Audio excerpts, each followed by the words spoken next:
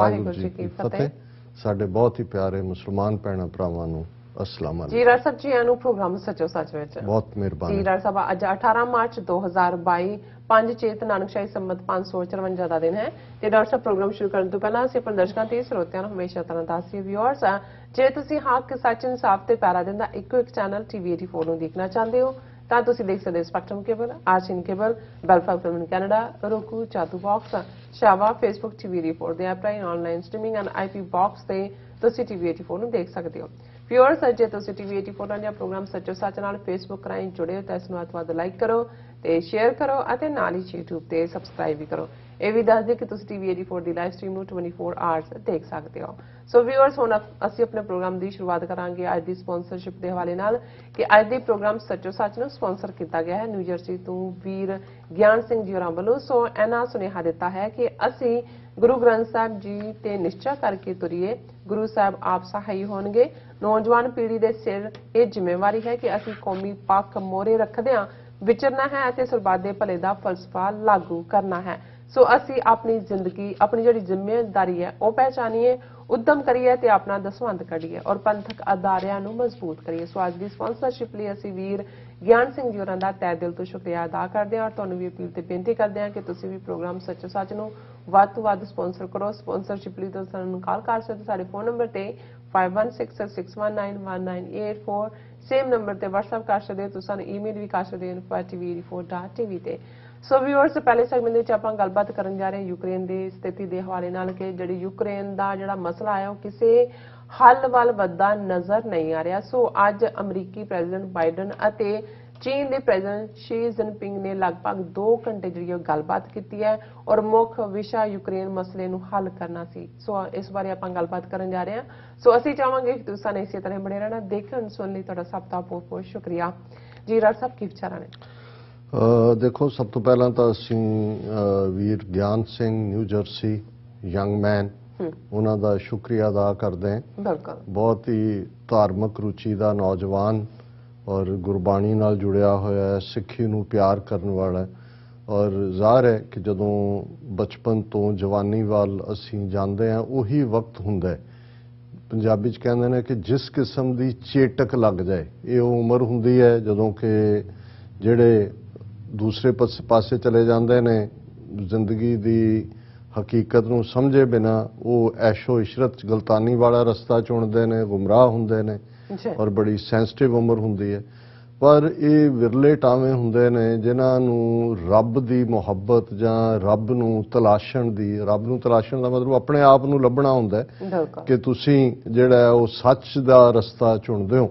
ਔਰ ਜੇ ਉਦੋਂ ਵੀ ਅੱਗੋਂ ਤੁਹਾਡਾ ਗੁਰਬਾਣੀ ਨਾਲ ਪਿਆਰ ਹੈ ਗੁਰਬਾਣੀ ਨੂੰ ਤੁਸੀਂ ਪੜ੍ਹਦੇ ਹੋ ਗੁਰਬਾਣੀ ਕੀਰਤਨ ਕਰਦੇ ਹੋ ਔਰ ਇਹਨਾਂ ਦੇ ਘਰ 'ਚ ਗਿਆਨ ਸਿੰਘ ਹੋਰਾਂ ਦੇ ਗੁਰੂ ਗ੍ਰੰਥ ਸਾਹਿਬ ਦਾ ਪ੍ਰਕਾਸ਼ ਹੈ ਬੜੂ ਸਾਹਿਬ ਗੁਰਦੁਆਰਾ ਸਾਹਿਬ ਤੋਂ ਭੈਣ ਭਰਾ ਜਿਹੜੇ ਨੇ ਇਹਨਾਂ ਨੇ ਐਜੂਕੇਸ਼ਨ ਲਈ ਹੈ ਪੁਣੇ ਕਾਲਜ 'ਚ ਹੈ ਗ੍ਰੈਜੂਏਸ਼ਨ ਅੰਡਰਗ੍ਰੈਡ ਕਰ ਰਿਹਾ ਔਰ ਬਹੁਤ ਹੀ ਪ੍ਰੋਮਿਸਿੰਗ ਨੌਜਵਾਨ ਹੈ ਔਰ ਅਸੀਂ ਸ਼ੁਕਰੀਆ ਅਦਾ ਕਰਦੇ ਹਾਂ ਪਰਿਵਾਰ ਦਾ ਵੀ ਜਿਨ੍ਹਾਂ ਨੇ ਜਿੱਥੇ ਆਪਣੇ ਬੱਚਿਆਂ ਨੂੰ ਇਸ ਪਾਸੇ ਤੋਰਿਆ ਸਿੱਖੀ ਦੇ ਰਸਤੇ ਤੇ ਔਰ ਉੱਥੇ ਨਾਲ ਦੀ ਨਾਲ ਇਹਨਾਂ ਬੱਚਿਆਂ ਦਾ ਵੀ ਜਿਹੜੇ ਸਿੱਖੀ ਭਾਵਨਾ ਦੇ ਤਹਿਤ ਕੌਮ ਲਈ ਕੁਝ ਕਰਨਾ ਚਾਹੁੰਦੇ ਨੇ ਯੂਕਰੇਨ ਜ਼ਾਹਰ ਹੈ ਕਿ ਜਿਹਦੇ 'ਚ ਵੀ ਸੈਂਸਿਟਿਵ ਦਿਲ ਹੈ ਜਿਹੜਾ ਦਿਲ ਇਨਸਾਨੀਅਤ ਦੇ ਪਿਆਰ 'ਚ ਧੜਕਦਾ ਹੈ ਖਲਕਤ ਦੀ ਪੀੜ ਨੂੰ ਸਮਝਦਾ ਹੈ ਕਿਉਂਕਿ ਮੈਂ ਸਮਝਦਾ ਵੀ ਰੂਹਾਨੀਅਤ ਦਾ ਮਤਲਬ ਕੋਈ ਜਿਹੜਾ ਫਲਸਫਾ ਪੂਰਬ ਦਾ ਰਿਹਾ ਹੈ ਕਿ ਤੁਸੀਂ ਆਪਣੀ ਮੁਕਤੀ ਦਾ ਸੋਚਦੇ ਹੋ ਆਪਣੀ ਸਾਲਵੇਸ਼ਨ ਦਾ ਸੋਚਦੇ ਹੋ ਜਾਂ ਤੁਸੀਂ ਅਗਲੀ ਦੁਨੀਆ ਦਾ ਸੋਚਦੇ ਹੋ ਕਿ ਅੱਗੇ ਤੁਹਾਨੂੰ ਕੀ ਮਿਲੇਗਾ ਤੁਹਾਡੀ ਥਾਂ ਕਿੱਥੇ ਹੋਏਗੀ ਪਰ ਤੁਹਾਡੇ ਆਲੇ ਦੁਆਲੇ ਕੀ ਵਾਪਰ ਰਿਹਾ ਉਸ ਤੋਂ ਤੁਸੀਂ ਬਿਲਕੁਲ ਕਿਨਾਰਾਕਸ਼ੀ ਕੀਤੀ ਹੁੰਦੀ ਹੈ ਔਰ ਜਿਹੜੇ ਸੰਨਿਆਸੀ ਜਾਂ ਮੰਕ ਜਾਂ ਉਸ ਕਿਸਮ ਦੇ ਭਿਕਸ਼ੂ ਇਹ ਸਾਰੇ ਕਨਸੈਪਟ ਵਾਲੇ ਸੀ ਇਹ ਤਾਂ ਦੌੜ ਜਾਂਦੇ ਸੀ ਦੁਨੀਆ ਤੋਂ ਗ੍ਰਸਤ ਤੋਂ ਦੌੜ ਕੇ ਆਪਣੇ ਇਕਾਂਤ ਦੇ ਵਿੱਚੋਂ ਸਮਝਦੇ ਸੀ ਕਿ ਉਹ ਆਪਣੇ ਆਪ ਨੂੰ ਲੱਭਣ ਦੀ ਕੋਸ਼ਿਸ਼ ਕਰ ਰਹੇ ਨੇ ਇਕਾਂਤ ਦੇ ਵਿੱਚ ਹੀ ਉਹਨਾਂ ਦਾ ਔਰ ਉਹ ਦੁਨੀਆ ਜਿਹੜਾ ਚਿੱਕੜ ਹੈ ਉਸ ਤੋਂ ਨਿਕਲ ਆਏ ਨੇ ਪਰ ਅਲਟੀਮੇਟਲੀ ਲਾਈਫ ਦੀ ਜਾਂ ਗ੍ਰਸਤ ਜ਼ਿੰਦਗੀ ਦੀ ਪਰਿਵਾਰਕ ਜ਼ਿੰਦਗੀ ਦੀ ਜਾਂ ਇਨਸਾਨੀ ਸਮਾਜ ਦੀ ਕੀ ਅਹਿਮੀਅਤ ਹੈ ਇਸ ਦੇ ਉੱਤੇ ਹੀ ਗੁਰੂ ਨਾਨਕ ਸਾਹਿਬ ਨੇ ਇਹ ਤਨਜ਼ ਕੀਤੀ ਸੀ ਉਹਨਾਂ ਦੇ ਉੱਤੇ ਕਿ ਜਿਹਨੂੰ ਭਾਈ ਗੁਰਦਾਸ ਜੀ ਨੇ ਫਰਮਾਇਆ, ਹੋਏ ਅਤੀਤ ਗ੍ਰਸਤ ਤਜ ਉਹਨੂੰ ਕੇ ਗ੍ਰਹਿ ਮੰਗਣ ਜਾਈ, ਕਿ ਵੀ ਤੁਸੀਂ ਗ੍ਰਸਤ ਚੋਂ ਨਿਕਲ ਕੇ ਦੌੜ ਗਏ, ਫਿਰ ਖਾਂਦੇ ਕਿੱਥੋਂ? ਉਹਨਾਂ ਦੇ ਘਰਾਂ 'ਚ ਜਾ ਕੇ ਮੰਗਦੇ ਹੋ, ਭਾਵੇਂ ਤੁਸੀਂ ਕਹਿੰਦੇ ਹੋ ਕਿ ਜੀ ਭਿਕਸ਼ਾ ਮੰਗ ਰਹੇ ਹਾਂ ਅਸੀਂ ਔਰ ਆਪਣੀ ਹਉਮੈ ਨੂੰ ਮਾਰ ਰਹੇ ਹਾਂ, ਤੁਸੀਂ ਗ੍ਰਸਤੀਆਂ ਦੀ ਕਮਾਈ ਖਾ ਰਹੇ ਹੋ। ਬਿਲਕੁਲ। ਔਰ ਅਸੀਂ ਸਮਝਦੇ ਹਾਂ ਵੀ ਇਸੇ ਲਈ ਜਿਹੜਾ ਸਿੱਖ ਫਲਸਫਾ ਹੈ ਉਹ ਬੜਾ ਕਲੀਅਰਲੀ ਖਾਲਕ ਖਲਕ ਖਲਕ ਮੈਂ ਖਾਲਕ ਪੂਰ ਰਹੋ ਸਭ ਥਾਈਂ, ਕਿ ਰੱਬ ਖਲਕਤ ਵਿੱਚ ਵਸਦਾ ਹੈ। ਤੇ ਇਹ ਵੀ ਰਿਮਾਈਂਡਰ ਹੈ ਰਹਿਤਨਾਮਾ ਭਾਈ ਨੰਦ ਲਾਲ ਜੀ 'ਚ ਅਸੀਂ ਪੜ੍ਹਦੇ ਹਾਂ ਕਿ ਜੇ ਖਲਕਤ ਦੁਖਦੀ ਹੈ ਤਾਂ ਫਿਰ ਖਾਲਕ ਤੱਕ ਦੁੱਖ ਪਹੁੰਚਦਾ ਹੈ। ਔਰ ਇਹੀ ਜਦੋਂ ਗੁਰੂ ਨਾਨਕ ਸਾਹਿਬ ਨੇ ਜੰਗ ਦੀ ਸਫਰਿੰਗ ਜਿਹੜੀ ਅਹਿਮਦਾਬਾਦ ਸ਼ਹਿਰ 'ਚ ਬਾਬਰ ਦੇ ਫੌਜੀ ਹਮਲੇ ਤੋਂ ਬਾਅਦ ਆਮ ਸ਼ਹਿਰ ਦੇ ਵਾਸੀ, ਉਹ ਮੁਸਲਮਾਨ, ਹਿੰਦੂ, ਉੱਚੀਆਂ ਜਾਤਾਂ, ਨੀਵੀਆਂ ਜਾਤਾਂ ਸਾਰੇ ਸਫ਼ਰ ਕਰ ਰਹੇ ਸੀ, ਤੇ ਗੁਰੂ ਨਾਨਕ ਸਾਹਿਬ ਨੇ ਉਸ ਰੱਬ ਦੀ ਦਰਗਾਹ ਦੇ ਵਿੱਚ ਉਸ ਪੀੜ ਨੂੰ ਬਿਆਨਿਆ ਸੀ ਕਿ ਏਤੀ ਮਾਰ ਪਈ ਕੁਰਲਾਣੇ ਤੈਂਕੀ ਦਰਦ ਨਾ ਆਇਆ, ਕਿ ਇਹ ਕਿੰਨੀ ਪੀੜ 'ਚ ਨੇ, ਕਿੰਨੇ ਦਰਦ 'ਚ ਨੇ। ਔਰ ਅਸੀਂ ਜਦੋਂ ਇਸ ਅੱਜ 22ਵੇਂ 23ਵੇਂ ਦਿਨ ਅਸੀਂ ਇਹ ਗੱਲਬਾਤ ਕਰ ਰਹੇ ਹਾਂ ਤੇ ਅਸੀਂ ਉਸ ਪੀੜ ਨੂੰ ਮਹਿਸੂਸ ਕਰਦੇ ਹਾਂ, ਜਿਵੇਂ ਹਰ ਸੰਵੇਦਨਸ਼ੀਲ, ਹਰ ਸੈਂਸਿਟਿਵ ਇਨਸਾਨ, ਉਹਦਾ ਕੋਈ ਮਜ਼ਹਬ ਹੈ ਨਹੀਂ ਹੈ, ਉਹ ਬਿਲੀਵਰ ਹੈ, ਨਾਨ ਬਿਲੀਵਰ ਹੈ, ਡਜ਼ਨਟ ਮੈਟਰ, ਪਰ ਇਨਸਾਨ ਤਾਂ ਇਨਸਾਨ ਹੈ। ਔਰ ਉਸ ਨੂੰ ਇਹ ਅਹਿਸਾਸ ਹੁੰਦਾ ਹੈ ਕਿ ਮੇਰੇ ਵਰਗੇ ਲੋਕ, ਅਸੀਂ ਇੱਥੇ ਪੂਰੀਆਂ ਸਹੂਲਤਾਂ ਦੇ ਵਿੱਚ ਜੀ ਰਹੇ ਹਾਂ, ਕਿਹਨਾਂ ਹਾਲਤਾਂ ਦੇ ਵਿੱਚ ਲੋਕ ਨੇ। ਔਰ ਸਭ ਤੋਂ ਜਿਹੜਾ ਮੈਂ ਜੇ ਸ਼ੁਰੂ ਦੇ ਵਿੱਚ ਗੱਲ ਕਰਾਂ ਕਿ ਯੂਨਾਈਟਿਡ ਨੇਸ਼ਨਸ ਰਿਫਿਊਜੀ ਏਜੰਸੀ ਦਾ ਅੱਜ ਜਿਹੜੀ ਫਿਗਰ ਆਈ ਹੈ 6.5 ਮਿਲੀਅਨ ਲੋਕ ਡਿਸਪਲੇਸ ਹੋਏ ਨੇ, 65 ਲੱਖ। ਔਰ ਉਹਦੇ ਚ 3.2 ਮਿਲੀਅਨ ਉਹ ਨੇ ਜਿਹੜੇ ਮੁਲਕ ਛੱਡ ਕੇ ਭੱਜਣ ਤੇ ਮਜਬੂਰ ਹੋਏ ਨੇ। 32 ਲੱਖ ਉਹਨਾਂ ਚੋਂ, ਇਹ ਸਾਰੀ ਟੋਟਲ 6.5 ਮਿਲੀਅਨ ਚੋਂ 32 ਲੱਖ ਬਾਹਰ ਨਿਕਲੇ ਨੇ ਆਪਣੇ ਮੁਲਕ ਤੋਂ, ਜਿਨ੍ਹਾਂ ਦੇ ਵਿੱਚ ਅਸੀਂ ਜ਼ਾਹਰ ਹੈ ਪੋਲੈਂਡ ਹੈ, ਰੋਮਾਨੀਆ ਹੈ, ਹੰਗਰੀ ਹੈ, ਸਲੋਵੇਨੀਆ ਹੈ, ਔਰ ਉਹਨਾਂ ਰਾਹੀਂ ਹੁਣ ਯੂਰਪ ਦੇ ਬਾਕੀ ਮੁਲਕਾਂ 'ਚ ਵੀ, UK, ਫਰਾਂਸ, ਸਾਰੇ 'ਚ ਸਪਰੈਡ ਹੋ ਰਹੇ ਨੇ। ਸੋ 32 ਲੱਖ ਮੁਲਕ ਬਦਰ ਹੋਏ ਨੇ। ਔਰ ਇਹ ਜਿਹੜੇ ਨੇ 6.5 ਮਿਲੀਅਨ ਜਿਹੜੇ ਨੇ ਇਹ ਟੋਟਲ ਜਿਹੜੇ ਬਾਕੀ ਬਚਦੇ ਨੇ ਇਹਨਾਂ 'ਚੋਂ, ਉਹ ਨੇ ਜਿਹੜੇ ਵਿਦਨ ਦਾ ਜਿਨ੍ਹਾਂ ਖਿੱਤਿਆਂ ਦੇ ਵਿੱਚ, ਜਿਨ੍ਹਾਂ ਜ਼ੋਨ 'ਚ ਬੰਬਾਰਡਮੈਂਟ ਹੋ ਰਹੀ ਹੈ, ਉੱਥੋਂ ਨਿਕਲ ਕੇ ਉਹ ਸੇਫ ਪਲੇਸਿਸ ਵੱਲ ਜਾਣ ਦੀ ਕੋਸ਼ਿਸ਼ ਕਰਦੇ ਨੇ, ਪਰ ਉੱਥੇ ਫੇਰ ਅੱਗੇ ਬੰਬਾਰਡਮੈਂਟ ਹੁੰਦੀ ਹੈ। ਜਿਵੇਂ ਕਿ ਅਸੀਂ ਦੇਖਦੇ ਹਾਂ ਕਿ ਅੱਜ ਇੱਕ ਮੇਨ ਖਬਰ ਜਿਹੜਾ Russia Ukraine war, Russian missiles strike Lviv as, ਫਿਰ ਬਾਈਡਨ ਔਰ ਚਾਈਨਾ ਦੇ ਸ਼ੀ ਜਿਨਪਿੰਗ ਦੀ ਗੱਲ ਹੈ ਕਿ Russia fired missiles at an airport near Lviv on Friday, a city where hundreds of thousands found refuge far from Ukraine's battlefield।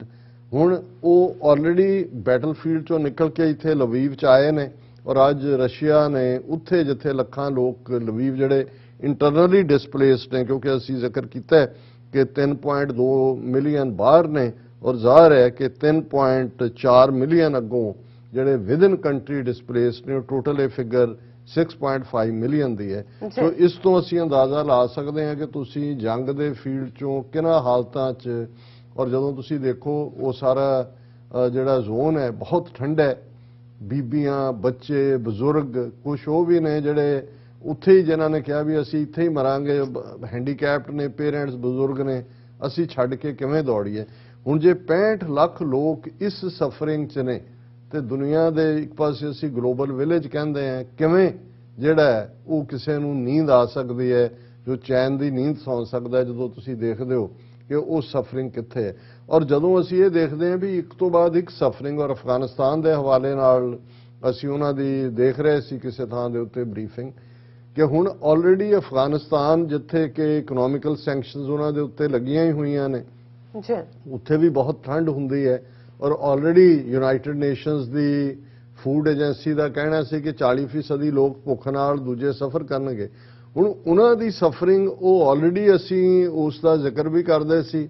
ਹੁਣ ਜਦੋਂ ਦਾ Ukraine ਦਾ ਇਹ ਮੁੱਦਾ ਆਇਆ, ਅਫਗਾਨਿਸਤਾਨ ਬੈਕ ਬਰਨਰ ਤੇ ਚਲਾ ਗਿਆ, ਕਿਉਂਕਿ ਉਸ ਚੈਲੰਜ ਨੂੰ ਹੁਣ ਉਸ ਤਰੀਕੇ ਨਾਲ ਦੇਖਿਆ ਨਹੀਂ ਜਾਂਦਾ। ਸੋ ਇਹੀ ਨਹੀਂ ਹੈ ਕਿ ਯੂਕਰੇਨ ਦੇ ਲੋਕ ਸਫ਼ਰ ਕਰ ਰਹੇ ਨੇ, ਅਫਗਾਨਿਸਤਾਨ ਵਰਗੇ ਮੁਲਕ ਦੇ ਲੋਕ ਜਿਨ੍ਹਾਂ ਨੂੰ ਮਦਦ ਦੀ ਲੋੜ ਸੀ, क्योंकि मदद सारी इधर ਜਿਹੜੀ ਹੈ ਡਾਈਵਰਟ ਹੋਈ ਹੈ ਔਰ ਉਹ ਅੱਗੋਂ ਸਫਰ ਕਰ ਰਹੇ ਨੇ। ਔਰ ਇਸ ਦੇ ਨਾਲ ਜਿਹੜੀ ਸਮਰੀ BBC ਔਰ ਇਕਨੋਮਿਕ ਟਾਈਮਸ ਦੀ ਹੈ ਉਹਦੇ ਮੁਤਾਬਕ ਉਹਦੇ ਚ ਜਿਵੇਂ ਮੈਰੀਓਪੋਲ ਜਿਸ ਦਾ ਅਸੀਂ ਜ਼ਿਕਰ ਕੀਤਾ ਸੀ ਕਿ ਜਿੱਥੇ ਕਿੰਨੇ ਲੋਕ ਮਲਬੇ ਥੱਲੇ ਦੱਬੇ ਨੇ, ਉਹਨਾਂ ਦੇ ਮੇਅਰ ਦਾ ਇਹ ਕਹਿਣਾ ਹੈ ਕਿ ਹੁਣ ਲੜਾਈ ਸਿਟੀ ਸੈਂਟਰ ਤੱਕ ਪਹੁੰਚ ਗਈ ਹੈ ਔਰ ਕਿਉਂਕਿ ਗਰਾਊਂਡ ਦੇ ਉੱਤੇ ਵੀ ਰਸ਼ੀਅਨ ਫੋਰਸਿਸ ਐਡਵਾਂਸ ਕਰ ਰਹੀਆਂ ਨੇ। ਔਰ ਯੂਕਰੇਨ ਦੇ ਪ੍ਰੈਜ਼ੀਡੈਂਟ ਜ਼ੈਲੈਂਸਕੀ ਨੇ ਇਹ ਕਿਹਾ ਕਿ ਵੀ ਇਹ ਜਿਹੜਾ ਅਸੀਂ ਇਹ ਮੰਗ ਕਰ ਰਹੇ ਹਾਂ ਕਿ ਵੀ ਜਿਹੜੇ ਹਿਊਮੈਨਿਟੇਰੀਅਨ ਕੋਰੀਡੋਰ ਖੋਲ੍ਹੇ ਜਾਣ, ਜਿਹੜੇ ਲੋਕ ਜਾਣਾ ਚਾਹੁੰਦੇ ਨੇ ਔਰ ਉੱਥੇ ਬੰਬਾਰਡਮੈਂਟ ਨਾ ਹੋਏ। ਔਰ ਇਹ ਜਿਹੜੇ ਲੋਕ ਉੱਥੋਂ ਬਚ ਕੇ ਨਿਕਲ ਰਹੇ ਨੇ ਉਹਨਾਂ ਦੀਆਂ ਕਹਾਣੀਆਂ ਜਿਹੜੀਆਂ ਬਾਹਰ ਆ ਰਹੀਆਂ ਨੇ ਉਹ ਲੂੰ ਕੰਡੇ ਖੜੇ ਕਰ ਦੇਣ ਵਾਲੀਆਂ ਨੇ। ਔਰ ਇਸੇ ਤਰ੍ਹਾਂ ਜਿਵੇਂ ਹੁਣ ਥੀਏਟਰ ਦੇ ਵਿੱਚ ਉਸ ਸ਼ਹਿਰ ਦੇ ਜਿਹੜੇ ਲੋਕ ਦੱਬੇ ਹੋਏ ਨੇ 130 ਲੋਕਾਂ ਨੂੰ ਸੇਫਲੀ ਕੱਢਿਆ ਗਿਆ, ਪਰ ਅਜੇ ਵੀ 1300 ਦੇ ਕਰੀਬ ਲੋਕ ਉੱਥੇ ਟ੍ਰੈਪਡ ਨੇ। ਔਰ ਰਸ਼ੀਅਨ ਪ੍ਰੈਜ਼ੀਡੈਂਟ ਨੇ ਇੱਕ ਪਾਸੇ ਇਹ ਸਫਰਿੰਗ ਚੱਲ ਰਹੀ ਹੈ ਔਰ ਅੱਜ ਇਸ ਤੋਂ ਅੰਦਾਜ਼ਾ ਲੱਗਦਾ ਹੈ ਕਿ ਵਲੈਦੀਮੀਰ ਪੁਤਿਨ ਦੇ ਦਿਮਾਗ 'ਚ ਕੀ ਚੱਲ ਰਿਹਾ ਹੈ। ਉਹਨੇ ਲੱਖਾਂ ਦੀ ਗਿਣਤੀ ਦੇ ਵਿੱਚ ਰਸ਼ੀਅਨ ਕਰਾਊਡ ਨੂੰ ਐਡਰੈਸ ਕੀਤਾ, ਸੈਲੀਬ੍ਰੇਟ ਕਰਦੇ ਆ ਕਿ 2014 ਦੇ ਵਿੱਚ 8 ਸਾਲ ਪਹਿਲਾਂ ਜਦੋਂ ਰੂਸ ਦੀਆਂ ਫੌਜਾਂ ਨੇ ਕ੍ਰਾਈਮੀਆ ਜਿਹੜਾ ਯੂਕਰੇਨ ਦਾ ਹੀ ਹਿੱਸਾ ਸੀ ਉਹਦੇ ਤੇ ਆਪਣਾ ਕਬਜ਼ਾ ਜਮਾਇਆ ਤਾਂ ਉਹਨੂੰ ਸੈਲੀਬ੍ਰੇਟ ਕਰ ਰਿਹਾ ਕਿ 8 ਸਾਲ ਪਹਿਲਾਂ ਅੱਜ ਦੇ ਦਿਨ ਅਸੀਂ ਕੰਪਲੀਟ ਕ੍ਰਾਈਮੀਆ ਨੂੰ ਜਿਹੜਾ ਹੈ ਉਹ ਆਪਣਾ ਹਿੱਸਾ ਬਣਾਇਆ ਸੀ। ਸੋ ਇਸ ਤੋਂ ਹੀ ਅੰਦਾਜ਼ਾ ਲਾਇਆ ਜਾ ਸਕਦਾ। ਔਰ ਜਿਵੇਂ ਅਸੀਂ ਕੱਲ ਗੱਲਬਾਤ ਕੀਤੀ ਸੀ ਕਿ ਕਿਤੇ ਨਾ ਕਿਤੇ ਗੱਲਬਾਤ ਵੀ ਚੱਲ ਰਹੀ ਹੈ, ਪਰ ਇਹ ਵੀ ਆ ਰਿਹਾ ਕਿ ਵੀ ਕਈ ਗੱਲਬਾਤ ਨਾਲ ਸੰਬੰਧਿਤ ਖਬਰਾਂ ਫੇਕ ਵੀਡੀਓਜ਼ ਦੇ ਰੂਪ 'ਚ ਜਿਹਦੇ 'ਚ ਕਿ ਜ਼ੈਲੈਂਸਕੀ ਦਾ ਜਾਂ ਪੁਤਿਨ ਦਾ ਕਰਕੇ ਦਿੱਤਾ ਜਾ ਰਿਹਾ, ਐਕਚੁਅਲੀ ਔਨ ਦਾ ਗਰਾਊਂਡ ਕੋਈ ਪ੍ਰੋਗਰੈਸ ਨਹੀਂ ਹੋ ਰਹੀ। ਔਰ ਹਾਲਾਂ ਸੀਰੀਅਸ ਵਿਚੋਲੇ ਦੇ ਤੌਰ ਤੇ ਅਮਰੀਕਾ ਇਹ ਐਕਸਪੈਕਟ ਕਰਦਾ ਹੈ ਕਿ ਚਾਈਨਾ ਜਿਸ ਦਾ ਇਨਫਲੂਐਂਸ ਹੈ ਯੂਕਰੇਨ 'ਚ ਵੀ ਚੀਨ ਦੀ ਆਪਣੀ ਇਨਵੈਸਟਮੈਂਟ ਹੈ, ਪਰ ਪੁਤਿਨ ਦੇ ਉੱਤੇ ਕਾਫੀ ਇਨਫਲੂਐਂਸ ਹੈ ਕਿ ਉਹ ਚੀਨ ਆਪਣਾ ਰੋਲ ਅਦਾ ਕਰੇ। ਪਰ ਇਸ ਬਾਰੇ ਵੀ ਹਾਲਾਂ ਅੱਜ ਜਦੋਂ ਅਸੀਂ ਮੇਨ ਖਬਰ ਦੇਖਦੇ ਹਾਂ ਇੰਟਰਨੈਸ਼ਨਲ ਮੀਡੀਆ ਦੀ ਕਿ ਪ੍ਰੈਜ਼ੀਡੈਂਟ ਜੋ ਬਾਈਡਨ ਔਰ ਚਾਈਨੀਜ਼ ਪ੍ਰੀਮੀਅਰ ਸ਼ੀ ਜਿਨਪਿੰਗ 'ਚ ਲਗਭਗ 2 ਘੰਟੇ ਦੀ ਗੱਲਬਾਤ ਹੋਈ ਔਰ ਇਸ ਬਾਰੇ ਬੇਸ਼ੱਕ ਵਾਈਟ ਹਾਊਸ ਦੀ ਕੋਈ ਬਰੀਫਿੰਗ ਨਹੀਂ ਆਈ ਕਿ ਇਹ ਗੱਲਬਾਤ ਦੇ ਵਿੱਚ ਕੀ ਸਿੱਟਾ ਨਿਕਲਿਆ। ਪਰ ਜਦੋਂ ਅਸੀਂ ਚੀਨ ਦੇ ਹਵਾਲੇ ਨਾਲ ਦੇਖਦੇ ਹਾਂ ਤੇ ਚਾਈਨਾ ਦੀ ਫੋਰਨ ਮਿਨਿਸਟਰੀ ਦੇ ਸਪੋਕਸਪਰਸਨ ਨੇ ਮਿਸਟਰ ਹੁਆ ਚੁਨਿੰਗ, ਉਹਦੇ 'ਚ ਜਿਹੜੀ ਉਹਨਾਂ ਨੇ ਕਹੀ ਹੈ ਔਰ ਉਹਨਾਂ ਦੇ ਅਲਫਾਜ਼ ਨੇ countries should not come to the point of meeting on the battlefield, ਕਿ ਉਹ ਨੌਬਤ ਨਹੀਂ ਆਣੀ ਚਾਹੀਦੀ ਕਿ ਅਲਟੀਮੇਟਲੀ ਜੰਗ ਦੇ ਮੈਦਾਨ ਦੇ ਵਿੱਚ ਹੀ ਜਿਹੜੇ ਮਸਲੇ ਨੇ ਉਹਨਾਂ ਦਾ ਫੈਸਲਾ ਹੋਏ। Conflict and confrontation are not in anyone's interest, peace and security are what the international community should treasure the most, ਕਿ ਟਕਰਾਅ ਤਾਂ ਝਗੜਾ ਇਹ ਕਿਸੇ ਦੇ ਵੀ ਹਿੱਤ 'ਚ ਨਹੀਂ ਹੁੰਦਾ। ਅਮਨ ਔਰ ਸੁਰੱਖਿਆ ਇਹੀ ਇੰਟਰਨੈਸ਼ਨਲ ਕਮਿਊਨਿਟੀ ਦੇ ਖਜ਼ਾਨੇ ਨੇ ਔਰ ਇਹ ਇਸ ਦੇ ਲਈ ਜਿਹੜਾ ਉਹ ਕੰਮ ਕਰਨਾ ਚਾਹੀਦਾ। ਨਾਲ ਦੀ ਨਾਲ ਉਹਨਾਂ ਨੇ ਕਿਹਾ ਕਿ ਵੀ ਇਹ ਚੀਨ ਨੇ ਵੇਲਡ ਵਾਰਨਿੰਗ ਵੀ ਦਿੱਤੀ ਅਮਰੀਕਾ ਨੂੰ ਕਿ ਇਹ ਜਿਹੜਾ ਤਾਈਵਾਨ ਦਾ ਇਸ਼ੂ ਹੈ ਇਹਨੂੰ ਤੁਸੀਂ ਮਿਸ ਹੈਂਡਲ ਕਰ ਰਹੇ ਹੋ, ਕਿਉਂਕਿ ਇਹ ਜਿਹੜਾ ਇਹ ਫਿਰ ਇਹਦਾ ਤੁਹਾਡੇ ਮਿਸ ਹੈਂਡਲ ਦਾ ਨਤੀਜਾ ਹੈ ਕਿ ਜਿਹੜੇ ਤਾਈਵਾਨ ਦੀ ਇੰਡੀਪੈਂਡੈਂਸ ਮੰਗਣ ਵਾਲੇ ਲੋਕ ਨੇ ਉਹਨਾਂ ਨੂੰ ਇਹ ਸਿਗਨਲ ਗਿਆ ਕਿ ਜਿਵੇਂ ਉਹਨਾਂ ਨੂੰ ਤੁਹਾਡੀ ਹਮਾਇਤ ਹੈ। President Xi pointed out some in the US have sent a wrong signal to Taiwan independence forces which is very dangerous, ਕਿ ਇਹ ਬੜਾ ਖਤਰਨਾਕ ਤੁਸੀਂ ਕਰ ਰਹੇ ਹੋ। ਔਰ ਦੂਸਰੇ ਪਾਸੇ ਅਮਰੀਕਾ ਦਾ ਚੀਨ ਦੇ ਉੱਤੇ ਇਹੀ ਪ੍ਰੈਸ਼ਰ ਹੈ ਕਿ ਕੋਈ ਮਿਲਟਰੀ ਏਡ ਰਸ਼ੀਆ ਨੂੰ ਨਾ ਦਿੱਤੀ ਜਾਏ। ਔਰ ਇਹ ਅਸੀਂ ਦੇਖ ਰਹੇ ਹਾਂ ਵੀ ਚੀਨ ਔਰ ਅਮਰੀਕਾ ਦੇ ਪ੍ਰੈਜ਼ੀਡੈਂਟਸ ਦੇ ਵਿੱਚ ਇੱਕ ਹਫ਼ਤੇ ਦੇ ਵਿੱਚ ਇਹ ਸੈਕੰਡ ਕਾਲ ਹੈ। ਇਸ ਤੋਂ ਪਹਿਲਾਂ ਜਿਹੜੀ ਹੈ ਨੈਸ਼ਨਲ ਸਿਕਿਉਰਿਟੀ ਐਡਵਾਈਜ਼ਰ ਜੇਕ ਸਲੀਵਾਨ ਇਨ ਪਰਸਨ ਉਹਨਾਂ ਨੇ ਕਮਿਊਨਿਸਟ ਪਾਰਟੀ ਆਫ ਚਾਈਨਾ ਦੇ ਪੋਲਿਟ ਬਿਊਰੋ ਮੈਂਬਰ ਤੇ ਡਾਇਰੈਕਟਰ ਜਿਹੜੇ ਨੇ ਮਿਸਟਰ ਯੋਂਗ ਚੀ ਉਹਨਾਂ ਦੇ ਨਾਲ ਰੋਮ ਦੇ ਵਿੱਚ ਮੰਡੇ 2-3 ਪਹਿਲਾਂ ਹੀ ਗੱਲਬਾਤ ਕੀਤੀ ਸੀ। ਪਰ ਇਹਦੇ 'ਚ ਕਿਉਂਕਿ ਵਾਈਟ ਹਾਊਸ ਨੇ ਇਸ ਦੇ ਉੱਤੇ ਆਪਣੀ ਕੋਈ ਪ੍ਰੈਸ ਰਿਲੀਜ਼ ਨਹੀਂ ਦਿੱਤੀ, ਸੋ ਅਸੀਂ ਇਸ ਪਰਸਪੈਕਟਿਵ ਤੋਂ ਨਹੀਂ ਸਮਝ ਸਕਦੇ ਵੀ ਅਮਰੀਕਾ ਨੇ ਕੀ ਕਿਹਾ। ਪਰ ਜਿਹੜਾ ਚਾਈਨਾ ਦਾ ਸਖਤ ਵਰਤਾਰਾ ਹੈ ਜਾਂ ਰਵੱਈਆ ਉਹ ਇਸ ਤੋਂ ਅਸੀਂ ਦੇਖ ਸਕਦੇ ਹਾਂ ਕਿ ਚੀਨ ਨੇ ਈਵਨ ਅਮਰੀਕਾ ਸਮੇਤ ਯੂਰਪ ਨੂੰ ਇਹ ਕਿਹਾ why silent on civilian deaths in Iraq, Afghanistan, China asks West ਕਿ ਵੀ ਚੀਨ ਨੇ ਕਿਹਾ ਵੀ ਜਦੋਂ ਅਫਗਾਨਿਸਤਾਨ ਦੇ ਵਿੱਚ ਇਰਾਕ ਦੇ ਵਿੱਚ ਮੌਤਾਂ ਹੋ ਰਹੀਆਂ ਸੀ ਉਦੋਂ ਤੁਸੀਂ ਕਿਉਂ ਚੁੱਪ ਬੈਠੇ ਸੀ, ਹੁਣ ਤੁਸੀਂ ਇੰਨਾ ਦਰਦ ਦਿਖਾ ਰਹੇ ਹੋ। ਔਰ ਕਿਉਂਕਿ ਜਦੋਂ ਇਹ ਵਾਰ-ਵਾਰ ਚੀਨ ਨੂੰ ਪੁੱਛਿਆ ਜਾਂਦਾ ਹੈ ਕਿ ਉਹ ਅਪੋਜ਼ ਕਰੇ ਰਸ਼ੀਅਨ ਇਨਵੇਜਨ ਨੂੰ, ਔਰ ਕੀ ਉਹ ਮੰਨਦਾ ਚੀਨ, ਜਿਵੇਂ ਵਲਾਦੀਮੀਰ ਪੁਤਿਨ ਨੂੰ ਬਾਈਡਨ ਨੇ ਕਿਹਾ ਕਿ ਵਾਰ ਕ੍ਰਿਮੀਨਲ ਹੈ, ਚੀਨ ਦਾ ਉਹਦੇ ਤੇ ਕੀ ਸਟੈਂਡ ਹੈ।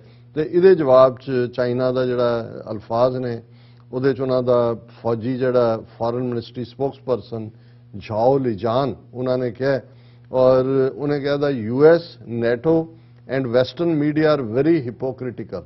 ਇਹ ਅਮਰੀਕਾ, ਨੈਟੋ, ਇਹ ਮੀਡੀਆ ਇਹ ਬਹੁਤ ਦੰਭੀ ਨੇ। I want to stress that China's position on peace talks is consistent ਕਿ ਅਸੀਂ ਗੱਲਬਾਤ ਦੀ ਕੋਸ਼ਿਸ਼ ਕਰ ਰਹੇ ਹਾਂ ਔਰ ਸਾਡੀ ਇੱਕਸਾਰ ਹੈ ਨੀਤੀ ਇਸ ਮੁੱਦੇ ਤੇ। You may refer to China's statements on hotspot issues including Iraq, Syria, Afghanistan, Palestine and Israel। ਇਹ ਉਹਨੇ ਪੰਜੋ ਹੀ ਜਿਹਦੇ 'ਚ ਕਿ ਇਹਨਾਂ ਦੀ ਹਿਪੋਕ੍ਰੇਸੀ ਹੈ, ਉਹਨੇ ਕਿਹਾ ਉਹਦੇ 'ਚ ਸਾਡੀ ਪੋਜੀਸ਼ਨ ਦੇਖ ਲਓ। When it comes to civilian casualties and humanitarian situation, I wonder if you were equally concerned about the people in Iraq, Syria, Afghanistan and Palestine। ਕਿ ਜੇ ਹਿਊਮੈਨਿਟੇਰੀਅਨਿਜ਼ਮ ਦੀ ਗੱਲ ਕਰਨੀ ਹੈ, ਜਦੋਂ ਇਰਾਕ ਦੇ ਵਿੱਚ, ਅਫਗਾਨਿਸਤਾਨ 'ਚ, ਫਲਸਤੀਨ 'ਚ, ਸੀਰੀਆ ਦੇ ਵਿੱਚ ਇਹੀ ਕ੍ਰਾਈਸਿਸ ਸੀ, ਉਦੋਂ ਤੁਹਾਡੀ ਕੀ ਟੇਕ ਸੀ? Do these civilians mean nothing to you? ਕਿ ਤੁਹਾਨੂੰ ਇਹਨਾਂ ਦਾ ਕੋਈ ਦਰਦ ਨਹੀਂ ਹੈ? ਇਹ ਲੋਕ ਨਹੀਂ ਨੇ? Do not forget Serbia in 1999 ਔਰ ਯੂਗੋਸਲਾਵੀਆ ਕਿ 1999 ਦੇ ਵਿੱਚ ਸਰਬੀਆ 'ਚ ਨੇ ਕੀ ਕੀਤਾ, ਬੋਸਨੀਆ ਹਰਜ਼ੇਗੋਵੀਨਾ ਜਾਂ ਪਹਿਲਾਂ ਕਰੋਸ਼ੀਆ 'ਚ, ਇਹ ਵੀ ਉਹਨੇ ਯਾਦ ਦਹਾਨੀ। Did you show any care about civilian casualties there?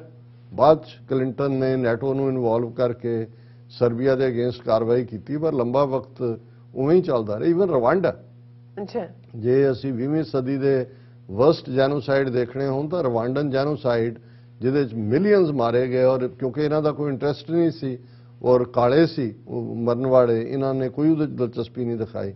If not then you are in no position to make accusations against China। ਇਹ ਉਹਨਾਂ ਨੇ ਇਹਨੂੰ ਕਹਿੰਦੇ ਨੇ ਕਿ ਸ਼ੀਸ਼ਾ ਦਿਖਾਣਾ ਕਿ ਮੋਰਲ ਹਾਈ ਗਰਾਊਂਡ ਤੇ ਖਲੋ ਕੇ ਤੁਸੀਂ ਜੋ ਗੱਲਬਾਤ ਕਰ ਰਹੇ ਹੋ ਅੱਜ, ਪਹਿਲਾਂ ਤੁਸੀਂ ਆਪਣੀ ਮੋਰੈਲਿਟੀ ਦੇਖੋ ਕਿ ਉਹ ਇਰਾਕ ਹੋਏ, ਅਫਗਾਨਿਸਤਾਨ ਹੋਏ, ਸੀਰੀਆ ਹੋਏ, ਫਲਸਤੀਨ ਹੋਏ, ਇਜ਼ਰਾਈਲ ਹੋਏ, ਉਦੋਂ ਜਦ ਤੇ ਸਿਵਲੀਅਨ ਮਰਦੇ ਸੀ, ਜਾਂ ਈਵਨ 1999 'ਚ ਸਰਬੀਆ, ਯੂਗੋਸਲਾਵੀਆ ਹੋਏ, ਤੁਹਾਡੀ ਕੀ ਪੋਜੀਸ਼ਨ ਸੀ? ਪਰ ਕਿਉਂਕਿ ਇਸ ਵੇਲੇ ਰਸ਼ੀਆ ਦੇ ਉੱਤੇ ਸਿਰਫ ਇਹ ਹੀ ਨਹੀਂ, ਇਕਨੋਮਿਕਲ ਸੈਂਕਸ਼ਨਸ ਨੇ, ਹਰ ਪਾਸਿਓਂ ਦਬਾਅ ਬਣਾਉਣ ਦੀ ਕੋਸ਼ਿਸ਼ ਹੈ। ਔਰ ਹੁਣ ਯੂਨਾਈਟਿਡ ਨੇਸ਼ਨ ਸਿਕਿਉਰਿਟੀ ਕੌਂਸਲ ਦੀ ਇੱਕ meeting, emergency meeting again Thursday, ਯਾਨੀ ਕਿ ਆਉਣ ਵਾਲੇ ਵੀਰਵਾਰ ਨੂੰ, ਸਾਡੇ ਪਾਕਿਸਤਾਨੀ ਵੀਰ ਪੀਰਵਾਰ ਕਹਿੰਦੇ ਨੇ, ਪੀਰ ਦਿਨ, ਉਸ ਦਿਨ ਉਹਨਾਂ ਨੇ ਰੱਖੀ ਹੈ। ਔਰ ਇਸ ਦੇ ਲਈ ਕਿਉਂਕਿ ਪਹਿਲਾਂ ਫਰਾਂਸ ਔਰ ਮੈਕਸੀਕੋ ਨੇ ਇੱਕ ਰੈਜ਼ੋਲੂਸ਼ਨ ਮੂਵ ਕੀਤਾ ਸੀ, ਹਿਊਮੈਨਿਟੇਰੀਅਨ ਰੈਜ਼ੋਲੂਸ਼ਨ 193 ਮੈਂਬਰੀ ਜਨਰਲ ਅਸੈਂਬਲੀ ਦੇ ਵਿੱਚ, ਔਰ ਉਸ ਤੋਂ ਬਾਅਦ ਹੁਣ 6 ਮੁਲਕਾਂ ਨੇ ਜਿਹੜੇ ਮੈਂਬਰ ਨੇ UN ਸਿਕਿਉਰਿਟੀ ਕੌਂਸਲ ਦੇ, ਜਿਨ੍ਹਾਂ 'ਚ America, UK, France, Ireland, Norway ਤੇ ਅਲਬੇਨੀਆ, ਉਹਨਾਂ ਨੇ ਸਪੈਸ਼ਲ ਸੈਸ਼ਨ ਮੰਗਿਆ UN ਸਿਕਿਉਰਿਟੀ ਕੌਂਸਲ ਦਾ। ਔਰ ਰਸ਼ੀਆ, ਔਰ ਉਹਦੇ 'ਚ ਜ਼ਾਹਰ ਇਹਨਾਂ 6 ਕੰਟਰੀਜ਼ ਨੇ ਕਿਹਾ ਕਿ Russia is committing war crimes and targeting civilians. Russia's illegal war on Ukraine is a threat to us all। ਇਹ ਉਹਨਾਂ ਨੇ ਕਿਹਾ ਕਿ ਭਾਈ ਇਲੀਗਲ ਉਹਨਾਂ ਨੇ ਵਾਰ ਥੋਪੀ ਹੈ ਯੂਕਰੇਨ ਤੇ, ਜੰਗੀ ਜ਼ਰਾਇਮ ਰਸ਼ੀਅਨ ਫੌਜ ਕਰ ਰਹੀ ਹੈ, ਇਸ ਲਈ ਫੌਰਨ ਜਿਹੜਾ ਸੈਸ਼ਨ ਸੱਦਿਆ ਜਾਏ UN ਸਿਕਿਉਰਿਟੀ ਕੌਂਸਲ ਦਾ। ਹਾਲਾਂਕਿ ਰਸ਼ੀਆ ਇਹਨੂੰ ਕਾਊਂਟਰ ਕਰਨ ਦੇ ਲਈ ਆਪਣਾ ਡਰਾਫਟ ਵੀ ਸਰਕੂਲੇਟ ਕਰ ਰਿਹਾ ਹੈ, ਜਿਹਦੇ 'ਚ ਉਹ ਆਪਣੇ ਆਪ ਨੂੰ ਜ਼ਾਹਰਾ ਤੌਰ ਤੇ ਬਚਾਉਣ ਦੀ ਕੋਸ਼ਿਸ਼ ਕਰ ਰਿਹਾ। ਸੋ ਇਹ ਜਿਹੜੀ ਹੈ ਥਰਸਡੇ ਦੀ ਮੀਟਿੰਗ ਹੈ, ਔਰ ਇਸ ਦੇ ਉੱਤੇ ਜਿਹੜੀ ਹੈ ਅਲਟੀਮੇਟਲੀ ਅਗੇਨ ਨਿਕਲਣਾ ਨਿਕਾਣਾ ਕੀ ਹੈ, ਕਿਉਂਕਿ UN ਸਿਕਿਉਰਿਟੀ ਕੌਂਸਲ 'ਚ ਰਸ਼ੀਆ ਦੇ ਕੋਲ ਵੀਟੋ ਪਾਵਰ ਹੈ। ਸੋ ਲੇਕਿਨ ਇਹ ਜਿਹੜਾ ਕੰਸਿਸਟੈਂਟ ਪ੍ਰੈਸ਼ਰ ਹੈ, ਇਹ ਪੁਤਿਨ ਨੂੰ ਖੁੰਝੇ ਲਾਉਣ ਲਈ ਵੀ ਹੈ, ਔਰ ਦੁਨੀਆ ਦੇ ਵਿੱਚ ਜਿਹੜਾ ਸਟੈਂਡ ਅਮਰੀਕਾ ਜਾਂ ਨੈਟੋ ਨੇ ਲਿਆ ਉਹਦੇ 'ਚ ਸਪੋਰਟ ਗਾਰਨਰ ਕਰਨ ਲਈ ਵੀ ਹੈ, ਜਿਹੜੇ ਮੁਲਕ ਫੈਂਸ ਸਿਟਰ ਨੇ ਕਿ ਨਾ ਅਸੀਂ ਇੱਧਰ ਆ ਨਾ ਉੱਧਰ ਹੈ। ਪਰ ਜਿਹੜੀ ਗੱਲ ਕਾਫੀ ਗੰਭੀਰਤਾ ਨਾਲ ਜਿਹੜੇ ਸੀਰੀਅਸ ਹਲਕੇ ਨੇ ਉਹਨਾਂ ਦੇ ਵਿੱਚ ਡਿਸਕਸ ਹੋ ਰਹੀ ਹੈ ਕਿ ਕੀ ਯੂਕਰੇਨ ਯੂਰਪ ਦਾ, ਇਕੱਲੇ ਰਸ਼ੀਆ ਦਾ ਨਹੀਂ, ਕਿ ਯੂਕਰੇਨ ਯੂਰਪ ਦਾ ਅਫਗਾਨਿਸਤਾਨ ਬਣਨ ਜਾ ਰਿਹਾ।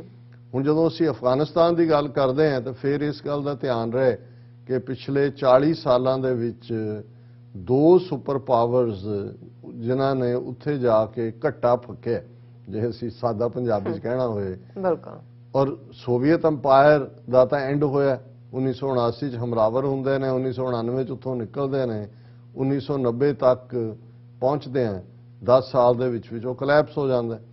ਅਮਰੀਕਨ ਬੇਸ਼ੱਕ ਅਮਰੀਕਨ ਅੰਪਾਇਰ ਦਾ ਡਿਕਲਾਈਨ ਜ਼ਰੂਰ ਹੋਇਆ 9/11 ਤੋਂ ਬਾਅਦ 20 ਸਾਲ ਅਮਰੀਕਾ ਵੀ ਅਫਗਾਨਿਸਤਾਨ 'ਚ ਬੈਠਾ ਰਿਹਾ ਨੈਟੋ ਦੇ ਨਾਲ, ਔਰ ਉੱਥੇ ਵੀ ਇਵੈਂਚੁਅਲੀ ਕੁਝ ਹੱਥ ਪੱਲੇ ਨਹੀਂ ਪਿਆ, ਔਰ ਫਿਰ ਤਾਲਿਬਾਨ ਦੇ ਨਾਲ ਹੀ ਸਮਝੌਤਾ ਕਰਕੇ ਅਮਰੀਕਾ ਉੱਥੋਂ ਨਿਕਲਿਆ।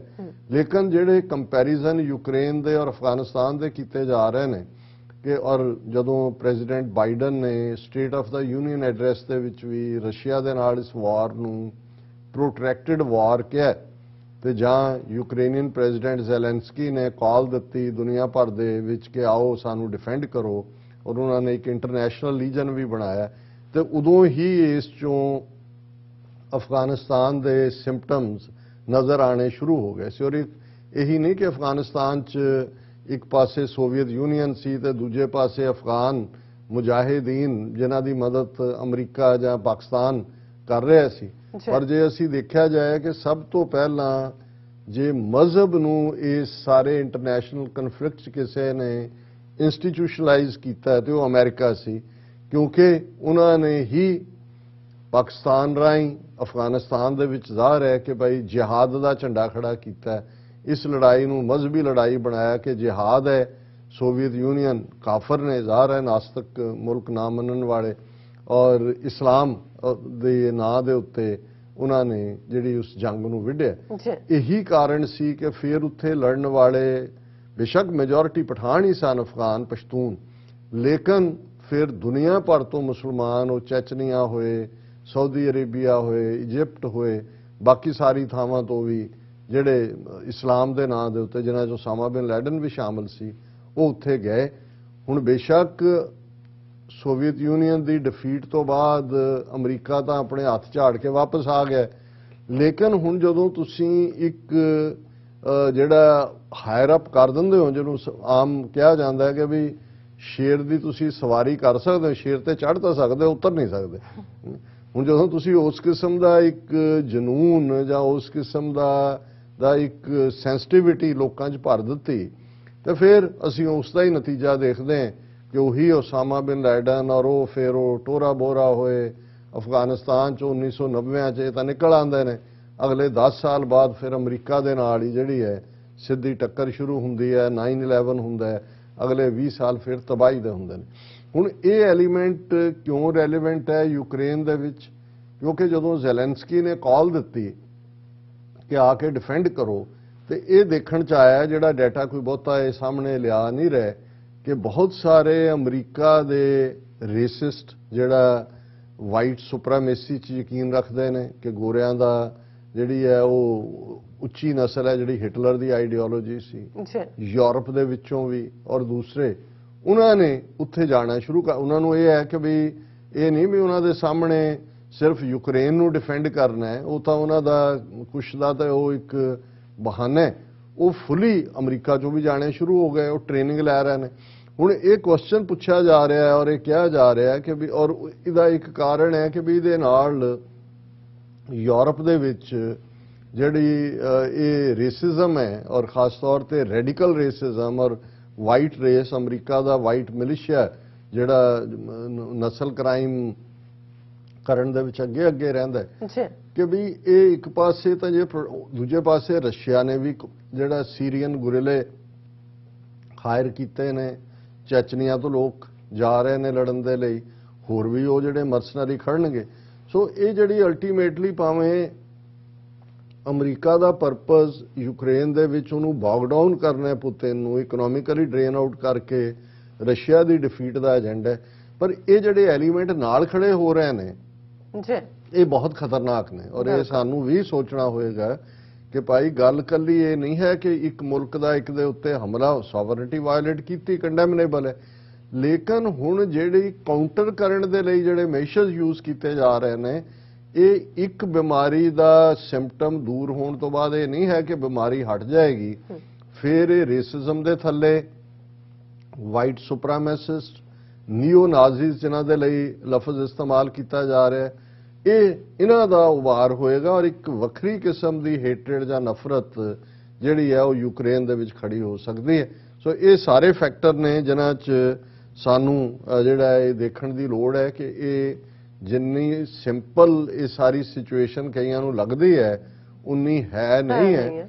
ਔਰ ਇਹ ਬਿਲਕੁਲ ਠੀਕ ਹੈ ਕਿ ਬਹੁਤ ਸਾਰੇ ਐਲੀਮੈਂਟ ਜਿਹੜੇ ਨੇ, ਕਿਉਂਕਿ ਜੇ ਰਸ਼ੀਆ ਤਾਂ ਉਹਦੇ 'ਚ ਸਾਕਨ ਹੋ ਹੀ ਰਿਹਾ, ਕਿਉਂਕਿ ਜੇ 22-23 ਦਿਨਾਂ ਬਾਅਦ ਵੀ ਅਜੇ ਗਰਾਊਂਡ ਤੇ ਉਹਨਾਂ ਦੀ ਫੌਜ ਮੂਵ ਨਹੀਂ ਕਰ ਰਹੀ ਔਰ ਰੈਜ਼ਿਸਟੈਂਸ ਬਰਾਬਰ ਜਾਰੀ ਹੈ ਔਰ ਅਸਲਾ ਔਰ ਮਿਸਲਸ ਔਰ ਦੂਸਰਾ ਇਹ ਸਾਰਾ ਜਾ ਰਿਹਾ। ਅਜੇ ਵੀ ਈਵਨ ਯੂਕਰੇਨ ਦੀ ਅਮਰੀਕਨ ਹੀ ਅੱਜ ਬਰੀਫਿੰਗ ਸੀ ਕਿ ਆਲਮੋਸਟ 50% ਉਹਨਾਂ ਦੀ ਅਜੇ 에ਅਰ ਪਾਵਰ ਵੀ ਇੰਟੈਕਟ ਹੈ, 50% 에ਅਰ ਪਾਵਰ ਖਤਮ ਹੋਈ ਹੈ। ਤੇ ਗਰਾਊਂਡ ਤੇ ਜਦੋਂ ਤੁਸੀਂ ਇੱਕ ਇੰਚ ਅੱਗੇ ਵਧਣਾ ਹੈ, ਤੁਸੀਂ ਆਕੂਪਾਈ ਕਰ ਵੀ ਲਿਆ ਤੇ ਬਾਅਦ ਦੇ ਵਿੱਚ ਜਿਹੜੀ ਰੈਜ਼ਿਸਟੈਂਸ ਹੋਣੀ ਹੈ ਗੁਰਿਲਿਆਂ ਦੀ ਦੂਜੀ, ਔਰ ਇੱਕ ਅੰਦਾਜ਼ੇ ਮੁਤਾਬਕ 7000 ਤੋਂ ਜ਼ਿਆਦਾ ਰਸ਼ੀਅਨ ਕੈਜੂਅਲਟੀਜ਼ ਨੇ। ਸੋ ਇਹ ਰਸ਼ੀਆ ਦੇ ਲਈ ਵੀ ਕੋਈ ਈਜ਼ੀ ਗੇਮ ਨਹੀਂ ਹੈ, ਭਾਵੇਂ ਉਹਨੇ ਕ੍ਰਾਈਮੀਆ ਲੈ ਲਿਆ 8 ਸਾਲ ਪਹਿਲਾਂ, ਈਸਟਰਨ ਪ੍ਰੋਵਿੰਸ ਆਜ਼ਾਦ ਕਰਤੇ, ਹੁਣ ਵੀ ਉਹਨੇ ਡਰ ਦੇ ਕੇ ਜੀ ਅਸੀਂ ਨਿਊਕਲੀਅਰ ਬਟਨ ਤੇ ਹੱਥ ਰੱਖਿਆ ਹੈ, ਉਹ ਨੈਟੋ ਜਾਂ ਅਮਰੀਕਾ ਸਿੱਧਾ ਥਰਡ ਵਰਲਡ ਵਾਰ ਵੱਲ ਨਹੀਂ ਜਾਣਾ ਚਾਹੁੰਦੇ। ਪਰ ਪ੍ਰੋਟੈਕਟਿਡ ਵਾਰ ਜਿੱਥੇ ਰਸ਼ੀਆ ਨੂੰ ਸਾਕਨ ਕਰੇਗੀ, ਯੂਰਪ ਦੇ ਵਿੱਚ ਵੀ ਕ੍ਰਾਈਸਿਸ, ਇੱਥੇ ਵੀ ਤੁਸੀਂ ਦੇਖੋ ਮਹਿੰਗਾਈ ਕੱਲੀ ਆਇਲ ਨਾਲ ਹੀ ਨਹੀਂ ਸੰਬੰਧਿਤ ਹੁੰਦਾ, ਸਭ ਕੁਝ ਹੀ ਚੇਂਜ ਹੋ ਰਿਹਾ। ਔਰ ਜਿਹੜਾ ਫਿਰ ਨਵਾਂ ਫਿਨੋਮੀਨਾ ਨੀਓ ਨਾਜ਼ੀਜ਼ਮ ਦਾ ਉੱਥੋਂ ਨਿਕਲ ਰਿਹਾ, ਜਿਹੜੇ ਕਿ ਇਸ ਪਾਸੇ ਜਾ ਰਹੇ ਨੇ, ਉਹ ਫਿਰ ਅਗਲੇ ਕਿੰਨੇ ਦਹਾਕੇ ਦੁਨੀਆ ਨੂੰ, ਯੂਰਪ ਨੂੰ, ਅਮਰੀਕਾ ਨੂੰ ਇਨ ਜਨਰਲ ਔਰ ਬਾਕੀ ਸਾਰੇ ਖਿੱਤਿਆਂ ਨੂੰ ਇਨ ਪਾਰਟਿਕੂਲਰ ਸਾਕਨ ਕਰੇਗਾ। ਇਹ ਜਦੋਂ ਤੁਸੀਂ ਇਸ ਸਾਰੇ ਨੂੰ ਦੇਖਦੇ ਹੋ ਤਾਂ ਇਹ ਇੱਕ ਬੜਾ ਖੌਫਨਾਕ ਮੰਜ਼ਰ ਨਜ਼ਰ ਆਉਂਦਾ। ਜੀ ਡਾਕਟਰ ਸਾਹਿਬ, ਤੁਹਾਡਾ ਬਹੁਤ ਬਹੁਤ ਸ਼ੁਕਰੀਆ, ਤੁਸੀਂ ਆਪਣੇ ਵਿਚਾਰ ਸਾਡੇ ਦਰਸ਼ਕਾਂ ਨਾਲ ਸਾਂਝੇ ਕੀਤੇ ਨੇ। ਸੋ ਇੱਥੇ ਲੈਣੇ ਬ੍ਰੇਕ, ਔਰ ਬ੍ਰੇਕ ਤੇ ਜਾਣ ਤੋਂ ਪਹਿਲਾਂ ਅਸੀਂ ਆਪਣੇ ਦਰਸ਼ਕਾਂ ਤੇ ਸਰੋਤਿਆਂ ਨੂੰ ਅਪੀਲ ਤੇ ਬੇਨਤੀ ਕਰਦੇ ਹਾਂ ਵਿਊਅਰਸ, ਜਿਸ ਤਰ੍ਹਾਂ ਕਿ ਤੁਸੀਂ ਜਾਣਦੇ ਹੋ ਕਿ ਟੀਵੀ 84 ਇੱਕ ਪੰਥਕ ਚੈਨਲ ਹੈ ਔਰ ਟੀਵੀ 84 ਦੀ ਚੜ੍ਹਦੀ ਕਲਾ ਲਈ ਵੱਧ ਤੋਂ ਵੱਧ ਡੋਨੇਟ ਕਰੋ। ਡੋਨੇਟ ਕਰਨ ਲਈ ਸਾਡੀ ਵੈਬਸਾਈਟ tv84.tv ਤੇ ਜਾ ਕੇ ਪੇਪਲ ਦੀ ਵਰਤੋਂ ਕਰਕੇ ਵਨ ਟਾਈਮ ਡੋਨੇਟ ਕਰ ਸਕਦੇ ਹੋ, ਮੰਥਲੀ ਡੋਨੇਟ ਵੀ ਕਰ ਸਕਦੇ ਹੋ। ਤੁਸੀਂ ਟੀਵੀ 84 ਦੇ ਨਾਮ ਤੇ ਚੈੱਕ ਬਣਾ ਕੇ ਸਾਨੂੰ ਮੇਲ ਵੀ ਕਰ ਸਕਦੇ ਹੋ ਸਾਡੇ ਇਸ ਪਤੇ ਤੇ 36-01 37th Avenue, Long Island City, New York 11101 USA, ਜਾਂ ਫਿਰ ਤੁਸੀਂ ਸਾਨੂੰ ਫੋਨ ਰਾਹੀਂ ਵੀ ਸੰਪਰਕ ਕਰ ਸਕਦੇ ਹੋ ਸਾਡੇ ਫੋਨ ਨੰਬਰ ਤੇ 516661919884। ਤੁਸੀਂ ਸਾਨੂੰ ਈਮੇਲ ਵੀ ਕਰ ਸਕਦੇ ਹੋ info@tv84.tv ਤੇ। ਅਸੀਂ ਤੁਹਾਡੇ ਤਹਿ ਦਿਲ ਤੋਂ ਸ਼ੁਕਰਗੁਜ਼ਾਰ ਹੋਵਾਂਗੇ। ਸੋ ਇੱਥੇ ਲੈਣੇ ਬ੍ਰੇਕ। ਵਿਊਅਰਸ, ਤੁਸੀਂ ਸਾਨੂੰ ਇਸੇ ਤਰ੍ਹਾਂ ਜੁੜੇ ਰਹਿਣਾ। ਮਿਲਦੇ ਹਾਂ ਛੋਟੇ ਜਿਹੇ ਵਕਫੇ ਤੋਂ ਬਾਅਦ।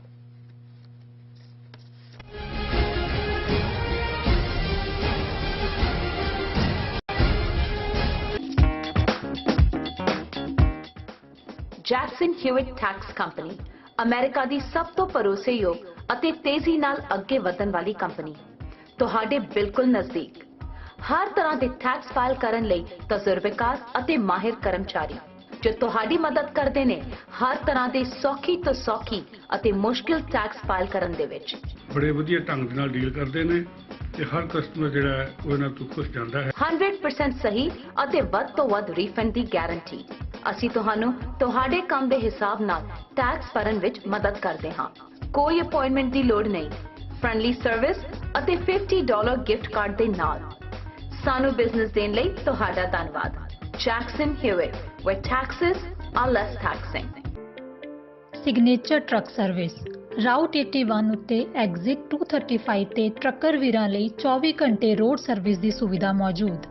Heavy duty repair, oil change, ਪੁਰਾਣੇ ਅਤੇ ਨਵੇਂ tyre, computer diagnostic, DPF cleaning, brake service ਜਾਂ ਰਸਤੇ ਵਿੱਚ ਆਈ ਹਰ ਤਰ੍ਹਾਂ ਦੀ ਰਿਪੇਅਰ ਪ੍ਰੋਫੈਸ਼ਨਲ ਟੀਮ ਵੱਲੋਂ ਕੀਤੀ ਜਾਂਦੀ ਹੈ। ਬ੍ਰੇਕਫਾਸਟ, ਲੰਚ ਅਤੇ ਡਿਨਰ ਲਈ ਪੰਜਾਬੀ ਢਾਬੇ ਦਾ ਆਨੰਦ ਵੀ ਮਾਣੋ। ਡਰਾਈਵਰ ਅਤੇ ਟਰੱਕ ਆਪਰੇਟਰ ਵੀਰ ਡਿਸਪੈਚ ਦੀ ਸਰਵਿਸ ਲਈ ਸਾਡੇ ਨਾਲ ਸੰਪਰਕ ਕਰਨ। Signature Truck Service 58 triangle drive, Weyers Cave, Virginia 24486।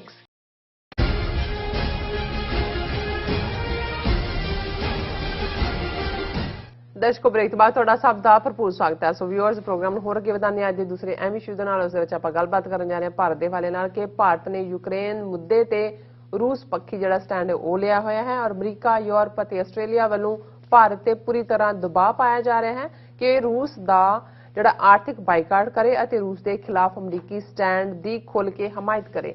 ਸੋ ਇਸ ਬਾਰੇ ਆਪਾਂ ਗੱਲਬਾਤ ਕਰਨ ਜਾ ਰਹੇ ਹਾਂ। ਸੋ ਅਸੀਂ ਚਾਹਾਂਗੇ ਕਿ ਤੁਸੀਂ ਇਸੇ ਤਰ੍ਹਾਂ ਜੁੜੇ ਰਹਿਣਾ। ਦੇਖਣ ਸੁਣ ਲਈ ਲਿਖਣ ਲਈ ਤੁਹਾਡਾ ਸਭ ਦਾ ਬਹੁਤ ਬਹੁਤ ਧੰਨਵਾਦ ਜੀ। ਡਾਕਟਰ ਸਾਹਿਬ ਕੀ ਵਿਚਾਰਾਂ ਨੇ? ਬੇਚਾਰਾ ਭਾਰਤ ਬੇਸ਼ੱਕ ਰਿਪੀਟਡਲੀ ਅਸੀਂ ਇਹ ਕਹਿੰਦੇ ਹਾਂ ਕਿ ਭਾਈ ਜੇ ਹੁਣ ਤੁਸੀਂ ਯਾਰੀ ਹਾਥੀਆਂ ਦੇ ਨਾਲ ਲਾਈ ਹੈ ਤੇ ਫਿਰ ਤੁਸੀਂ ਆਪਣੇ ਬੂਹੇ ਹਵੇਲੀਆਂ ਦੇ ਆਪਣੇ ਦਰ ਛੋਟੇ ਨਹੀਂ ਰੱਖ ਸਕਦੇ। ਹਾਥੀ ਨੇ ਤਾਂ ਉਹਦੇ ਚੋਂ ਹੀ ਗੁਜ਼ਰਨਾ ਹੈ, ਇਸ ਲਈ ਤੁਸੀਂ ਫਿਰ ਛੋਟਾ ਦਰਵਾਜ਼ਾ ਨਹੀਂ ਰੱਖ ਸਕਦੇ। ਬਿਲਕੁਲ। ਹੁਣ ਰਸ਼ੀਆ ਨੂੰ ਛੱਡ ਕੇ ਅਮਰੀਕਾ ਦੀ ਕੁਰਬਤ ਤਾਂ ਲਈ ਭਾਰਤ ਨੇ, ਇੰਡੋ US ਨਿਊਕਲੀਅਰ ਡੀਲ ਵੀ ਹੋ ਗਈ, ਉਹਦੇ ਕੁਆਡ ਵੀ ਬਣਾ ਲਿਆ, ਚੀਨ ਦੇ ਅਗੇਂਸਟ ਵੀ ਪੋਜੀਸ਼ਨ ਲੈ ਲਈ, ਹਥਿਆਰ ਵੀ ਅਮਰੀਕਾ ਔਰ ਇਜ਼ਰਾਈਲ ਤੋਂ ਲੈਣੇ ਸ਼ੁਰੂ ਕਰ ਦਿੱਤੇ। ਪਰ ਹੁਣ ਅਲਟੀਮੇਟਲੀ ਜਦੋਂ ਪੇਚਾ ਪਿਆ ਅਮਰੀਕਾ ਤੇ ਰੂਸ ਦਾ, ਹੁਣ ਅਮਰੀਕਾ ਵਾਲੇ ਕਹਿੰਦੇ ਨੇ ਕਿ ਭਾਈ ਜਿਹੜੀ ਸਾਡੇ ਨਾਲ ਲਾਈਆਂ ਨੇ ਹੁਣ ਨਿਭਾ, ਤੇ ਰੂਸ ਕਹਿੰਦਾ ਦੇਖ ਲੈ 70% ਤੁਹਾਡਾ ਸਾਰਾ ਇਕਵਿਪਮੈਂਟ ਔਰ ਫੌਜੀ ਔਰ ਦੂਜਾ ਸਾਜ਼ੋ ਸਮਾਨ ਸਾਡਾ ਹੀ ਹੈ, ਅਸੀਂ ਤੁਹਾਡੇ ਨਾਲ ਪਹਿਲਾਂ ਵੀ ਖਲੋਂਦੇ ਰਹੇ ਤੇ ਹੁਣ ਵੀ ਖਲੋਤੇ हैं, ਹੁਣ ਦੇਖ ਲਓ ਵੀ ਇੱਧਰ ਜਾਣਾ ਹੈ ਕਿ ਉੱਧਰ ਜਾਣਾ ਹੈ। ਪਰ ਇਹਦੇ 'ਚ ਕੋਈ ਸ਼ੱਕ ਨਹੀਂ ਹੈ ਕਿ ਇਸ ਵੇਲੇ ਭਾਰਤ ਦੇ ਉੱਤੇ ਬਹੁਤ ਜ਼ਿਆਦਾ ਦਬਾਅ ਹੈ, ਕਿਉਂਕਿ ਤਿੰਨੋਂ ਹੀ ਮੌਕਿਆਂ ਦੇ ਉੱਤੇ UN general assembly, security council ਔਰ ਹਿਊਮਨ ਰਾਈਟ ਕੌਂਸਲ 'ਚ ਤਾਂ ਐਬਸਟੇਨ ਕੀਤਾ ਹੀ ਹੈ। ਪਰ ਇਹ ਸ਼ਾਇਦ ਭਾਰਤ ਨੂੰ ਵੀ ਇਹ ਲੱਗਦਾ ਹੋਣਾ ਹੈ ਕਿ ਵੀ ਇਹ ਹੋਰ ਹਫ਼ਤਾ 10 ਦਿਨਾਂ 'ਚ ਗੱਲ ਮੁੱਕ ਜਾਂਦੀ ਹੈ, ਤੁਸੀਂ ਕਿੱਥੇ ਖਲੋਤੇ। ਪਰ ਅੱਜ ਜਦੋਂ 22-23 ਦਿਨ ਹੋ ਗਏ ਨੇ ਔਰ ਲਗਾਤਾਰ ਪ੍ਰੈਸ਼ਰ, ਜਿਵੇਂ UN ਸਿਕਿਉਰਿਟੀ ਕੌਂਸਲ ਦੀ ਥਰਸਡੇ ਫਿਰ ਮੀਟਿੰਗ 6 ਮੁਲਕਾਂ ਨੇ ਜਿਨ੍ਹਾਂ ਦੇ ਵਿੱਚ ਅਮਰੀਕਾ, UK ਔਰ ਫਰਾਂਸ ਇਹ ਸਾਰੇ ਹੀ ਸ਼ਾਮਲ ਨੇ, ਉਹਨਾਂ ਨੇ ਕਾਲ ਕੀਤੀ ਹੈ। ਤੇ ਭਾਰਤ ਦੀ ਪੋਜੀਸ਼ਨ ਹੁਣ ਹੋਰ ਵੀ ਜਿਹੜੀ ਹੈ ਉਹ ਸਿਕਿਉਰਿਟੀ ਕੌਂਸਲ 'ਚ ਵੀ ਬੈਠਾ ਹੈ, ਇਹ ਸਾਰੀ ਨਾਜ਼ੁਕ ਹੁੰਦੀ ਜਾਂਦੀ ਹੈ ਵੀ ਕਿੰਨੀ ਕੁ ਵਾਰ ਤੁਸੀਂ ਕਰੋਗੇ। ਔਰ ਪੂਰਾ ਦਬਾਅ ਅਮਰੀਕਾ ਨੇ ਬਣਾਇਆ ਹੈ, ਇਕੱਲਾ ਇਸ ਲੈਵਲ ਤੇ ਨਹੀਂ। ਕੱਲ ਵੀ ਅਸੀਂ ਜ਼ਿਕਰ ਕੀਤਾ ਸੀ ਕਿ ਕਾਂਗਰਸਮੈਨ ਐਮੀ ਬਹਿਰਾ, ਜਿਹੜਾ ਇੰਡੀਆ ਕਾਕਸ ਦਾ ਮੈਂਬਰ ਵੀ ਹੈ ਸੈਕਰਾਮੈਂਟੋ ਤੋਂ, ਉਹਨੇ ਵੀ ਇੰਡੀਪੈਂਡੈਂਟਲੀ ਸਟੇਟਮੈਂਟ ਦਿੱਤੀ ਸੀ। ਪਰ ਕੱਲ ਦੀਆਂ ਖਬਰਾਂ 'ਚ ਸੀ ਕਿ ਬਾਈਪਾਰਟੀਸਨ ਗਰੁੱਪ US ਕਾਂਗਰਸਮੈਨ ਦਾ, ਡੈਮੋਕ੍ਰੈਟ ਔਰ ਰਿਪਬਲਿਕਨ, ਉਹਨਾਂ ਨੇ ਵਰਚੁਅਲ ਕਾਨਫਰੰਸ ਜਿਹੜਾ ਇੰਡੀਆ ਦਾ ਅਮਰੀਕਾ 'ਚ ਐਂਬੈਸਡਰ ਹੈ ਤਰਨਜੀਤ ਸਿੰਘ ਸੰਧੂ, ਉਹਦੇ ਨਾਲ ਕੀਤੀ। ਔਰ ਇਹੀ ਲਾਈਨ ਜਿਹੜੀ ਕਿ ਐਮੀ ਬਹਿਰਾ ਨੇ ਕਹੀ ਜਾਂ ਬਾਕੀਆਂ ਦਾ ਅਮਰੀਕਾ ਦਾ ਕਹਿਣਾ ਕਿ ਭਾਈ ਤੁਸੀਂ ਖੁੱਲ੍ਹ ਕੇ ਜਿਹੜਾ ਇਹਨੂੰ ਕੰਡੈਮ ਕਰੋ ਰਸ਼ੀਆ ਨੂੰ, ਔਰ ਯੂਕਰੇਨ ਦੇ ਵਿੱਚ ਜਿਹੜਾ ਜੋ ਕ੍ਰਾਈਸਿਸ ਹੈ ਉਸ ਦੇ ਉੱਤੇ ਜਿਹੜੀ ਹੈ ਠੀਕ ਲਾਈਨ ਲਓ।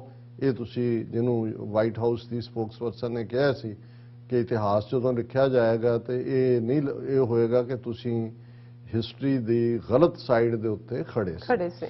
ਹੁਣ ਇੰਡੀਆ ਜਿਹੜਾ ਪਹਿਲਾਂ ਉਹਨੇ ਬਿਲਕੁਲ ਇੱਕ ਲੋ ਡਾਊਨ ਜਿਹਾ ਰੋਲ ਰੱਖਿਆ, ਹੁਣ ਬਹੁਤ ਡਿਫੈਂਸਿਵ ਹੋ ਗਿਆ, ਕਿਉਂਕਿ ਕੱਲੀ ਗੱਲ ਇਹ ਨਹੀਂ ਸੀ ਕਿ ਵੋਟ ਕੀਤੀ ਫਿਰ ਇਹ ਆਇਆ ਵੀ ਰਸ਼ੀਆ ਨੇ ਆਪਣਾ ਆਇਲ ਸਬਸਿਡਾਈਜ਼ ਕੀਤਾ। ਅਸੀਂ ਕੱਲ ਜ਼ਿਕਰ ਕੀਤਾ ਸੀ ਕਿ ਬੇਸ਼ੱਕ 80% ਆਇਲ ਇੰਡੀਆ ਇੰਪੋਰਟ ਕਰਦਾ ਹੈ, ਪਰ ਰਸ਼ੀਆ ਤੋਂ ਸਿਰਫ 2.5% ਕਰਦਾ ਹੈ। ਪਰ ਜਦੋਂ ਕਿਉਂਕਿ ਹੁਣ ਆਇਲ, ਕਰੂਡ ਆਇਲ ਪ੍ਰਾਈਸਿਸ ਬਹੁਤ ਸ਼ੂਟ ਅਪ ਕੀਤੀਆਂ, ਚੋਣਾਂ ਦੇ ਚੱਲਦੇ ਆ, ਉਹਨਾਂ ਨੇ ਟੈਕਸ ਨਹੀਂ ਲਾਏ, ਟੈਕਸ ਵਧੇ ਨਹੀਂ, ਲੇਕਿਨ ਉਹ ਦੇਖ ਰਹੇ ਨੇ ਕਿ ਇਨਫਲੇਸ਼ਨ ਔਰ ਕੁੱਲ ਮਿਲਾ ਕੇ ਈਵਨ ਜਿਹੜਾ ਮੋਡੀ ਉਹ ਸਾਰੇ ਨੂੰ ਕੈਲਕੂਲੇਟ ਕਰਦਾ ਹੈ, ਇੰਡੀਆ ਦੀ ਪ੍ਰੋਗਰੈਸ ਵੀ, ਜਿਹੜੀ ਇਕਨੋਮਿਕਲ ਗਰੋਥ ਵੀ ਬੜੀ ਬੁਰੀ ਤਰ੍ਹਾਂ ਪ੍ਰਭਾਵਿਤ ਹੋ ਰਹੀ ਹੈ। ਤੇ ਉਹਨਾਂ ਨੂੰ ਲੱਗਾ ਵੀ ਇਹ ਰਸ਼ੀਅਨ ਸਬਸਿਡਾਈਜ਼ਡ ਆਇਲ ਲੈ ਲਓ, ਇਹਨੂੰ ਵੀ ਅਮਰੀਕਾ ਨੇ, ਵੈਸਟਰਨ ਕੰਟਰੀਜ਼ ਨੇ ਜਿਹੜਾ ਇਹਦਾ ਬੁਰਾ ਮੰਨਿਆ। ਔਰ ਈਵਨ ਇਸ ਗੱਲ ਨੂੰ ਦੇਖਦੇ ਆ ਕਿ ਵੀ ਇਸ ਦੇ ਉੱਤੇ ਭਾਰਤ ਦੇ ਉੱਤੇ ਅੱਗੋਂ ਕੀ ਦਬਾਅ ਬਣਾਇਆ ਜਾਣਾ ਹੈ। ਭਾਰਤ ਦੀ ਡਿਫੈਂਸਿਵ ਲਾਈਨ ਅਸੀਂ 2 ਲੈਵਲ ਤੇ ਦੇਖਦੇ ਹਾਂ।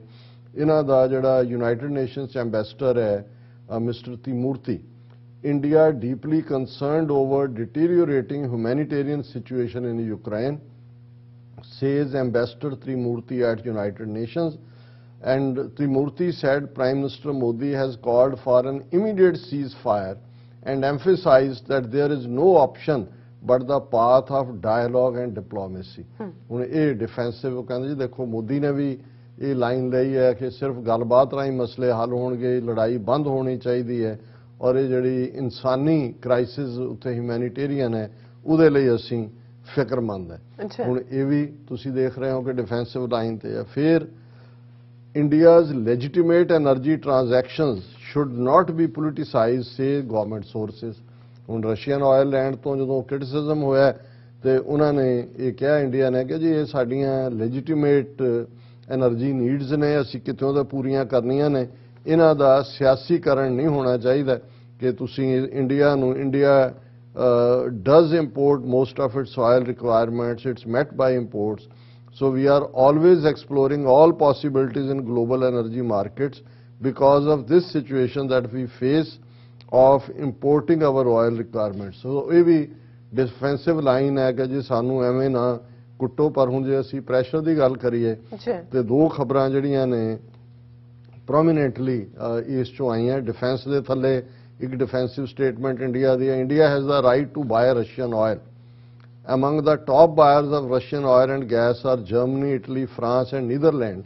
ਉਹ ਇੰਡੀਆ ਨੇ ਕਿਹਾ ਜੀ ਜੇ ਜਰਮਨ, ਇਟਲੀ, ਫਰਾਂਸ ਤੇ ਨੀਦਰਲੈਂਡ ਖਰੀਦ ਸਕਦੇ ਨੇ ਆਇਲ ਰਸ਼ੀਆ ਤੋਂ ਤੇ ਅਸੀਂ ਕਿਉਂ ਨਹੀਂ ਖਰੀਦ ਸਕਦੇ ਕਿ ਸੈਂਕਸ਼ਨਸ ਦੇ ਬਾਵਜੂਦ ਜਰਮਨੀ ਔਰ ਫਰਾਂਸ ਨੇ ਕਿਹਾ ਵੀ ਅਸੀਂ ਇਹ ਵੀ ਡਿਫੈਂਸਿਵ ਪੋਜੀਸ਼ਨ ਖਿੱਚ ਕੇ ਹੁੰਦਾ ਹੈ ਕਿ ਜੀ ਅਸੀਂ ਇਵੇਂ ਹੀ ਕਰਾਂਗੇ।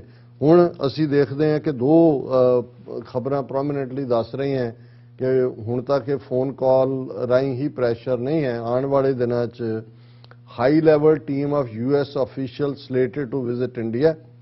ਹੁਣ ਹਾਈ ਲੈਵਲ ਇੱਕ ਟੀਮ ਅਮਰੀਕਾ ਦੀ ਜਾ ਰਹੀ ਹੈ, US under secretary for political affairs Victoria Nuland, ਇਹ ਜਾ ਰਹੇ ਨੇ ਔਰ ਮਾਰਚ 19 ਤੋਂ 23 ਤੱਕ ਜਦੋਂ ਅਸੀਂ ਗੱਲਬਾਤ ਕਰ ਰਹੇ ਹਾਂ ਤੇ ਆਲਮੋਸਟ ਉਸ ਰਸਤੇ ਤੇ ਹੀ ਨੇ, ਕਿਉਂਕਿ ਉਹਨਾਂ ਨੇ ਇਹ ਜਿਹੜੀ 4 ਦਿਨ ਦੀ ਵਿਜ਼ਿਟ ਹੈ ਉਹਦੇ 'ਚ ਬੰਗਲਾਦੇਸ਼, ਇੰਡੀਆ, ਸ੍ਰੀਲੰਕਾ ਇਸ ਨੂੰ ਕਵਰ ਕਰਨਾ ਔਰ ਉਹਨਾਂ ਦੇ ਨਾਲ ਜਿਹੜਾ ਟਾਪ ਡਿਪਲੋਮੈਟ ਸਾਊਥ ਤੇ ਸੈਂਟਰਲ ਏਸ਼ੀਆ ਦਾ ਮਿਸਟਰ ਡੋਨਲਡ ਲੂ ਤੇ under secretary of defence for policy Amanda Dory, ਉਹ ਇਸ ਬਾਰੇ ਪਹਿਲਾਂ ਹੀ ਦੱਸ ਚੁੱਕੇ ਨੇ। ਔਰ ਇਸ ਸਾਰੇ 'ਚ ਉਹਨਾਂ ਨੇ ਕਿਹਾ ਕਿ ਵੀ ਜਿਹੜੇ ਡੈਲੀਗੇਸ਼ਨ ਹੈ that will meet civil society ਹੁਣ ਇਹ ਸਿਵਲ ਸੁਸਾਇਟੀ ਦਾ ਮਤਲਬ ਹੈ ਕਿ ਆਮ ਲੋਕਾਂ ਨੂੰ ਕਹਿਣਗੇ ਕਿ ਵੀ ਪ੍ਰੈਸ਼ਰ ਬਣਾਓ ਇਹਨਾਂ ਦੇ ਉੱਤੇ ਕਿ ਵੀ ਇਹ ਰਸ਼ੀਆ ਦੇ ਅਗੇਂਸਟ ਲਾਈਨ ਲੈਣ। ਔਰ ਉਹਨਾਂ ਨੇ ਕਿਹਾ ਜੀ ਅਸੀਂ ਇਹ ਵੀ ਕਰਾਂਗੇ while the statement didn't get into specifics of what would be discussed, India's position on Russian invasion of Ukraine is expected to be on the agenda. New Delhi is at odds with capitals in the West which have taken a firm position against Moscow. Actually, mission he is high powered ਜਿਹੜੀ committee ਜਿਹਨੂੰ under secretary political affairs lead ਕਰ ਰਹੀ ਹੈ ਉਹ India ਨੂੰ message ਦੇਣਾ ਕਿ ਬੰਦੇ ਦੇ ਪੁੱਤ ਬਣ ਜਾਓ। ਤੇ ਉਸ ਦੇ ਨਾਲ ਨਾਲ ਹੁਣ ਇਹ ਤਾਂ ਹੈ ਕਿ ਵੀ ਤੁਸੀਂ ਯਾਰੀ ਤਾਂ ਪਾ ਲਈ, ਕੁਆਡ ਵੀ ਬਣਾ ਲਿਆ ਆਸਟ੍ਰੇਲੀਆ ਔਰ ਜਾਪਾਨ ਔਰ ਅਮਰੀਕਾ ਔਰ ਦੂਜੇ ਨਾਲ, ਤੇ ਹੁਣ ਜਿਹੜਾ ਪ੍ਰੈਸ਼ਰ ਹੈ ਇੱਕ ਪਾਸਿਓਂ ਨਹੀਂ ਅਮਰੀਕਾ ਦੀ ਆਪਣੀ ਟੀਮ ਜਾ ਰਹੀ ਹੈ, ਦੂਜੇ ਪਾਸੇ ਆਸਟ੍ਰੇਲੀਆ ਦਾ ਪ੍ਰਾਈਮ ਮਿਨਿਸਟਰ ਮਿਸਟਰ ਮੋਰਿਸਨ ਉਹ ਇੰਡੀਆ ਦੀ ਵਿਜ਼ਿਟ ਤੇ ਜਾ ਰਹੇ ਨੇ। Will discuss Ukraine with Modi, Australian prime minister. Indian media ਦੀਆਂ ਮੈਂ ਹੈਡਲਾਈਨਸ ਦੇ ਰਿਹਾ, ਹੁਣ ਉਹ ਵੀ ਇਸ ਲਈ ਜਾ ਰਿਹਾ ਕਿ ਮੋਦੀ ਦੇ ਨਾਲ ਯੂਕਰੇਨ ਡਿਸਕਸ ਕਰਨਾ ਔਰ ਨਾਲ ਦੀ ਨਾਲ ਉਹਨਾਂ ਨੇ ਕਿਹਾ ਜੀ ਅਸੀਂ ਟ੍ਰੇਡ ਔਰ ਇਨਵੈਸਟਮੈਂਟ ਔਰ ਫਰਾਣਾ। Australian prime minister Scott Morrison on Friday said the situation in Ukraine and its implications for the Indo-Pacific would figure in his virtual summit with Prime Minister Narendra Modi on March 21। ਜਾ ਨਹੀਂ ਰਿਹਾ, virtual summit ਹੈ March 21 ਨੂੰ ਔਰ ਉਹਦੇ 'ਚ ਉਹਨਾਂ ਨੇ ਕਿਹਾ ਕਿ ਵੀ ਅਸੀਂ ਇਹ ਦੇਖਾਂਗੇ ਕਿ ਬਾਈਲੇਟਰਲ ਇਨਵੈਸਟਮੈਂਟ ਕਿਵੇਂ ਹੋਏ, ਮਲਟੀਪਲ ਇਸ਼ੂ ਨੇ including the situation in Ukraine and its implications for Indo-Pacific and Myanmar। ਹੁਣ ਬਰਮਾ ਦਾ ਵੀ ਇਸ਼ੂ, ਕਿਉਂਕਿ ਬਰਮਾ ਨੇ ਵੀ ਜਿਹੜਾ ਫੌਜੀ ਜੁੰਟਾਂ ਨੇ ਉੱਥੇ ਟੇਕ ਓਵਰ ਕੀਤਾ ਹੋਇਆ ਔਰ ਨਾਲ ਦੀ ਨਾਲ ਕੱਲ ਹੀ ਮੈਂ ਆਸਟ੍ਰੇਲੀਆ ਤੋਂ ਇੱਕ ਵੀਰ ਨਾਲ ਗੱਲ ਹੋ ਰਹੀ ਸੀ ਔਰ ਦੱਸ ਰਹੇ ਸੀ ਵੀ ਆਸਟ੍ਰੇਲੀਆ, ਕਿਉਂਕਿ ਚਾਈਨਾ ਨੇ ਜਦੋਂ ਦਾ ਆਕਸ ਬਣਾਇਆ ਇਹਨਾਂ ਨੇ ਆਸਟ੍ਰੇਲੀਆ, UK ਔਰ ਅਮਰੀਕਾ, ਚਾਈਨਾ ਨੇ ਜਿਹੜੀਆਂ ਚੀਜ਼ਾਂ ਖਾਸ ਤੌਰ ਤੇ ਉਹਨਾਂ ਦੀ ਵਾਈਨ ਔਰ ਦੂਜੀ ਚੀਨ ਦੀ ਵਿੱਚ ਵੱਡੀ ਮਾਰਕੀਟ ਸੀ ਉਹਨਾਂ ਨੇ ਉਹਦੇ ਤੇ ਪਾਬੰਦੀਆਂ ਲਾ ਦਿੱਤੀਆਂ, ਹੋਰ ਵੀ ਚੀਜ਼ਾਂ ਉਹਨਾਂ ਨੇ ਇਹਨਾਂ ਤੋਂ ਲੈਣੀਆਂ ਘਟਾ ਦਿੱਤੀਆਂ ਨੇ। ਤੇ ਹੁਣ ਆਸਟ੍ਰੇਲੀਆ ਨੂੰ ਲੱਗਦਾ ਵੀ ਅਸੀਂ ਮਾਰਕੀਟ ਕਿੱਥੇ ਐਕਸਪਲੋਰ ਕਰੀਏ ਇੰਡੀਆ ਦੇ ਵਿੱਚ। ਔਰ ਉਹ ਮੈਨੂੰ ਵੀਰ ਦੱਸ ਰਿਹਾ ਸੀ ਕਿ ਆਲਰੇਡੀ ਹੁਣ ਇੱਕ ਜਹਾਜ਼ ਹਰ ਤੀਸਰੇ ਦਿਨ 80,000 ਭੇਡਾਂ ਦਾ ਜਿਹੜਾ ਲੈਂਬ ਮਾਸ ਦੇ ਲਈ ਉਹ ਜਾਂਦਾ, ਕਹਿੰਦਾ ਜਿਸ 에ਅਰਪੋਰਟ ਤੋਂ ਜਾਂਦਾ ਆ ਉਹ ਉੱਥੇ ਮੁਸ਼ਕ ਹੁੰਦੀ ਹੈ ਭੇਡਾਂ ਦੀ, ਕਿਉਂਕਿ ਇਹ ਪਹਿਲਾਂ ਉਹ ਚਾਈਨਾ ਜਾਂਦੇ ਸੀ, ਚਾਈਨਾ ਨੇ ਵੀ ਉਸ ਦੇ ਉੱਤੇ ਰਿਸਟ੍ਰਿਕਟ ਕੀਤਾ ਔਰ ਇਹ ਕਿਉਂਕਿ ਆਸਟ੍ਰੇਲੀਆ ਦੀ ਜਿਹੜੀ ਵੱਡੀ ਇੰਡਸਟਰੀ ਹੈ ਉਹਨਾਂ ਦੇ ਵਿੱਚ ਜਿਹੜੀ ਉਹਨਾਂ ਦੀ ਇਕਨੋਮੀ ਉਹਨਾਂ ਦੇ ਸ਼ੀਪ ਵੱਡਾ ਵੱਡਾ ਪਾਲਣਾ। ਫਿਰ ਉਹਨਾਂ ਦੇ ਜਿਹੜੀ ਵਾਈਲਡ ਲਾਈਫ ਜਾਂ ਜਿਹਨੂੰ ਡੋਮੈਸਟੀਕੇਟ ਵੀ ਉਹਨਾਂ ਨੇ ਕੀਤਾ ਹੈ, ਉਹ ਕੈਂਗਰੂ ਔਰ ਕੈਮਲ ਊਠ ਔਰ ਕੈਮਲ ਮਿਲਕ। ਉਹ ਮੈਨੂੰ ਦੱਸ ਰਹੇ ਸੀ ਕਿ ਵੀ ਜਿਹੜੀ ਦੂਸਰੀ ਐਕਸਪੋਰਟ ਹੈ ਬਹੁਤ ਸਾਰਾ ਜਿਹੜਾ ਬੇਬੀ ਮਿਲਕ ਹੈ ਔਰ ਉਹਦੇ ਚ ਜ਼ਾਹਰ ਹੈ ਕਾਊਜ਼ ਔਰ ਦੂਸਰੇ, ਲੇਕਿਨ ਕੈਮਲ ਮਿਲਕ ਜਿਸ ਬਾਰੇ ਜਿਹਦੀ ਹੁਣ ਵੱਡੀ ਮਾਰਕੀਟ ਦੁਨੀਆ 'ਚ ਹੈ, ਕਿਉਂਕਿ ਇਹ ਵੀ ਮੰਨਿਆ ਜਾਂਦਾ ਹੈ ਵੀ ਜਿਹੜੀ ਕੈਂਸਰ ਦੀ ਟ੍ਰੀਟਮੈਂਟ ਲਈ ਵੀ ਇਹ ਮੈਨੂੰ ਨਹੀਂ ਸੀ ਪਤਾ ਵੀ ਇਸ ਲੈਵਲ ਦੇ ਉੱਤੇ ਜਿਹੜੀ ਕੈਮਲ ਦੀ ਉੱਥੇ ਮੰਗ ਹੈ। ਔਰ ਉਹਨਾਂ ਨੇ ਕਿਹਾ ਜੀ ਇੰਨੀ ਵਾਈਲਡ ਨੇ ਕਿ ਈਵਨ ਜਦੋਂ ਸ਼ਿਕਾਰ ਦਾ ਸੀਜ਼ਨ ਹੁੰਦਾ ਉਹਨਾਂ ਨੂੰ ਅਲਾਉ ਕਰਦੇ ਨੇ ਕਿ ਮਾਰੋ ਇਹਨਾਂ ਨੂੰ, ਅਦਰਵਾਈਜ਼ ਉਹਨਾਂ ਦੀ ਪਾਪੂਲੇਸ਼ਨ ਬਹੁਤ ਵੱਧ ਜਾਂਦੀ ਹੈ। ਸੋ ਆਸਟ੍ਰੇਲੀਆ ਦੀ ਜਿਹੜੀ ਐਕਸਪਲੋਰਿੰਗ ਹੈ ਜਾਂ ਆਸਟ੍ਰੇਲੀਆ ਦਾ ਇੰਡੀਆ ਪ੍ਰਤੀ ਰੁਝਾਨ ਹੈ, ਜ਼ਾਹਰ ਹੈ ਕਿ ਉਸ ਦੇ ਵਿੱਚ ਉਹਨਾਂ ਦੇ ਬਿਜ਼ਨਸ ਇੰਟਰਸਟ ਵੀ ਜੁੜੇ ਹੋਏ ਨੇ। ਲੇਕਿਨ ਇਹ ਵੀ ਜਦੋਂ ਉਹ ਇਹ ਕਹਿ ਰਿਹਾ ਹੈ ਕਿ ਯੂਕਰੇਨ ਦੀ ਸਿਚੁਏਸ਼ਨ ਇੰਡੋ ਪੈਸੀਫਿਕ ਔਰ ਮਿਆਂਮਾਰ ਨੂੰ ਕਿਵੇਂ ਪ੍ਰਭਾਵਿਤ ਕਰੇਗੀ, ਤੇ ਜ਼ਾਹਰ ਹੈ ਕਿ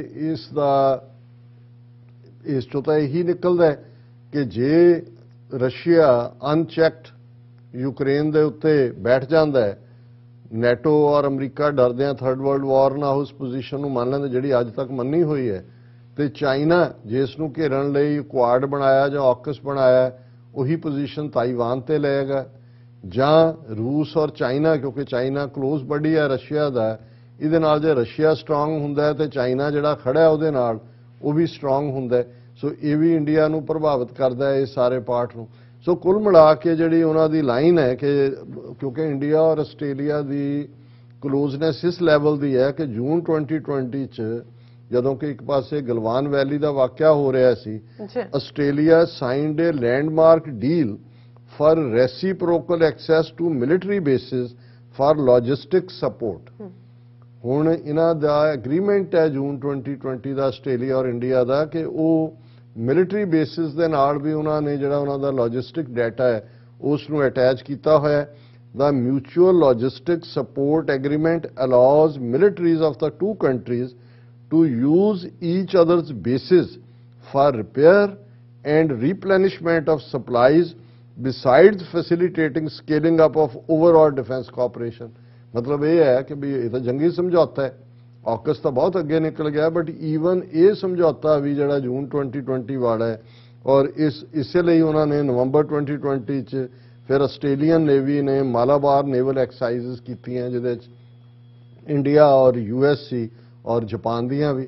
सो ऑलरेडी जिस हद तक आस्ट्रेलिया जा चुका है इंडिया नाल रिलेशनशिप च उन्हां दा वपारक इंटरस्ट भी है, पर इंडिया नूं उन्होंने ये मैसेज भी दिता है कि बई ये ना समझो कि यूक्रेन एक यूरोप च वापर रही घटना है, तुसीं एब्सटेन कर लिया तो गल मुक गई। इहदे प्रभाव इंडो पैसिफिक च की होणगे, ये किवें इफैक्ट करनगे और जिहड़ी अल्टीमेट होएगी आस्ट्रेलियन स्कॉट मॉरिस की लाइन उही जो बाइडन ने कहा जां जो वाइट हाउस ने कहा भी हुण गलत साइड ते मत खलोवो हिस्टरी दे, पर मॉरिसन ने यह भी कहना कि हिस्टरी ते गलत साइड नहीं है, ये तुहाडी धौण ते भी ਜਿਹੜਾ ਚੀਨ ਨੇ ਫਿਰ ਗੋਡਾ ਰੱਖਣਾ।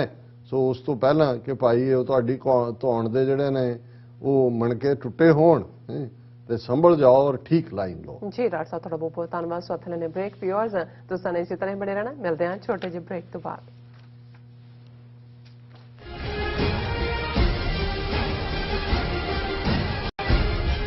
ਕੀ ਤੁਸੀਂ ਆਪਣੇ ਟੈਕਸਸ ਨੂੰ ਲੈ ਕੇ ਚਿੰਤਤ ਹੋ?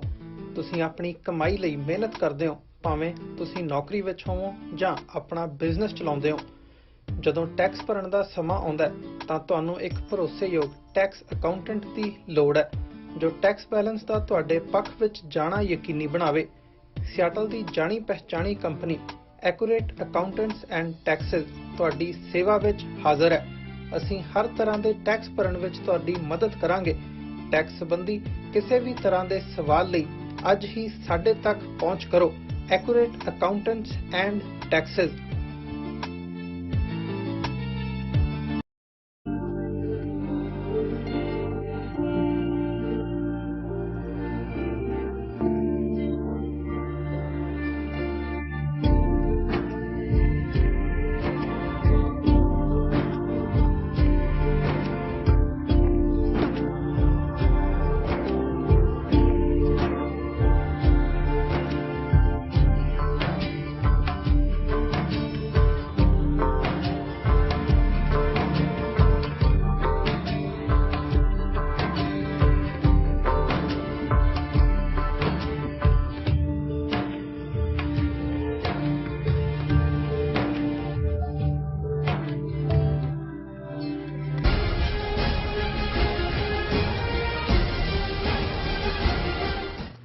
ਦਰਸ਼ਕੋ ਬ੍ਰੇਕ ਬਾਅਦ ਆਪਾਂ ਤੁਹਾਨੂੰ ਸਭ ਨੂੰ ਜੀ ਆਇਆਂ ਕਹਿੰਦੇ ਆ। ਸੋ ਵਿਊਅਰਸ, ਇਸ ਵਾਲੇ ਸੈਗਮੈਂਟ ਦੇ ਵਿੱਚ ਆਪਾਂ ਗੱਲਬਾਤ ਕਰਨ ਜਾ ਰਹੇ ਹਾਂ ਕਸ਼ਮੀਰ ਫਾਈਲ ਜਿਹੜੀ ਫਿਲਮ ਹੈ ਉਹ ਬਣੀ ਹੈ, ਇਸ ਬਾਰੇ ਆਪਾਂ ਗੱਲਬਾਤ ਕਰਨ ਜਾ ਰਹੇ ਹਾਂ ਕਿ ਪਿਛਲੇ ਦਿਨੀ RSS ਵੱਲੋਂ ਫੰਡ ਕੀਤੀ ਗਈ ਫਿਲਮ ਕਸ਼ਮੀਰ ਫਾਈਲ ਰਿਲੀਜ਼ ਹੋਈ। ਸੋ ਜਿਸ ਵਿੱਚ ਕਸ਼ਮੀਰ ਵਾਦੀ ਵਿੱਚ ਜਿਹੜੇ ਕਸ਼ਮੀਰੀ ਪੰਡਤਾਂ ਦੀ ਮਾਈਗ੍ਰੇਸ਼ਨ ਨੂੰ ਲੈ ਕੇ ਕਸ਼ਮੀਰੀ ਮੁਸਲਮਾਨਾਂ ਦੇ ਖਿਲਾਫ ਜਿਹੜੀ ਖੂਫ ਨੰਬਰ ਜਿਹੜੀ ਹੈ ਉਹ ਫੈਲਾਈ ਗਈ। ਸੋ ਸਿੱਖ ਜਵਾਨੀ ਦਾ ਘਾਣ ਕਰਨ ਵਾਲੇ ਬੇਅੰਤੇ ਬੁੱਚੜ ਦੇ ਪੋਤੇ ਕਾਂਗਰਸ ਦੇ MP ਨਵਰਵਨੀਤ ਬਿੱਟੂ ਨੇ ਕਿਹਾ ਹੈ ਕਿ ਪੰਜਾਬ ਫਾਈਲਜ਼ ਫਿਲਮ ਵੀ ਬਣਨੀ ਚਾਹੀਦੀ ਹੈ।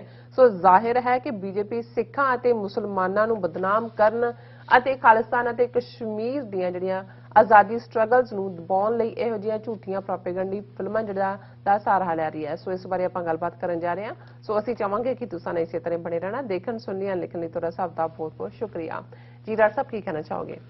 ਦੇਖੋ, ਬੇਸ਼ੱਕ ਲਫ਼ਜ਼ ਪ੍ਰੋਪੇਗੈਂਡਾ ਨੂੰ ਲੈ ਕੇ ਅਸੀਂ ਅਕਸਰ ਜ਼ਿਕਰ ਕਰਦੇ ਹਾਂ, ਮੈਂ ਉਸ ਵੇਰ ਵਿੱਚ ਨਹੀਂ ਜਾਵਾਂਗਾ, ਪਰ ਅੱਜ ਦੇ ਇਸ ਡਿਜੀਟਲ ਏਜ ਦੇ ਵਿੱਚ ਔਰ ਖਾਸ ਤੌਰ ਤੇ ਹੁਣ ਫਰਦਰ ਆਰਟੀਫੀਸ਼ੀਅਲ ਇੰਟੈਲੀਜੈਂਸ ਦੀ ਗੱਲ ਹੁੰਦੀ ਹੈ, ਮੀਡੀਆ ਜਿਸ ਦੇ ਵਿੱਚ ਸੋਸ਼ਲ ਮੀਡੀਆ ਦਾ ਇੱਕ ਆਪਣਾ ਰੋਲ ਹੈ, ਪਰ ਅੱਜ ਵੀ ਜਿਹੜੀ ਫਿਲਮ ਇੰਡਸਟਰੀ ਹੈ, ਜਿਵੇਂ ਜੇ ਵੈਸਟ ਦੀ ਤਹਿਜ਼ੀਬ ਦਾ ਟ੍ਰੈਂਡ ਸੈੱਟ ਕਰਨ ਦੇ ਵਿੱਚ ਜਿਹੜਾ ਉਹਦਾ ਹਾਲੀਵੁੱਡ ਦਾ ਸਭ ਤੋਂ ਵੱਡਾ ਰੋਲ ਹੁੰਦਾ ਹੈ। ਤੇ ਇੰਡੀਆ 'ਚ ਜੇ ਅਸੀਂ ਦੇਖੀਏ ਵੀ ਜਦੋਂ ਇਹ ਕਿਹਾ ਜਾਂਦਾ ਸੀ ਕਿ ਵੀ ਲਿਬਰਲ ਵੈਲਿਊਜ਼, ਸੌਖੀ ਜ਼ਬਾਨ, ਉਰਦੂ ਸ਼ਾਇਰੀ, ਇਹ ਸਾਰੇ ਦੇ ਨਾਲ ਨਾਲ ਇੱਕ ਸੈਕੂਲਰ ਵੈਲਿਊ ਸਿਸਟਮ, ਤੇ ਉਸ ਦੇ ਵਿੱਚ ਵੀ ਭਾਵੇਂ ਉਹਦੇ 'ਚ ਵੀ ਲੁਕਵੇਂ ਢੰਗ ਨਾਲ ਹਿੰਦੂ ਸਿੰਬੋਲਿਜ਼ਮ ਬਹੁਤ ਇੰਪੋਰਟੈਂਟ ਸੀ। ਜਦੋਂ ਤੁਸੀਂ ਕੋਈ ਵੀ ਫਿਲਮ ਦਾ ਉਹਦੇ 'ਚ ਸ਼੍ਰੀ ਗਣੇਸ਼ ਲਫ਼ਜ਼ ਦੇ ਨਾਲ ਪੂਜਾ ਤੇ ਫਲਾਣਾ ਉਹ ਫਿਲਮਾਂ ਦੀ ਬਿਗਨਿੰਗ 'ਚ ਹੁੰਦਾ ਸੀ, ਲੇਕਿਨ ਉਹ ਤੁਹਾਨੂੰ ਫਿਲਮ ਦੇ ਥੀਮ ਜਾਂ ਸਟੋਰੀ ਜਾਂ ਦੂਸਰੇ ਦੇ ਵਿੱਚ, ਕਿਉਂਕਿ ਬੜੇ ਹੀ ਮੰਝੇ ਹੋਏ ਫਿਲਮੀ ਡਾਇਰੈਕਟਰ, ਸਕ੍ਰਿਪਟ ਰਾਈਟਰ ਤੇ ਫਿਰ ਸਾਹਿਰ ਲੁਧਿਆਣਵੀ ਵਰਗੇ ਜਿਹੜੇ ਬੜੇ ਜ਼ਬਰਦਸਤ ਸ਼ਾਇਰ, ਉਹਨਾਂ ਦੀਆਂ ਨਜ਼ਮਾਂ ਉਹ ਗੀਤ ਬਣਾਉਂਦੀਆਂ ਸੀ, ਤੇ ਉਹਦੇ 'ਚ ਤੁਹਾਨੂੰ ਜੇ ਇਨੀਸ਼ੀਅਲੀ ਕੋਈ ਉਸ ਕਿਸਮ ਦਾ ਸਿੰਬੋਲਿਜ਼ਮ ਨਜ਼ਰ ਵੀ ਆਉਂਦਾ ਸੀ ਤੇ ਉਹ ਗਾਇਬ ਹੋ ਜਾਂਦਾ ਸੀ ਜਦੋਂ ਤੁਸੀਂ ਥੀਏਟਰ 'ਚੋਂ ਨਿਕਲਦੇ ਸੀ। ਤੇ ਤੁਹਾਡੇ 'ਚ ਇੱਕ ਇਨਸਾਨੀਅਤ ਜਾਂ ਜਿਸ ਵੀ ਪ੍ਰਭਾਵ ਦੇ ਨਾਲ ਜੇ ਹਿਸਟਰੀ ਓਰੀਐਂਟਡ ਹੈ ਜਾਂ ਦੂਸਰਾ ਹੈ, ਤੇ ਕਿਤੇ ਨਾ ਕਿਤੇ ਤੁਸੀਂ ਆਪਣੀ ਤਹਿਜ਼ੀਬ ਜਾਂ ਆਪਣੇ ਇਨਸਾਨੀਅਤ ਦੇ ਥੀਮ ਦੇ ਦੁਆਲੇ ਜਿਹੜੀਆਂ ਨੇ ਉਹ ਘੁੰਮਦੀਆਂ ਸੀ। ਲੇਕਿਨ ਜਦੋਂ ਦਾ 2014 ਦੇ ਵਿੱਚ ਮੋਦੀਤਵਾ ਦਾ, ਹਿੰਦੂਤਵਾ ਦਾ ਯੁੱਗ ਸ਼ੁਰੂ ਹੋਇਆ, ਅਸੀਂ ਜਿੱਥੇ ਸਮਾਜ ਦੇ ਬਾਕੀ ਸ਼ੋਬਿਆਂ ਦੇ ਵਿੱਚ ਬਹੁਤ ਸਾਰੀ ਜਿਹੜੀ ਆ ਉਹ ਨਫ਼ਰਤ, ਹਿੰਦੂਤਵਾ ਦਾ ਸਕੂਲਾਂ ਕਾਲਜਾਂ ਸਿਲੇਬਸ, ਸੋਸ਼ਲ ਲਾਈਫ ਔਰ ਉਹਨਾਂ ਦੇ ਲਵ ਜਿਹਾਦ ਔਰ ਗਊ ਮਾਤਾ ਦੂਜਾ ਦੇਖਿਆ, ਸਡਨਲੀ ਜਿਹੜੀ ਇਹਨਾਂ ਦੀ ਬੰਬੇ ਫਿਲਮ ਇੰਡਸਟਰੀ, ਉਸ ਦੇ ਵਿੱਚ ਕਿਸ ਕਿਸਮ ਦਾ ਹਿੰਦੂਤਵਾ ਦਾ ਏਜੰਡਾ, ਔਰ ਉਹਦੇ 'ਚ ਫਿਰ ਉਹ ਬਜਰੰਗ ਬਲੀ ਹੋਏ ਕਿ ਬਾਹੂਬਲੀ ਹੋਏ ਕਿ ਕੰਗਨਾ ਰਣੌਤ ਹੋਏ, ਤੇ ਹੁਣ ਜਿਸ ਅਗਨੀਹੋਤਰੀ ਦੀ ਗੱਲ ਹੁੰਦੀ ਹੈ, ਵਿਵੇਕ ਅਗਨੀਹੋਤਰੀ, ਜਿਸ ਤੋਂ ਲੇਟੈਸਟ ਫਿਲਮ, ਕਿਉਂਕਿ ਇਹ ਸਾਰੇ ਹੀ ਅਨੁਪਮ ਖੈਰ ਇਹ ਸਾਰੇ BJP RSS ਹਿੰਦੂ ਆਈਡੀਓਲੋਜੀ ਦੇ ਝੰਡਾ ਬਰਦਾਰ ਨੇ, ਔਰ ਇਸ ਸਾਰੇ ਦੌਰ 'ਚ ਹਾਲਾਂਕਿ ਉਸ ਤੋਂ ਪਹਿਲਾਂ ਵੀ ਪਾਕਿਸਤਾਨ ਦੇ ਖਿਲਾਫ ਨਫ਼ਰਤ ਦੇ ਨਾਂ ਥੱਲੇ ਉਹ ਸਨੀ ਦਿਓਲ ਜਾਂ ਅਮਿਤਾਭ ਬੱਚਨ, ਬਾਰਡਰ ਵਰਗੀ ਫਿਲਮ ਦਾ ਬਣਾਉਣਾ ਔਰ ਉਸ ਸਾਰੇ ਦਾ, ਲੇਕਿਨ ਉਹਦੇ 'ਚ ਵੀ ਤੁਸੀਂ ਕਿਤੇ ਨਾ ਕਿਤੇ ਇੰਡੀਆ ਵਰਸਸ ਦੇਖਦੇ ਸੀ ਕਿ ਇੰਡੀਆ ਦੇ ਥੀਮ ਨੂੰ ਉਹਨਾਂ ਨੂੰ ਬੜਾ, ਹੁਣ ਵਿਦਨ ਇੰਡੀਆ ਸਿਰਫ ਤੇ ਸਿਰਫ ਹਿੰਦੂਤਵਾ ਦਾ ਥਾਟ ਔਰ ਉਹਦੇ 'ਚ ਮੁਸਲਮਾਨਾਂ ਨੂੰ ਵਿਲਨ ਸਾਬਤ ਕਰਨਾ। ਕਸ਼ਮੀਰ ਔਰ ਪੰਜਾਬ ਜਿਹੜੀਆਂ ਦੋ ਔਰ ਨਾਰਥ ਈਸਟ ਦੇ ਵਿੱਚ ਅਸੀਂ ਦੇਖਦੇ ਹਾਂ ਕਿ ਵੀ ਜੇ ਇਸ ਥੀਮ ਦੇ ਉੱਤੇ ਇੱਥੇ ਜ਼ੁਲਮ ਹੁੰਦੇ ਰਹੇ, ਫਿਲਮ ਬਣੀ ਜਿਵੇਂ ਗੁਲਜ਼ਾਰ ਨੇ ਮਾਚਿਸ਼ ਬਣਾਈ ਪੰਜਾਬ ਦੇ ਉੱਤੇ, ਤੇ ਉਹਦੇ 'ਚ ਤੁਹਾਨੂੰ ਇੱਕ ਬੈਲੈਂਸ ਨਜ਼ਰ ਆਉਂਦਾ ਸੀ। ਬੇਸ਼ੱਕ ਅਲਟੀਮੇਟਲੀ ਇੱਕ ਉਸ ਨੂੰ ਇੱਕ ਆਰਗੂਮੈਂਟ ਦੇ ਤੌਰ ਤੇ ਲਿਆ ਗਿਆ ਸੀ ਕਿ ਭਾਈ ਕਿਉਂ ਪੁਸ਼ ਕੀਤਾ ਗਿਆ ਜਾਂ ਕਿਵੇਂ, ਤੇ ਜਦੋਂ ਤੁਸੀਂ ਦੂਸਰੀਆਂ ਫਿਲਮਾਂ ਜਿਹੜੀਆਂ ਜ਼ੁਲਮ ਵਾਲੀਆਂ ਜਿਵੇਂ ਹਵਾਏਂ ਅਮਿਤੋਜ ਮਾਨ ਜਾਂ ਕਿਵੇਂ ਬਣਾਈ ਸੀਗੀ, ਉਸ ਦੇ ਉੱਤੇ ਪਾਬੰਦੀ ਲਾ ਦਿੱਤੀ ਗਈ ਸੀ ਔਰ ਖੌਫ ਇੰਨਾ ਜ਼ਿਆਦਾ ਸੀ। ਹੁਣ ਹਵਾਏਂ ਦੇ ਵਿੱਚ ਨਵੰਬਰ 84 ਦੀ ਸਿੱਖ ਨਸਲਕੁਸ਼ੀ ਨੂੰ ਹਾਈਲਾਈਟ ਕੀਤਾ ਗਿਆ ਸੀ ਕਿ ਜਦੋਂ ਦਿੱਲੀ ਦੇ ਸਿਨੇਮਿਆਂ 'ਚ ਈਵਨ ਐਡੀਟਡ ਵਰਜ਼ਨ ਲੱਗਣਾ ਸੀ ਤੇ ਦਿੱਲੀ ਦੇ ਸਿੱਖਾਂ ਨੇ ਇਕੱਠੇ ਹੋ ਕੇ ਆ ਕੇ ਇਹਨਾਂ ਨੂੰ ਕਿਹਾ ਜੀ ਨਾ, ਅਸੀਂ ਉਸ ਦੁੱਖ 'ਚ ਵਾਪਸ ਨਹੀਂ ਜੋੜਨਾ ਚਾਹੁੰਦੇ। ਉਹਨਾਂ ਨੂੰ ਡਰ ਇਹ ਸੀ ਕਿ ਫਿਰ ਨਫ਼ਰਤ ਫੈਲੇਗੀ ਔਰ ਇਹ ਫਿਰ ਸਾਡੇ ਤੇ ਅਟੈਕ ਹੋਣਗੇ ਇਸ ਸਾਰੇ ਨੂੰ, ਔਰ ਇਹ ਇੱਕ ਖੌਫਜ਼ਦਾ ਸਿਚੁਏਸ਼ਨ ਸੀ। ਉਸ ਤੋਂ ਬਾਅਦ ਬੇਸ਼ੱਕ ਪੰਜਾਬੀ ਜਗਤ ਦੇ ਵਿੱਚ ਅਸੀਂ ਤੂਫਾਨ ਸਿੰਘ ਦੀ ਫਿਲਮ ਜਿਸ ਨੂੰ ਇੱਕ ਪ੍ਰੋਫੈਸ਼ਨਲੀ ਬਣਾਇਆ ਗਿਆ ਜਾਂ ਅਣਖੀ ਯੋਧੇ ਜਿਨ੍ਹਾਂ ਸ਼ਹੀਦ ਬਿਆਨ ਸਿੰਘ ਸਬੰਧ, ਪਰ ਉਹਨਾਂ ਨੂੰ ਕਦੇ ਵੀ ਸੈਂਸਰ ਬੋਰਡ ਤੱਕ ਜਿਹੜੀ ਹੈ ਉਹ ਰਸਵਾਈ ਤਾਂ ਮਿਲੀ ਪਰ ਕਦੇ ਵੀ ਉਹਨਾਂ ਨੂੰ ਪ੍ਰਵਾਨਗੀ ਨਹੀਂ ਮਿਲੀ। ਇਸ ਦੇ ਉਲਟ ਅਸੀਂ ਦੇਖਦੇ ਹਾਂ ਕਿ ਕਿਵੇਂ ਮੈਸੇਂਜਰ ਆਫ ਗॉड ਨਾਂ ਦੇ ਥੱਲੇ ਉਹ ਸਿਰਸੇ ਵਾਲਾ ਬਾਂਦਰ ਜਿਹੜਾ ਹੈ ਉਸ ਦੀ ਫਿਲਮ ਬਣਾ ਕੇ ਉਹਨੂੰ ਕਿਵੇਂ ਪ੍ਰਮੋਟ ਕਰਵਾਇਆ ਗਿਆ, ਔਰ ਹੋਰ ਸਾਰੇ ਥੀਮ ਵੀ ਇਸ ਪੀਰੀਅਡ ਦੇ ਵਿੱਚ ਕਿੰਨੇ ਚੱਲਦੇ ਨੇ। ਔਰ ਅਸੀਂ ਲੇਟੈਸਟ ਦੇਖ ਰਹੇ ਹਾਂ ਗੁਜਰਾਤ ਫਾਈਲਸ, ਜਦੋਂ ਰਾਣਾ ਅਯੂਬ ਨੇ ਲਿਖਿਆ ਉਸ ਨੇ ਪੂਰੀ ਇਨਵੈਸਟੀਗੇਟਿਵ ਸਟੋਰੀ ਕੱਢੀ ਕਿ 2002 ਚ ਮੁਸਲਮਾਨਾਂ ਦੀ ਨਸਲਕੁਸ਼ੀ ਮੋਦੀ ਔਰ ਅਮਿਤ ਸ਼ਾਹ ਨੇ ਕੀ ਰੋਲ ਅਦਾ ਕੀਤਾ। ਤਹਿਲਕਾ ਦੇ ਲਈ ਉਹ ਕੰਮ ਕਰਦੀ ਸੀ ਬੀਬੀ, ਤਹਿਲਕਾ ਵੀ ਦੌੜ ਗਿਆ, ਉਹਨੇ ਖੁਦ ਉਸ ਨੂੰ ਪਬਲਿਸ਼ ਕੀਤਾ। ਔਰ ਕਿਉਂਕਿ ਫੈਕਟ ਬੇਸਡ ਸੀ, ਇਨਵੈਸਟੀਗੇਟਿਵ ਸਟੋਰੀ ਸੀ, ਗੁਜਰਾਤ ਫਾਈਲ ਜਿਹੜੀ ਹੈ ਉਹਦੀ ਇੰਟਰਨੈਸ਼ਨਲ ਰੈਕਗਨੀਸ਼ਨ ਹੋਈ ਔਰ ਉਹ ਜਿਹੜੀ ਹੈ ਉਸ ਨੂੰ ਅਵਾਰਡ ਵੀ ਮਿਲੇ ਰਾਣਾ ਅਯੂਬ ਨੂੰ। ਔਰ ਇਸ ਵੇਲੇ ਜਿਹੜੀ ਦੁਨੀਆ ਦੀਆਂ ਪ੍ਰੈਸਟੀਜੀਅਸ ਅਖਬਾਰਾਂ 'ਚ ਵਾਸ਼ਿੰਗਟਨ ਪੋਸਟ ਅਖਬਾਰ ਹੈ ਉਸ ਦੀ ਉਹ ਰੈਗੂਲਰ ਕਾਲਮਨਿਸਟ ਵੀ ਹੈ। ਇਹ ਵੱਖਰੀ ਗੱਲ ਹੈ ਕਿ ਉਹਨਾਂ ਨੇ ਉਹਦਾ ਕਰੋੜਾਂ ਰੁਪਈਆ ਝੂਠਾ ਬਹਾਨਾ, ਮਨੀ ਲਾਂਡਰਿੰਗ ਔਰ ਉਹ ਸਾਰੇ ਦੇ ਥੱਲੇ ਜ਼ਬਤ ਕਰ ਲਿਆ, ਬੈਂਕ ਅਕਾਊਂਟ ਫਰੀਜ਼ ਕਰ ਦਿੱਤੇ ਨੇ। ਪਰ ਹੁਣ ਉਸ ਗੱਲ ਨੂੰ ਇਹ ਦੱਸਣ ਦੇ ਲਈ ਕਿ ਨਹੀਂ ਅਸੀਂ ਤਾਂ ਵਿਕਟਮ ਹੈ, ਅਸੀਂ ਤਾਂ ਹਿੰਦੂ ਮੁਲਕ ਦੇ ਵਿੱਚ ਦੇਖੋ ਕਸ਼ਮੀਰ ਵਾਦੀ ਦੇ ਵਿੱਚ ਕਸ਼ਮੀਰੀ ਪੰਡਤਾਂ ਦੇ ਨਾਲ ਕੀ ਹੋਇਆ, ਜਿਹੜੀ ਕਹਾਣੀ ਹਾਲਾਂ ਉਹੀ ਜਗਮੋਹਨ ਜਿਹੜਾ ਗਵਰਨਰ ਹੈ ਉਹ ਜੰਮੂ ਕਸ਼ਮੀਰ ਦਾ, ਉਹੀ ਜਗਮੋਹਨ ਹੈ ਜਿਹਨੇ ਤੁਰਕਮਾਨ ਐਮਰਜੈਂਸੀ ਦੇ ਵੇਲੇ ਤੁਰਕਮਾਨ ਗੇਟ ਔਰ ਦਿੱਲੀ ਦੇ ਵਿੱਚ ਬੁਲਡੋਜ਼ਰ ਚਲਾ ਕੇ ਮੁਸਲਮਾਨਾਂ ਦੀਆਂ ਆਬਾਦੀਆਂ ਸਾਫ਼ ਕਰ ਦਿੱਤੀਆਂ ਸੀ। ਸੰਜੇ ਗਾਂਧੀ ਦਾ ਵੀ ਇਹ ਯਾਰ ਸੀ। ਉਹਦੇ ਥੱਲੇ ਮੁਸਲਮਾਨਾਂ ਦੀ, ਦੂਸਰੇ ਗਰੀਬ ਲੋਕਾਂ ਦੀ ਨਸਬੰਦੀ ਕਰਕੇ ਔਰ ਜਿਹਦੇ ਕਰਕੇ ਬਾਅਦ ਚ ਇੰਦਰਾ ਗਾਂਧੀ ਨੂੰ ਡਿਫੀਟ ਦਾ ਸਾਹਮਣਾ ਕਰਨਾ ਪਿਆ ਪੋਸਟ ਐਮਰਜੈਂਸੀ। ਉਹੀ ਜਗਮੋਹਨ ਕੋਈ ਇੱਕ ਟਰਮ ਉਹ ਗਵਰਨਰ ਨਹੀਂ ਰਿਹਾ। ਉਸ ਨੂੰ ਜਦੋਂ ਵੀਪੀ ਸਿੰਘ ਦੀ ਸਰਕਾਰ ਬਣਦੀ ਹੈ ਜਿਹੜੀ ਕਿ ਬੀਜੇਪੀ ਦੀ ਹਮਾਇਤ ਨਾਲ ਬਣੀ ਸੀ, ਬੀਜੇਪੀ ਨੇ ਫੋਰਸ ਕਰਕੇ ਜਗਮੋਹਨ ਨੂੰ ਉੱਥੇ ਲਿਆਂਦਾ ਔਰ ਜਗਮੋਹਨ ਨੇ ਜੋ ਕੁਝ ਉੱਥੇ ਕਸ਼ਮੀਰੀ ਪੰਡਤਾਂ ਦੇ ਪਲਾਇਨ ਨੂੰ ਲੈ ਕੇ ਜੋ ਕੀਤਾ ਜਾਂਦਾ ਹੈ ਉਹ ਬਿਲਕੁਲ ਜਿਹੜਾ ਉਹ ਆਰਗੇਨਾਈਜ਼ਡ ਢੰਗ ਨਾਲ ਕੀਤਾ ਗਿਆ। ਔਰ ਉਹੀ ਜਗਮੋਹਨ ਜਦੋਂ ਕਿ ਫਾਰੂਕ ਅਬਦੁੱਲਾ ਜੰਮੂ ਕਸ਼ਮੀਰ ਦਾ ਚੀਫ ਮਿਨਿਸਟਰ ਸੀ 1990 ਤੱਕ ਪਹੁੰਚਦੇ ਆ, ਉਹਨੇ ਕਿਹਾ ਸੀ ਕਿ ਵੀ ਜੇ ਇਹਨੂੰ ਤੁਸੀਂ ਲਾਇਆ ਤੇ ਮੈਂ ਛੱਡ ਦਿਆਂ। ਜੋ ਹੀ ਉਹਨੂੰ ਲਾਇਆ ਅਗਲੇ ਦਿਨ ਉਹਨੇ ਰਿਜ਼ਾਈਨ ਕਰ ਦਿੱਤਾ ਔਰ ਜਗਮੋਹਨ ਨੇ ਉੱਥੇ ਚੰਮ ਦੀਆਂ ਚਲਾਈਆਂ। ਹੁਣ ਤਾਂ ਮਰ ਗਿਆ 92 ਸਾਲ ਦਾ ਹੋ ਕੇ, ਪਿਛਲੇ ਸਾਲ ਹੀ ਮੌਤ ਹੋਈ ਹੈ। ਹੁਣ ਜਿਹੜਾ ਸਾਰਾ ਹੀ ਆਪਰੇਸ਼ਨ ਪਲਾਨ ਹੀ ਇੰਡੀਅਨ ਏਜੰਸੀਆਂ ਦਾ ਸੀ, ਜਗਮੋਹਨ ਨੇ ਉਸ ਨੂੰ ਜਿਹੜਾ ਉਹ ਐਗਜ਼ੀਕਿਊਟ ਕੀਤਾ, ਉਹਨੂੰ ਕਸ਼ਮੀਰੀ ਸਟਰਗਲ ਕਸ਼ਮੀਰੀ ਮੁਸਲਮਾਨਾਂ ਦੇ ਖਾਤੇ 'ਚ ਪਾ ਕੇ ਇਹ ਜਿਹੜੀ ਕਸ਼ਮੀਰ ਫਾਈਲਸ ਨਾਂ ਦੀ ਫਿਲਮ ਜਿਹੜੀ ਸਾਰੇ ਸਿਨੇਮਿਆਂ 'ਚ ਲੱਗੀ ਔਰ ਮੁਸਲਮਾਨਾਂ ਦੇ ਉੱਤੇ ਖਾਸ ਤੌਰ ਤੇ ਕਸ਼ਮੀਰੀ ਸਟੂਡੈਂਟਸ ਜਿਨ੍ਹਾਂ ਯੂਨੀਵਰਸਿਟੀਆਂ 'ਚ ਪੜ੍ਹਦੇ ਨੇ ਫਿਰ ਨਸਲੀ ਹਮਲੇ ਸ਼ੁਰੂ ਹੋ ਗਏ ਨੇ।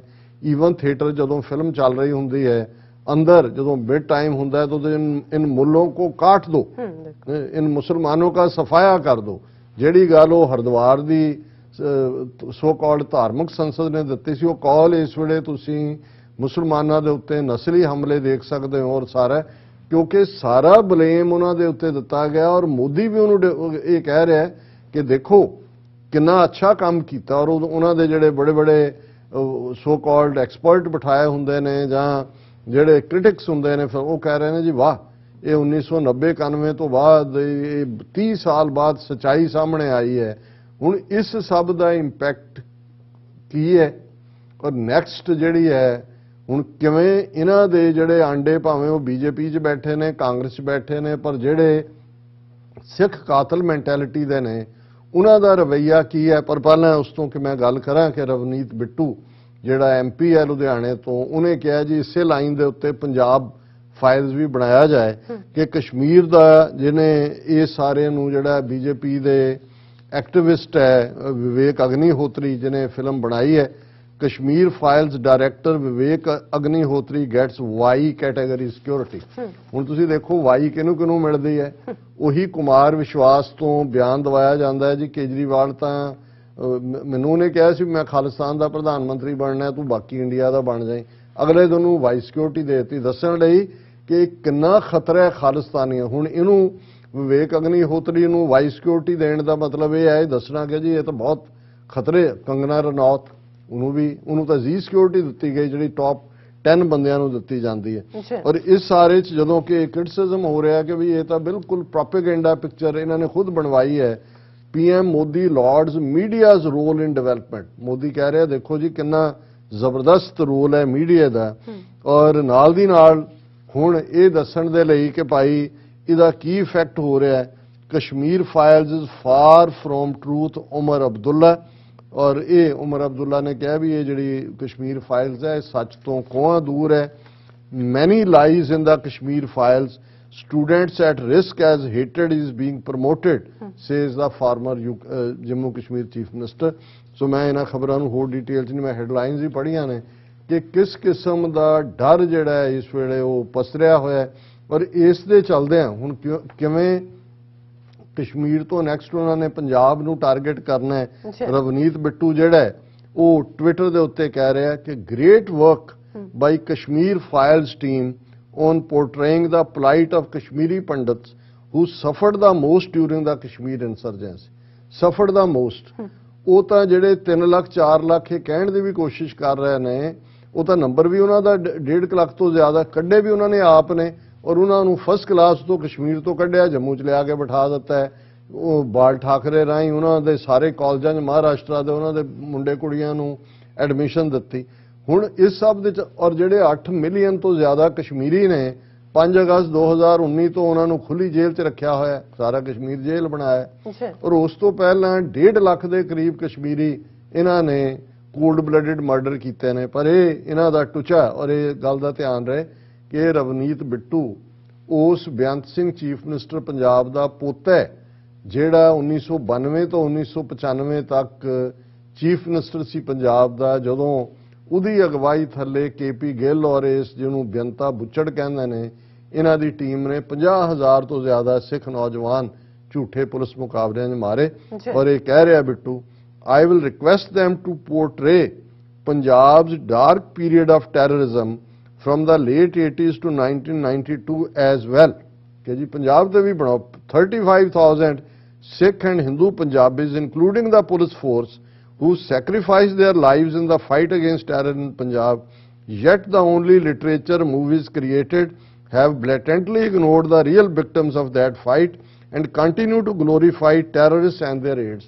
कि जी ਇਹਦੇ 'ਚ ਤਾਂ ਜੁਝਾਰੂਆਂ ਨੂੰ ਉਭਾਰਿਆ ਜਾਂਦਾ ਹੈ, ਜਿਹੜੇ 35,000 ਹਿੰਦੂ ਮਰੇ ਨੇ ਔਰ ਪੁਲਸੀਏ ਮਰੇ ਨੇ, ਇਹਨਾਂ ਤੇ ਵੀ ਬਣਾਓ the pain and torment suffered by people of Punjab and those 35,000 families needs to be brought to light। ਸੋ ਇਹਦਾ ਮਤਲਬ ਇਹ ਹੈ ਕਿ ਇਹ ਗ੍ਰੀਨ ਸਿਗਨਲ ਹੈ, ਨੈਕਸਟ ਇਨ ਲਾਈਨ ਜਿਹੜਾ ਹੈ ਉਹ ਇਹ ਹੋਏਗਾ। ਔਰ ਇਸ ਦੇ ਉੱਤੇ ਸਾਡੇ ਭੈਣ ਜੀ ਅਮਨਜੋਤ ਕੌਰ ਹੋਰਾਂ ਦੀ ਬਰੀਫ ਲਿਖਤ ਸਾਨੂੰ ਮਿਲੀ ਹੈ, ਜਿਹਦੇ 'ਚ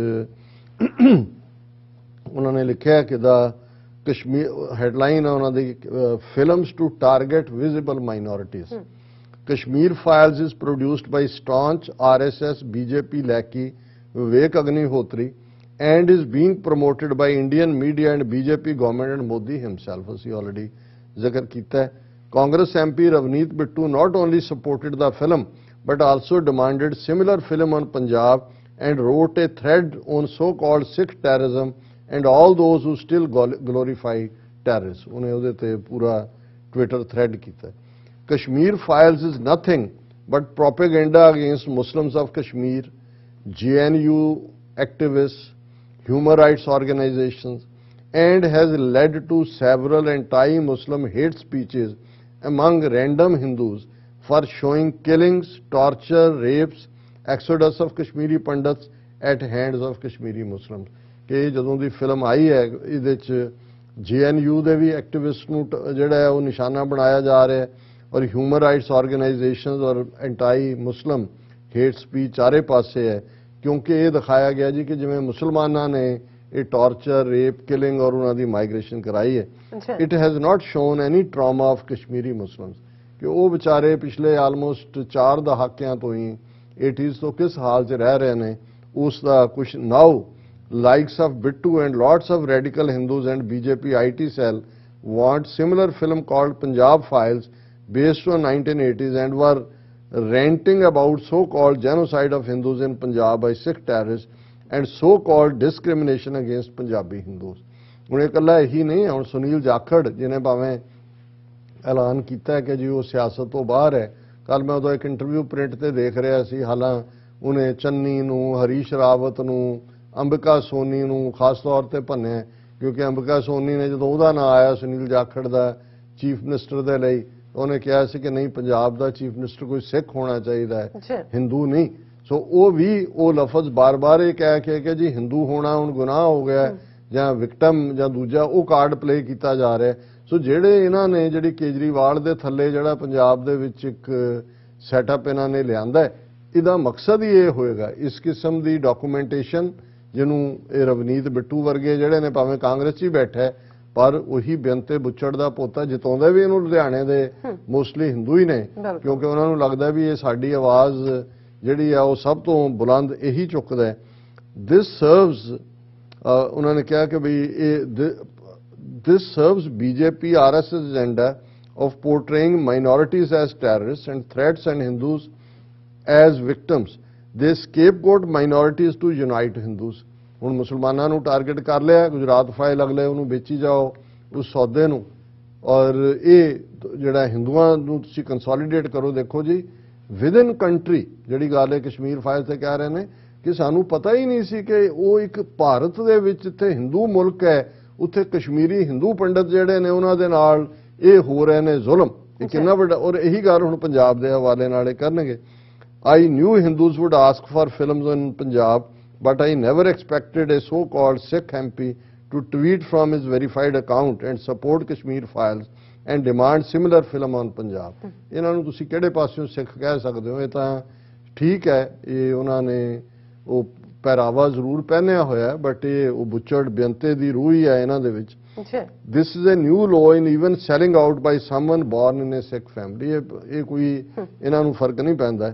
IT cell has been making videos and social media posts of late on so-called Hindu genocide in Punjab or so-called Sikh terror and plight of Hindus in Punjab. ਹੁਣ ਕਿਉਂਕਿ ਇੰਟਰਨੈਸ਼ਨਲੀ ਕਸ਼ਮੀਰ ਹੋਏ, ਸਿੱਖਾਂ ਦੇ ਮੁੱਦੇ ਹੋਣ, ਇਹ ਹਾਈਲਾਈਟ ਹੋ ਰਹੇ ਨੇ ਤੇ ਇਹ ਟੇਬਲ ਟਰਨ ਕਰ ਰਹੇ ਨੇ ਕਿ ਇਹ ਜਿਹੜੇ ਓਪਰੈਸਰ ਨੇ ਇਹ ਆਪਣੇ ਆਪ ਨੂੰ ਵਿਕਟਮ ਪ੍ਰੈਜ਼ੈਂਟ ਕਰ ਰਹੇ ਨੇ। ਕਸ਼ਮੀਰੀ ਪੰਡਤਾਂ ਨੂੰ ਵਿਕਟਮ ਬਣਾ ਕੇ ਇਵੇਂ ਹੈ ਜਿਵੇਂ ਹਿੰਦੂਆਂ ਤੇ ਜ਼ੁਲਮ ਕੀਤਾ ਕਸ਼ਮੀਰੀਆਂ ਨੇ। ਤੇ ਹੁਣ ਇਹ ਉਸ ਪੰਜਾਬ ਫਾਈਲਸ ਦੇ ਨਾਂ ਥੱਲੇ ਇਸ ਕਿਸਮ ਦਾ ਡੇਟਾ ਲਿਆਣਗੇ ਕਿ ਜੀ ਦੇਖੋ ਇਹ ਤਾਂ ਇੰਨੇ ਹਜ਼ਾਰ ਹਿੰਦੂ ਮਾਰੇ ਗਏ ਪੰਜਾਬ ਦੇ ਵਿੱਚ ਔਰ ਹਿੰਦੂ ਜਿਹੜੇ ਨੇ ਵਿਕਟਮ ਨੇ, ਔਰ they are building ground for polarisation and demonising Sikhs.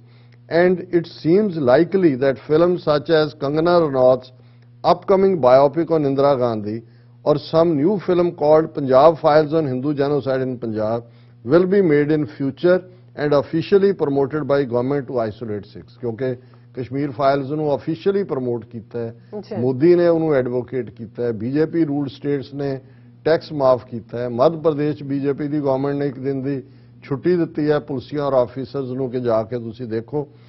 Just as Muslims are getting fresh round of hate after Kashmir files released, and BJP has even made the film tax-free in BJP-ruled states or making it compulsory for government employees to watch Kashmir files, the mega promotion of Kashmir files by BJP and Bittu talking same as IT cell to make similar film called Punjab Files is dangerous sign for future। और बिल्कुल ਅਸੀਂ ਸਹਿਮਤ ਹਾਂ। ਬਹੁਤ ਬਹੁਤ ਸ਼ੁਕਰੀਆ ਭੈਣ ਜੀ ਅਮਨਜੋਤ ਕੌਰ ਜੀ। ਜੀ ਡਾਕਟਰ ਸਾਹਿਬ ਤੁਹਾਡਾ ਬਹੁਤ ਬਹੁਤ ਸ਼ੁਕਰੀਆ। ਸਾਥ ਲੈਣੇ ਬ੍ਰੇਕ, ਵਿਊਅਰਸ ਤੁਸੀਂ ਕਿਤੇ ਨਹੀਂ ਜਾਣਾ, ਮਿਲਦੇ ਹਾਂ ਆਫਟਰ ਦ ਸ਼ਾਰਟ ਬ੍ਰੇਕ।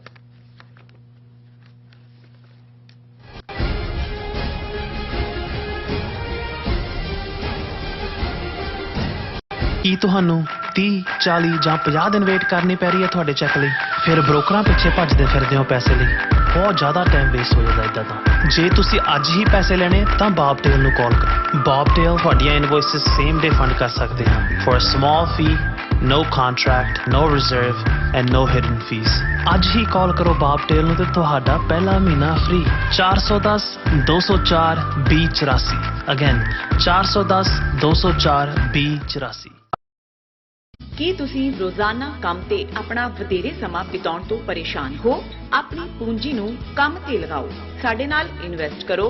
ਅਸੀਂ ਤੁਹਾਡੀ ਪੂੰਜੀ ਤੋਂ ਤੁਹਾਡੇ ਲਈ ਵਧੇਰੇ ਪੈਸੇ ਬਣਾ ਸਕਦੇ ਹਾਂ। ਅਸੀਂ ਪ੍ਰਾਈਵੇਟ ਇਕੁਇਟੀ ਇਨਵੈਸਟਮੈਂਟ ਫਰਮ ਹਾਂ ਤੇ ਕਮਰਸ਼ੀਅਲ ਰੀਅਲ ਏਸਟੇਟ ਵਿੱਚ ਮਾਹਿਰ ਹਾਂ।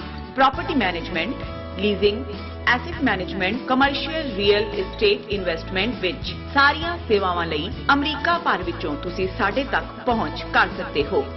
ਆਜ਼ਾਦ ਕਮਰਸ਼ੀਅਲ ਰੀਅਲਟੀ ਸਰਵਿਸਿਜ਼ ਤੇ Azad family trust, 701 North Post Oak Road, suite number 204, Houston, Texas. ਤੁਸੀਂ ਸਾਨੂੰ ਸਾਡੇ ਫੋਨ ਨੰਬਰ 7136861277 ਤੇ ਵੀ ਸੰਪਰਕ ਕਰ ਸਕਦੇ ਹੋ। Azad commercial realty services. Viewers welcome back on programme. So viewers TV 84 ਨੂੰ ਇਹ ਫਕਰ ਹੈ ਕਿ ਸਾਡੇ ਨਾਲ ਜਿਹੜੇ ਇਸ ਪ੍ਰੋਗਰਾਮ ਨਾਲ ਬਹੁਤ ਸਾਰੇ ਜਿਹੜੇ ਪਾਕਿਸਤਾਨੀ, ਕਸ਼ਮੀਰੀ ਅਤੇ ਜਿਹੜੇ ਮੁਸਲਿਮ ਭੈਣ ਭਰਾ ਨੇ ਉਹ ਜੁੜੇ ਹੋਏ ਨੇ। ਸੋ ਸਾਨੂੰ ਸਜਾਦ ਹਸਨ ਸ਼ੇਖ ਸਾਹਿਬ ਅਤੇ ਜਵਾਹਰ ਸ਼ਾਹ ਦੀਆਂ ਜਿਹੜੀਆਂ ਲਿਖਤਾਂ ਨੇ ਉਹ ਸਾਨੂੰ ਮਸੂਲ ਹੋਈਆਂ ਜਿਹੜੀਆਂ ਆਪਾਂ ਤੁਹਾਡੇ ਨਾਲ ਸ਼ੇਅਰ ਕਰਨ ਜਾ ਰਹੇ ਹਾਂ। ਸੋ ਅਸੀਂ ਚਾਹਾਂਗੇ ਕਿ ਤੁਸੀਂ ਇਸੇ ਤਰ੍ਹਾਂ ਬਣੇ ਰਹਿਣਾ, ਦੇਖਣ ਸੁਣਨ ਲਿਖਣ ਲਈ ਤੁਹਾਡਾ ਸਭ ਦਾ ਬਹੁਤ ਬਹੁਤ ਸ਼ੁਕਰੀਆ ਜੀ। ਡਾਕਟਰ ਸਾਹਿਬ ਕੀ ਵਿਚਾਰ ਹੈ? ਦੇਖੋ, ਅਸੀਂ ਆਪਣੇ ਸਾਰੇ ਵਿਊਅਰਸ ਦਾ ਸ਼ੁਕਰੀਆ ਅਦਾ ਕਰਦੇ ਹਾਂ ਜਿਹੜੇ ਕਮੈਂਟ ਵੀ ਲਿਖਦੇ ਨੇ। ਜਦੋਂ ਵੀਡੀਓਜ਼ ਅਪਲੋਡ ਹੁੰਦੀਆਂ ਅਸੀਂ ਉਹਨਾਂ ਨੂੰ ਪੜ੍ਹਦੇ ਹਾਂ, ਉਹਨਾਂ ਤੋਂ ਸੇਧ ਵੀ ਲੈਂਦੇ ਹਾਂ, ਉਹਦੇ ਚੋਂ ਆਪਣੀਆਂ ਗਲਤੀਆਂ ਤੋਂ ਸਿੱਖਣ ਦੀ ਕੋਸ਼ਿਸ਼ ਵੀ ਕਰਦੇ ਹਾਂ।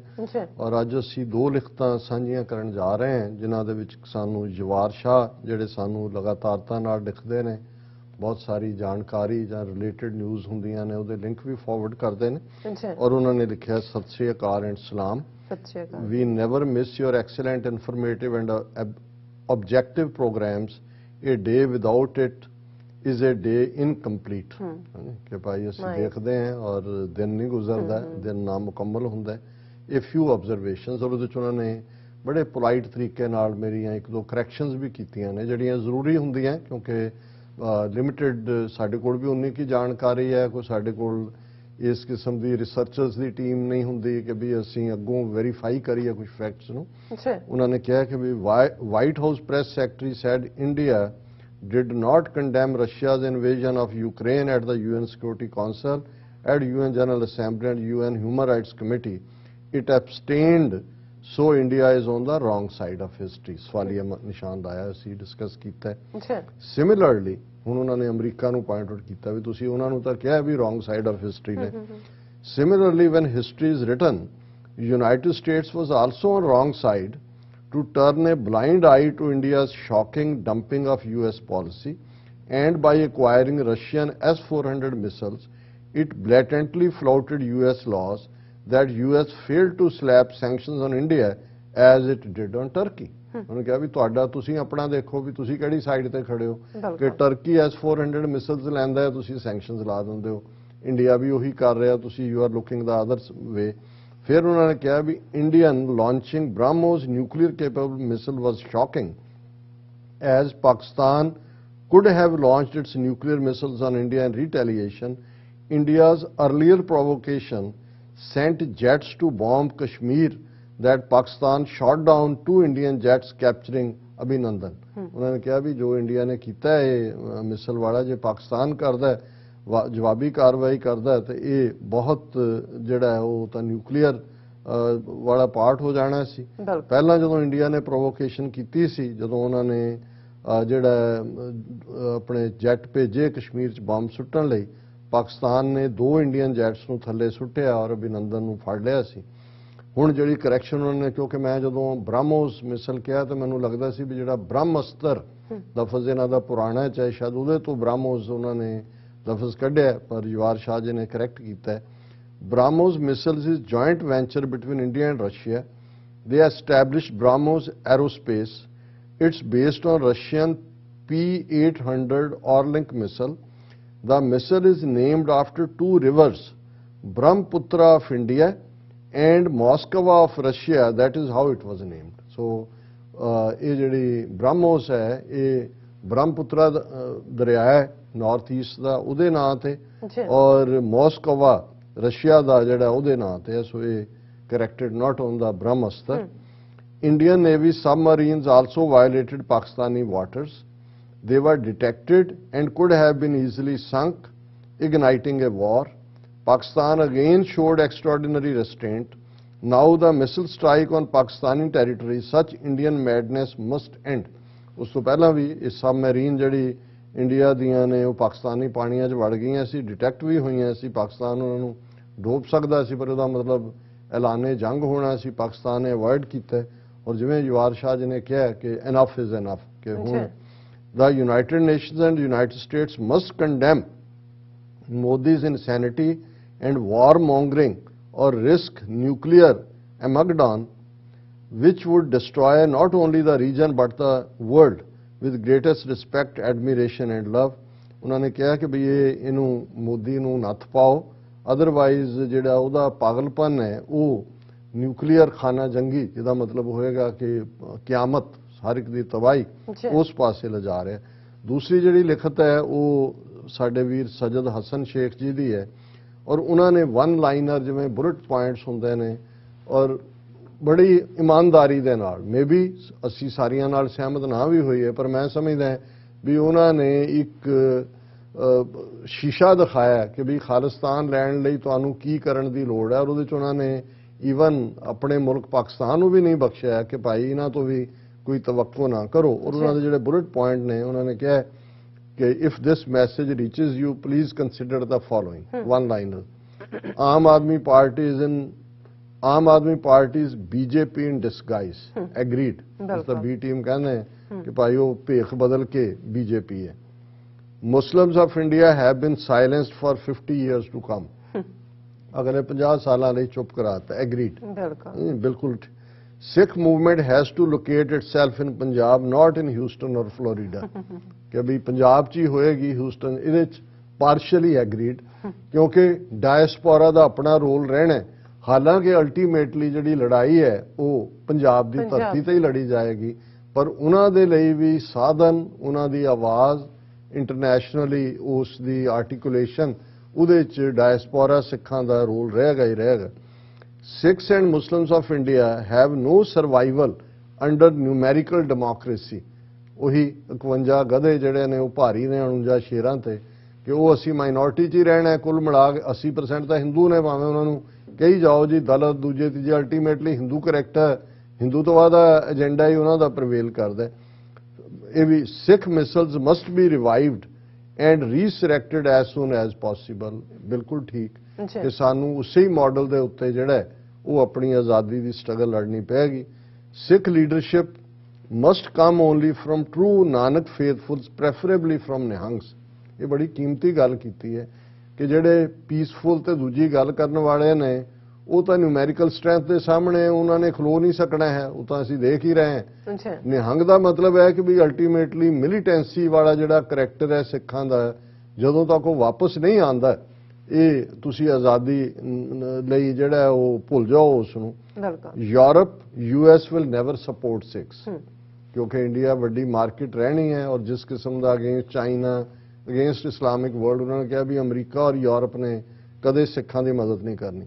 ਹੁਣ ਜਿਹੜਾ ਮੈਂ ਸਮਝਦਾ ਵੀ ਬਹੁਤ ਇਮਾਨਦਾਰ ਉਹਨਾਂ ਦਾ ਆਪਣਾ ਤਜੀਆ ਹੈ, ਔਰ ਮੈਨੂੰ ਕੁਝ ਮੇਰੇ ਪਾਕਿਸਤਾਨੀ ਹੋਰ ਦੋਸਤਾਂ ਨੇ ਵੀ ਕਿਹਾ ਟਾਈਮ ਟੂ ਟਾਈਮ, ਹਾਲਾਂ ਮੈਂ ਕੰਨ ਬੰਦ ਕਰ ਲੈਂਦਾ ਸੁਣਨ ਤੋਂ, Pakistan will be kept sleeping by its rulers.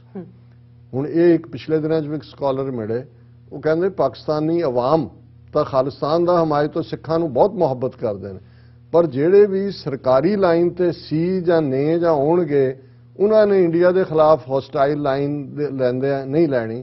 ਕਿ ਵੀ ਜੇ ਕਸ਼ਮੀਰ ਦੇ ਮੁੱਦੇ ਦੇ ਉੱਤੇ ਉਹ ਬਿਲਕੁਲ ਜਿਹੜੇ ਨੇ ਉਹ ਉਸ ਕਿਸਮ ਦਾ ਸੋਲਿਡ ਲਾਈਨ ਨਹੀਂ ਹੈ, ਤੇ ਸਿੱਖਾਂ ਨੂੰ ਇਹ ਤਵੱਕੋ ਨਹੀਂ ਕਰਨੀ ਚਾਹੀਦੀ ਕਿ ਉਹਨਾਂ ਦੀ ਲੜਾਈ, ਹਾਲਾਂਕਿ ਮੈਂ ਇਹਨੂੰ ਥੋੜਾ ਜਿਹਾ ਡਿਫਰੈਂਟਲੀ ਦੇਖਦਾ। ਮੈਂ ਸਮਝਦਾ ਵੀ ਅਲਟੀਮੇਟਲੀ ਹਾਲਾਤ ਜਾਂ ਆਵਾਮ ਦਾ ਜਦੋਂ ਆਵਾਜ਼ ਬਣਦੀ ਹੈ, ਪਾਲਿਸੀਜ਼ ਚੇਂਜ ਵੀ ਹੁੰਦੀਆਂ ਨੇ।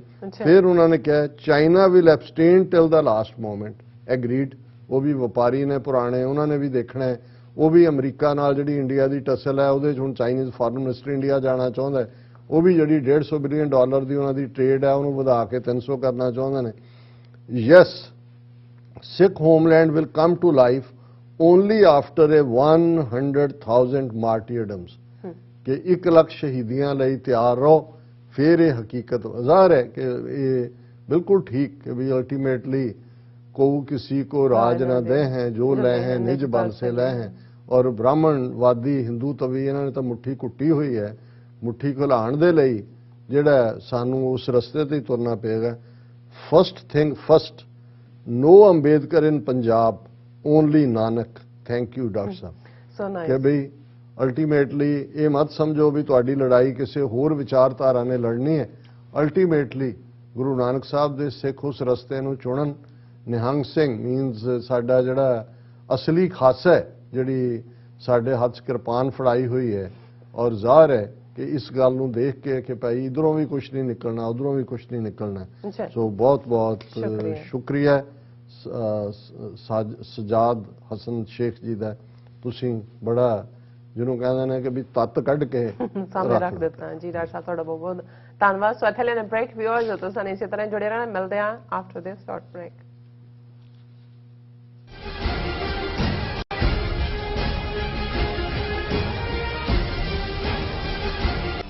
ਕਦੋਂ ਤੱਕ, ਹਾਂ ਕਦੋਂ ਤੱਕ ਅਸੀਂ ਭਾਰਤ ਅਤੇ ਦੁਨੀਆ ਭਰ ਦੇ ਵਿੱਚ ਵਸਦੇ ਸਿੱਖਾਂ ਦੇ ਮਸਲਿਆਂ ਤੇ ਭਾਰਤੀ ਚੈਨਲਾਂ ਦਾ ਝੂਠਾ ਪ੍ਰੋਪੇਗੈਂਡਾ ਬਰਦਾਸ਼ਤ ਕਰਦੇ ਰਹਾਂਗੇ? ਆਓ ਮੇਰੇ ਨਾਲ ਜੁੜੋ ਪ੍ਰੋਗਰਾਮ ਗੁਫ਼ਤਗੂ ਵਿੱਚ।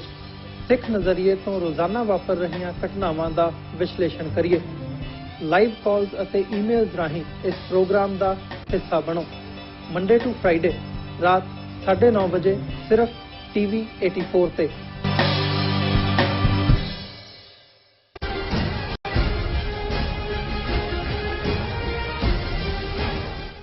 Viewers welcome back to programme. So viewers and well ਦੀ ਸੈਕਸ਼ਨ ਵਿੱਚ ਆਪਾਂ ਗੱਲਬਾਤ ਕਰਨ ਜਾ ਰਹੇ ਹਾਂ ਕਰਤਾਰਪੁਰ ਸਾਹਿਬ ਦੇ ਹਵਾਲੇ ਨਾਲ ਕਿ ਪਿਛਲੇ ਦਿਨੀ ਮੀਡੀਆ ਵਿੱਚ ਖਬਰ ਆਈ ਕਿ ਪਾਕਿਸਤਾਨ ਸਰਕਾਰ ਵੱਲੋਂ ਗੁਰਦੁਆਰਾ ਕਰਤਾਰਪੁਰ ਸਾਹਿਬ ਦੀ ਹਦੂਦ ਵਿੱਚ ਬਸੰਤ ਬਹਾਰ ਮੌਸਮ ਨੂੰ ਲੈ ਕੇ ਇੱਕ ਕਲਚਰ ਪ੍ਰੋਗਰਾਮ ਜਸ਼ਨੇ ਬਹਾਰਾ ਆਰਗੇਨਾਈਜ਼ ਕੀਤਾ ਜਾ ਰਿਹਾ ਹੈ। ਸੋ 5 ਰੋਜ਼ਾ ਇਸ ਪ੍ਰੋਗਰਾਮ ਵਿੱਚ ਕਵਾਲੀਆਂ, ਡਾਂਸ, ਭੰਗੜਾ, ਗਿੱਧਾ ਆਦਿ ਵੀ ਹੋਣੇ ਸਨ। ਇਸ ਨੂੰ ਲੈ ਕੇ ਜਿਹੜੀਆਂ ਸਿੱਖ ਸੰਗਤਾਂ ਵਿੱਚ ਬੇਚੈਨੀ ਸੀ ਕਿਉਂਕਿ ਕਰਤਾਰਪੁਰ ਸਾਹਿਬ ਜੀ ਦਾ ਇੱਕ ਮਜ਼ਹਬੀ ਰੁਤਬਾ ਹੈ ਅਤੇ ਇਹ ਸਭ ਸਿੱਖ ਰਿਆਇਤ ਮਰਿਆਦਾ ਦੇ ਖਿਲਾਫ ਹੈ। ਸੋ ਇਸ ਸੰਬੰਧੀ ਸ਼੍ਰੋਮਣੀ ਕਮੇਟੀ ਵੱਲੋਂ ਵੀ ਪ੍ਰੋਟੈਸਟ ਕੀਤਾ ਗਿਆ ਔਰ ਸਾਨੂੰ ਖੁਸ਼ੀ ਹੈ ਕਿ ਪਾਕਿਸਤਾਨ ਸਰਕਾਰ ਨੇ ਇਸ ਸਿੱਖ ਜਜ਼ਬਿਆਂ ਦੀ ਕਦਰ ਕਰਦਿਆਂ ਇਸ ਕਲਚਰਲ ਇਵੈਂਟ ਨੂੰ ਰੱਦ ਕਰ ਦਿੱਤਾ ਹੈ। ਸੋ ਇਸ ਬਾਰੇ ਆਪਾਂ ਗੱਲਬਾਤ ਕਰਨ ਜਾ ਰਹੇ ਹਾਂ। ਸੋ ਅਸੀਂ ਚਾਹਾਂਗੇ ਕਿ ਤੁਸੀਂ ਇਸੇ ਤਰ੍ਹਾਂ ਬਣੇ ਰਹਿਣਾ। ਦੇਖਣ ਸੁਣਨ ਲਈ ਲਿਖਣ ਲਈ ਤੁਹਾਡਾ ਸਭ ਦਾ ਬਹੁਤ ਬਹੁਤ ਸ਼ੁਕਰੀਆ ਜੀ। ਡਾਕਟਰ ਸਾਹਿਬ ਕੀ ਵਿਚਾਰਾਂ ਨੇ? देखो मैनू कई बार हैरानी भी होंदी है कि हुण पाकिस्तान की हुकूमत दे विच भी और सिख नुकता निगाह नूं समझण वाले उत्थे स्कॉलर भी मौजूद ने। पाकिस्तानी पंजाब के गवर्नर मुहम्मद सरवर जिहड़े गलासगो तो गए ने UK च, उन्हां दे गुरुद्वारा साहब भी जाते रहंदे ने और वो सारे समझते हैं। उत्थे भी स्कॉलर मौजूद ने भी वो क्यों कई बार इस किस्म का कोई जिहड़ा वो सोच ਜ਼ਾਹਰ ਕਰਦੇ ਨੇ ਜਿਹੜੀ ਸਿੱਖੀ ਅਸੂਲਾਂ ਦੇ ਮੁਤਾਬਕ ਨਹੀਂ ਹੁੰਦੀ। ਭਾਵੇਂ ਅਸੀਂ ਐਪਰੀਸ਼ੀਏਟ ਕਰਦੇ ਹਾਂ ਕਿ ਉਹਨਾਂ ਤੱਕ ਜਦੋਂ ਗੱਲ ਪਹੁੰਚਦੀ ਆ ਫਿਰ ਸਟੈਪ ਬੈਕ ਲੈ ਲੈਂਦੇ ਨੇ। ਔਰ ਮੈਨੂੰ ਯਾਦ ਹੈ ਇੱਕ ਡਿਸਕਸ਼ਨ ਇੱਥੇ ਨਿਊਯਾਰਕ 'ਚ ਰੂਜ਼ਾਵੈਲਟ ਹੋਟਲ ਦੇ ਵਿੱਚ ਹੋਈ ਜਿਹਦੇ 'ਚ ਪਾਕਿਸਤਾਨ ਦੇ ਰਿਲੀਜੀਅਸ ਅਫੇਅਰ ਨਾਲ ਸੰਬੰਧਿਤ ਇੱਕ ਸੱਜਣ ਵੀ ਔਰ ਉਹਨਾਂ ਦੇ ਐਵੈਕੂਏਸ ਟਰਸਟ ਪ੍ਰਾਪਰਟੀ ਬੋਰਡ ਦੇ ਵੀ ਸੱਜਣ ਸੀ ਤੇ ਉਹਦੇ 'ਚ ਜਿਹੜਾ ਉਹਨਾਂ ਦਾ ਐਡਵਾਈਜ਼ਰ ਸੀ ਉਸ ਲਾਈਨ ਦਾ ਉਹਨੇ ਲਫ਼ਜ਼ ਕਿਹਾ ਜੀ ਅਸੀਂ ਰਿਲੀਜੀਅਸ ਟੂਰਿਜ਼ਮ ਪ੍ਰਮੋਟ ਕਰਨਾ ਚਾਹੁੰਦੇ ਹਾਂ ਔਰ ਅਸੀਂ ਸਿੱਖ ਗੁਰਦੁਆਰਿਆਂ ਨੂੰ ਉਸ ਐਂਗਲ ਤੋਂ ਦੇਖਦੇ ਹਾਂ। ਡਾਕਟਰ ਇਕਦਾਰ ਕਰਾਮਤ ਚੀਮਾ UK ਤੋਂ ਉਹ ਵੀ ਆਏ ਹੋਏ ਸੀ। ਉਹਨਾਂ ਨੇ ਉੱਥੇ ਹੀ ਉਹਨੂੰ ਇੰਟਰਪਟ ਕਰ ਦਿੱਤਾ। ਉਹਨੇ ਕਿਹਾ ਕਿ ਵੀ ਇਹ ਜਿਹੜਾ ਮਜ਼ਹਬ ਹੈ ਇਹਨੂੰ ਟੂਰਿਜ਼ਮ ਨਾ ਬਣਾਓ। ਬਿਲਕੁਲ ਤੁਸੀਂ ਸਿੱਖ ਮੁਸਲਮਾਨ ਸਾਂਝਾਂ ਦੀ ਗੱਲ ਕਰੋ ਔਰ ਸਿੱਖ ਕੌਮ ਜਿਹੜੀ ਇੰਨੀ ਜੈਨਰਸ ਹੈ ਔਰ ਆਪਣੇ ਮਜ਼ਹਬ ਪ੍ਰਤੀ ਇੰਨੀ ਕਹਿ ਉਹ ਤੁਹਾਡਾ ਜੋ ਤੁਸੀਂ ਟੂਰਿਜ਼ਮ ਕਹਿ ਕੇ ਹਾਸਲ ਕਰਨਾ ਚਾਹੁੰਦੇ ਹੋ ਉਹਦੇ ਨਾਲ ਉਹ ਕਿਤੇ ਜਿਹੜਾ ਉਸ ਮੁਲਕ ਨੂੰ ਜਿਹੜਾ ਉਹ ਆਪਣਾ ਸਮਝ ਕੇ ਉੱਥੇ ਜਿਹੜੀ ਹੈ ਇਨਵੈਸਟਮੈਂਟ ਕਰਨਗੇ। ਇਹ ਲਫ਼ਜ਼ ਮਤ ਇਸਤੇਮਾਲ ਕਰੋ ਕਿ ਜੀ ਤੁਸੀਂ ਇਹਨੂੰ ਮਜ਼ਹਬ ਜਿਹੜਾ ਹੈ ਉਹ ਵਪਾਰ ਨਹੀਂ ਹੁੰਦਾ। ਔਰ ਬੇਸ਼ੱਕ ਉੱਥੇ ਤਾਂ ਉਹਨਾਂ ਨੂੰ ਕਿਸੇ ਨੇ ਨਹੀਂ, ਮੈਂ ਬਾਅਦ ਚ ਨਿਕਲ ਕੇ ਉਹਨਾਂ ਨੂੰ ਐਪਰੀਸ਼ੀਏਟ ਕੀਤਾ। ਮੈਂ ਕਿਹਾ ਜੀ ਤੁਸੀਂ ਠੀਕ ਨੁਕਤਾ ਕਿਹਾ ਵੀ ਇਹ ਸੋਚਦੇ ਠੀਕ ਲਾਈਨ ਤੇ ਨਹੀਂ ਨੇ, ਇਹ ਮਜ਼ਹਬ ਵਪਾਰ ਨਹੀਂ ਹੈ। ਹੁਣ ਜੇ ਨਨਕਾਣਾ ਸਾਹਿਬ ਔਰ ਕਰਤਾਰਪੁਰ ਸਾਹਿਬ ਨੂੰ ਜਦੋਂ ਅਸੀਂ ਸਿੱਖਾਂ ਦਾ ਮੱਕਾ ਤੇ ਮਦੀਨਾ ਕਹਿੰਦੇ ਹਾਂ ਫਿਰ ਹਰ ਜਿਹੜਾ ਵੀ ਉੱਥੇ ਇਸ ਵੇਲੇ ਐਡਮਿਨਿਸਟ੍ਰੇਟਿਵ ਲਾਈਨ 'ਚ ਨੇ ਕੋਈ ਵੀ ਪ੍ਰੋਗਰਾਮ ਲਿਖਣ ਤੋਂ ਪਹਿਲਾਂ ਤੁਸੀਂ ਇਹ ਦੇਖੋ ਕਿ ਜੇ ਇਹ ਮੱਕੇ ਜਾਂ ਮਦੀਨੇ ਨਾਲ ਰਿਲੇਟਡ ਇਸ ਕਿਸਮ ਦੀ ਕੋਈ ਗੱਲ ਹੋਏ ਤੇ ਜਿਵੇਂ ਮੁਸਲਮਾਨ ਸੋਚਣ, ਕਿਉਂਕਿ ਬਹੁਤ ਸਾਰੀਆਂ ਚੀਜ਼ਾਂ ਫੇਥ ਦੇ ਮਾਮਲੇ 'ਚ ਸਾਡੀਆਂ ਮਿਲਦੀਆਂ ਨੇ, ਇਵੇਂ ਹੀ ਸਿੱਖ ਸੋਚਣਗੇ। ਹੁਣ ਇਹ ਖਬਰ ਜਿੱਦਣ ਮੈਂ ਵੀ ਦੇਖੀ 3-4 ਦਿਨ ਪਹਿਲਾਂ ਮੀਡੀਆ 'ਚ ਕਿ ਜੀ ਇਹ ਪਾਕਿਸਤਾਨ ਗਵਰਨਮੈਂਟ ਨੇ ਫੈਸਲਾ ਕੀਤਾ ਕਿ ਜਸ਼ਨੇ ਬਹਾਰਾਂ 23 ਤੋਂ 27 ਮਾਰਚ ਤੱਕ ਕਰਤਾਰਪੁਰ ਸਾਹਿਬ ਦੇ ਪ੍ਰੈਸਿਡੈਂਟ ਦੇ ਵਿੱਚ ਮਨਾਇਆ ਜਾਏਗਾ, ਜਿਹਦੇ ਵਿੱਚ ਬਸੰਤ ਸਪਰਿੰਗ ਨੂੰ ਵੈਲਕਮ ਕੀਤਾ ਜਾਏਗਾ ਔਰ ਬੜੇ ਬੜੇ ਨਾਮੀ ਗ੍ਰਾਮੀ ਜਿਹੜੇ ਨੇ ਉਹ ਕਵਾਲ ਡਾਂਸਰ ਭੰਗੜੇ ਵਾਲੇ ਸਿੰਗਿੰਗ ਔਰ ਇਹ ਉਹ ਹੋਏਗਾ। ਤੇ ਮੈਂ ਇੱਕਦਮ ਪੈਨਿਕ ਬਟਨ ਦੱਬਣ ਵਾਲੀ ਗੱਲ ਸੀ, ਅਸੀਂ ਵੀ ਜਿਹੜੇ ਰੈਲੇਵੈਂਟ ਕਿ ਭਾਈ ਇਹ ਤੁਸੀਂ ਕੀ ਕਰਨ ਜਾ ਰਹੇ ਹੋ, ਇਹ ਤਾਂ ਤੁਸੀਂ ਖਾਮਖਾਏ ਨਾ ਹਿੰਦੂ ਤਵੀਆਂ ਦੇ ਹੱਥਾਂ 'ਚ ਇੰਨਾ ਵੱਡਾ ਕੰਮ ਤੁਸੀਂ ਕੀਤਾ ਕਰਤਾਰਪੁਰ ਕੋਰੀਡੋਰ ਬਣਾ ਕੇ ਡਿਵੈਲਪ ਕਰਕੇ ਸਿੱਖਾਂ ਦੀ ਗੁੱਡਵਿਲ ਹੈ। ਇਹ ਐਕਸ਼ਨ ਤੁਹਾਨੂੰ ਕਿਤੇ ਵੀ ਜਿਹੜਾ ਇਹ ਨਹੀਂ ਸਿੱਖ ਟੋਲਰੇਟ ਕਰਨਗੇ ਕਿ ਵੀ ਤੁਸੀਂ ਗੁਰਦੁਆਰਿਆਂ ਦੇ ਪ੍ਰਸੰਗ 'ਚ ਉੱਥੇ ਨਾਚ ਤਹਿਜ਼ੀਬ ਦੀ ਇੱਕ ਆਪਣੀ ਥਾਂ ਹੈ। ਇਹ ਜਿਹੜੀਆਂ ਇਬਾਦਤ ਦੀਆਂ ਥਾਵਾਂ, ਹਾਂ ਜਿਵੇਂ ਜੇ ਤੁਸੀਂ ਕੋਈ ਵੱਡੇ ਲੈਵਲ ਦਾ ਉਸ ਪ੍ਰਸੰਗ ਦੇ ਵਿੱਚ ਮੁਸ਼ਾਇਰਾ ਕਵੀ ਦਰਬਾਰ ਜਾਂ ਕੁਛ ਇਸ ਕਿਸਮ ਦੀ ਕੋਈ ਇਵੈਂਟ ਕਰਦੇ ਹੋ ਉਹ ਐਕਸੈਪਟੇਬਲ ਹੁੰਦੀ ਹੈ। ਹੁਣ ਤੁਸੀਂ ਉੱਥੇ ਭੰਗੜੇ ਗਿੱਧੇ ਨਾਚ ਕਰਾਓਗੇ ਉਸ ਥਾਂ ਦੇ ਉੱਤੇ, ਉਹਨੂੰ ਕਹੋ ਜੀ ਅਸੀਂ ਜਸ਼ਨੇ ਬਹਾਰ ਹੈ, ਨਹੀਂ ਇਹ ਨਹੀਂ ਹੈ। ਔਰ ਇਸ ਦੇ ਉੱਤੇ ਫੌਰਨ ਪਾਕਿਸਤਾਨ ਸ਼੍ਰੋਮਣੀ ਗੁਰਦੁਆਰਾ ਪ੍ਰਬੰਧਕ ਕਮੇਟੀ ਨੇ ਵੀ ਆਫੀਸ਼ੀਅਲੀ ਉਹਨਾਂ ਨੇ ਪ੍ਰੋਟੈਸਟ ਕੀਤਾ ਹੈ, ਪਾਕਿਸਤਾਨੀ ਹਾਈ ਕਮਿਸ਼ਨਰ ਨੂੰ ਦਿੱਲੀ 'ਚ ਲਿਖਿਆ ਔਰ ਜਿਹੜੀ ਮੈਂ ਸਮਝਦਾ ਵੀ ਪੋਜ਼ਿਟਿਵਿਟੀ ਔਰ ਜਿਹਦੇ ਲਈ ਅਸੀਂ ਥੈਂਕਫੁਲ ਵੀ ਹਾਂ ਕਿ after objection Pakistan cancels cultural event near Gurdwara Kartarpur Sahib. ਹਾਲਾਂਕਿ ਉਹਨਾਂ ਦੀ ਇੰਟੈਂਟ ਮਾੜੀ ਨਹੀਂ ਹੋਏਗੀ ਕਿ ਵੀ ਇਸ ਲਾਈਨ ਦੇ ਉੱਤੇ ਤੁਸੀਂ ਪੰਜਾਬੀ ਤਹਿਜ਼ੀਬ ਨੂੰ ਪ੍ਰਮੋਟ ਕਰਦੇ ਹੋ।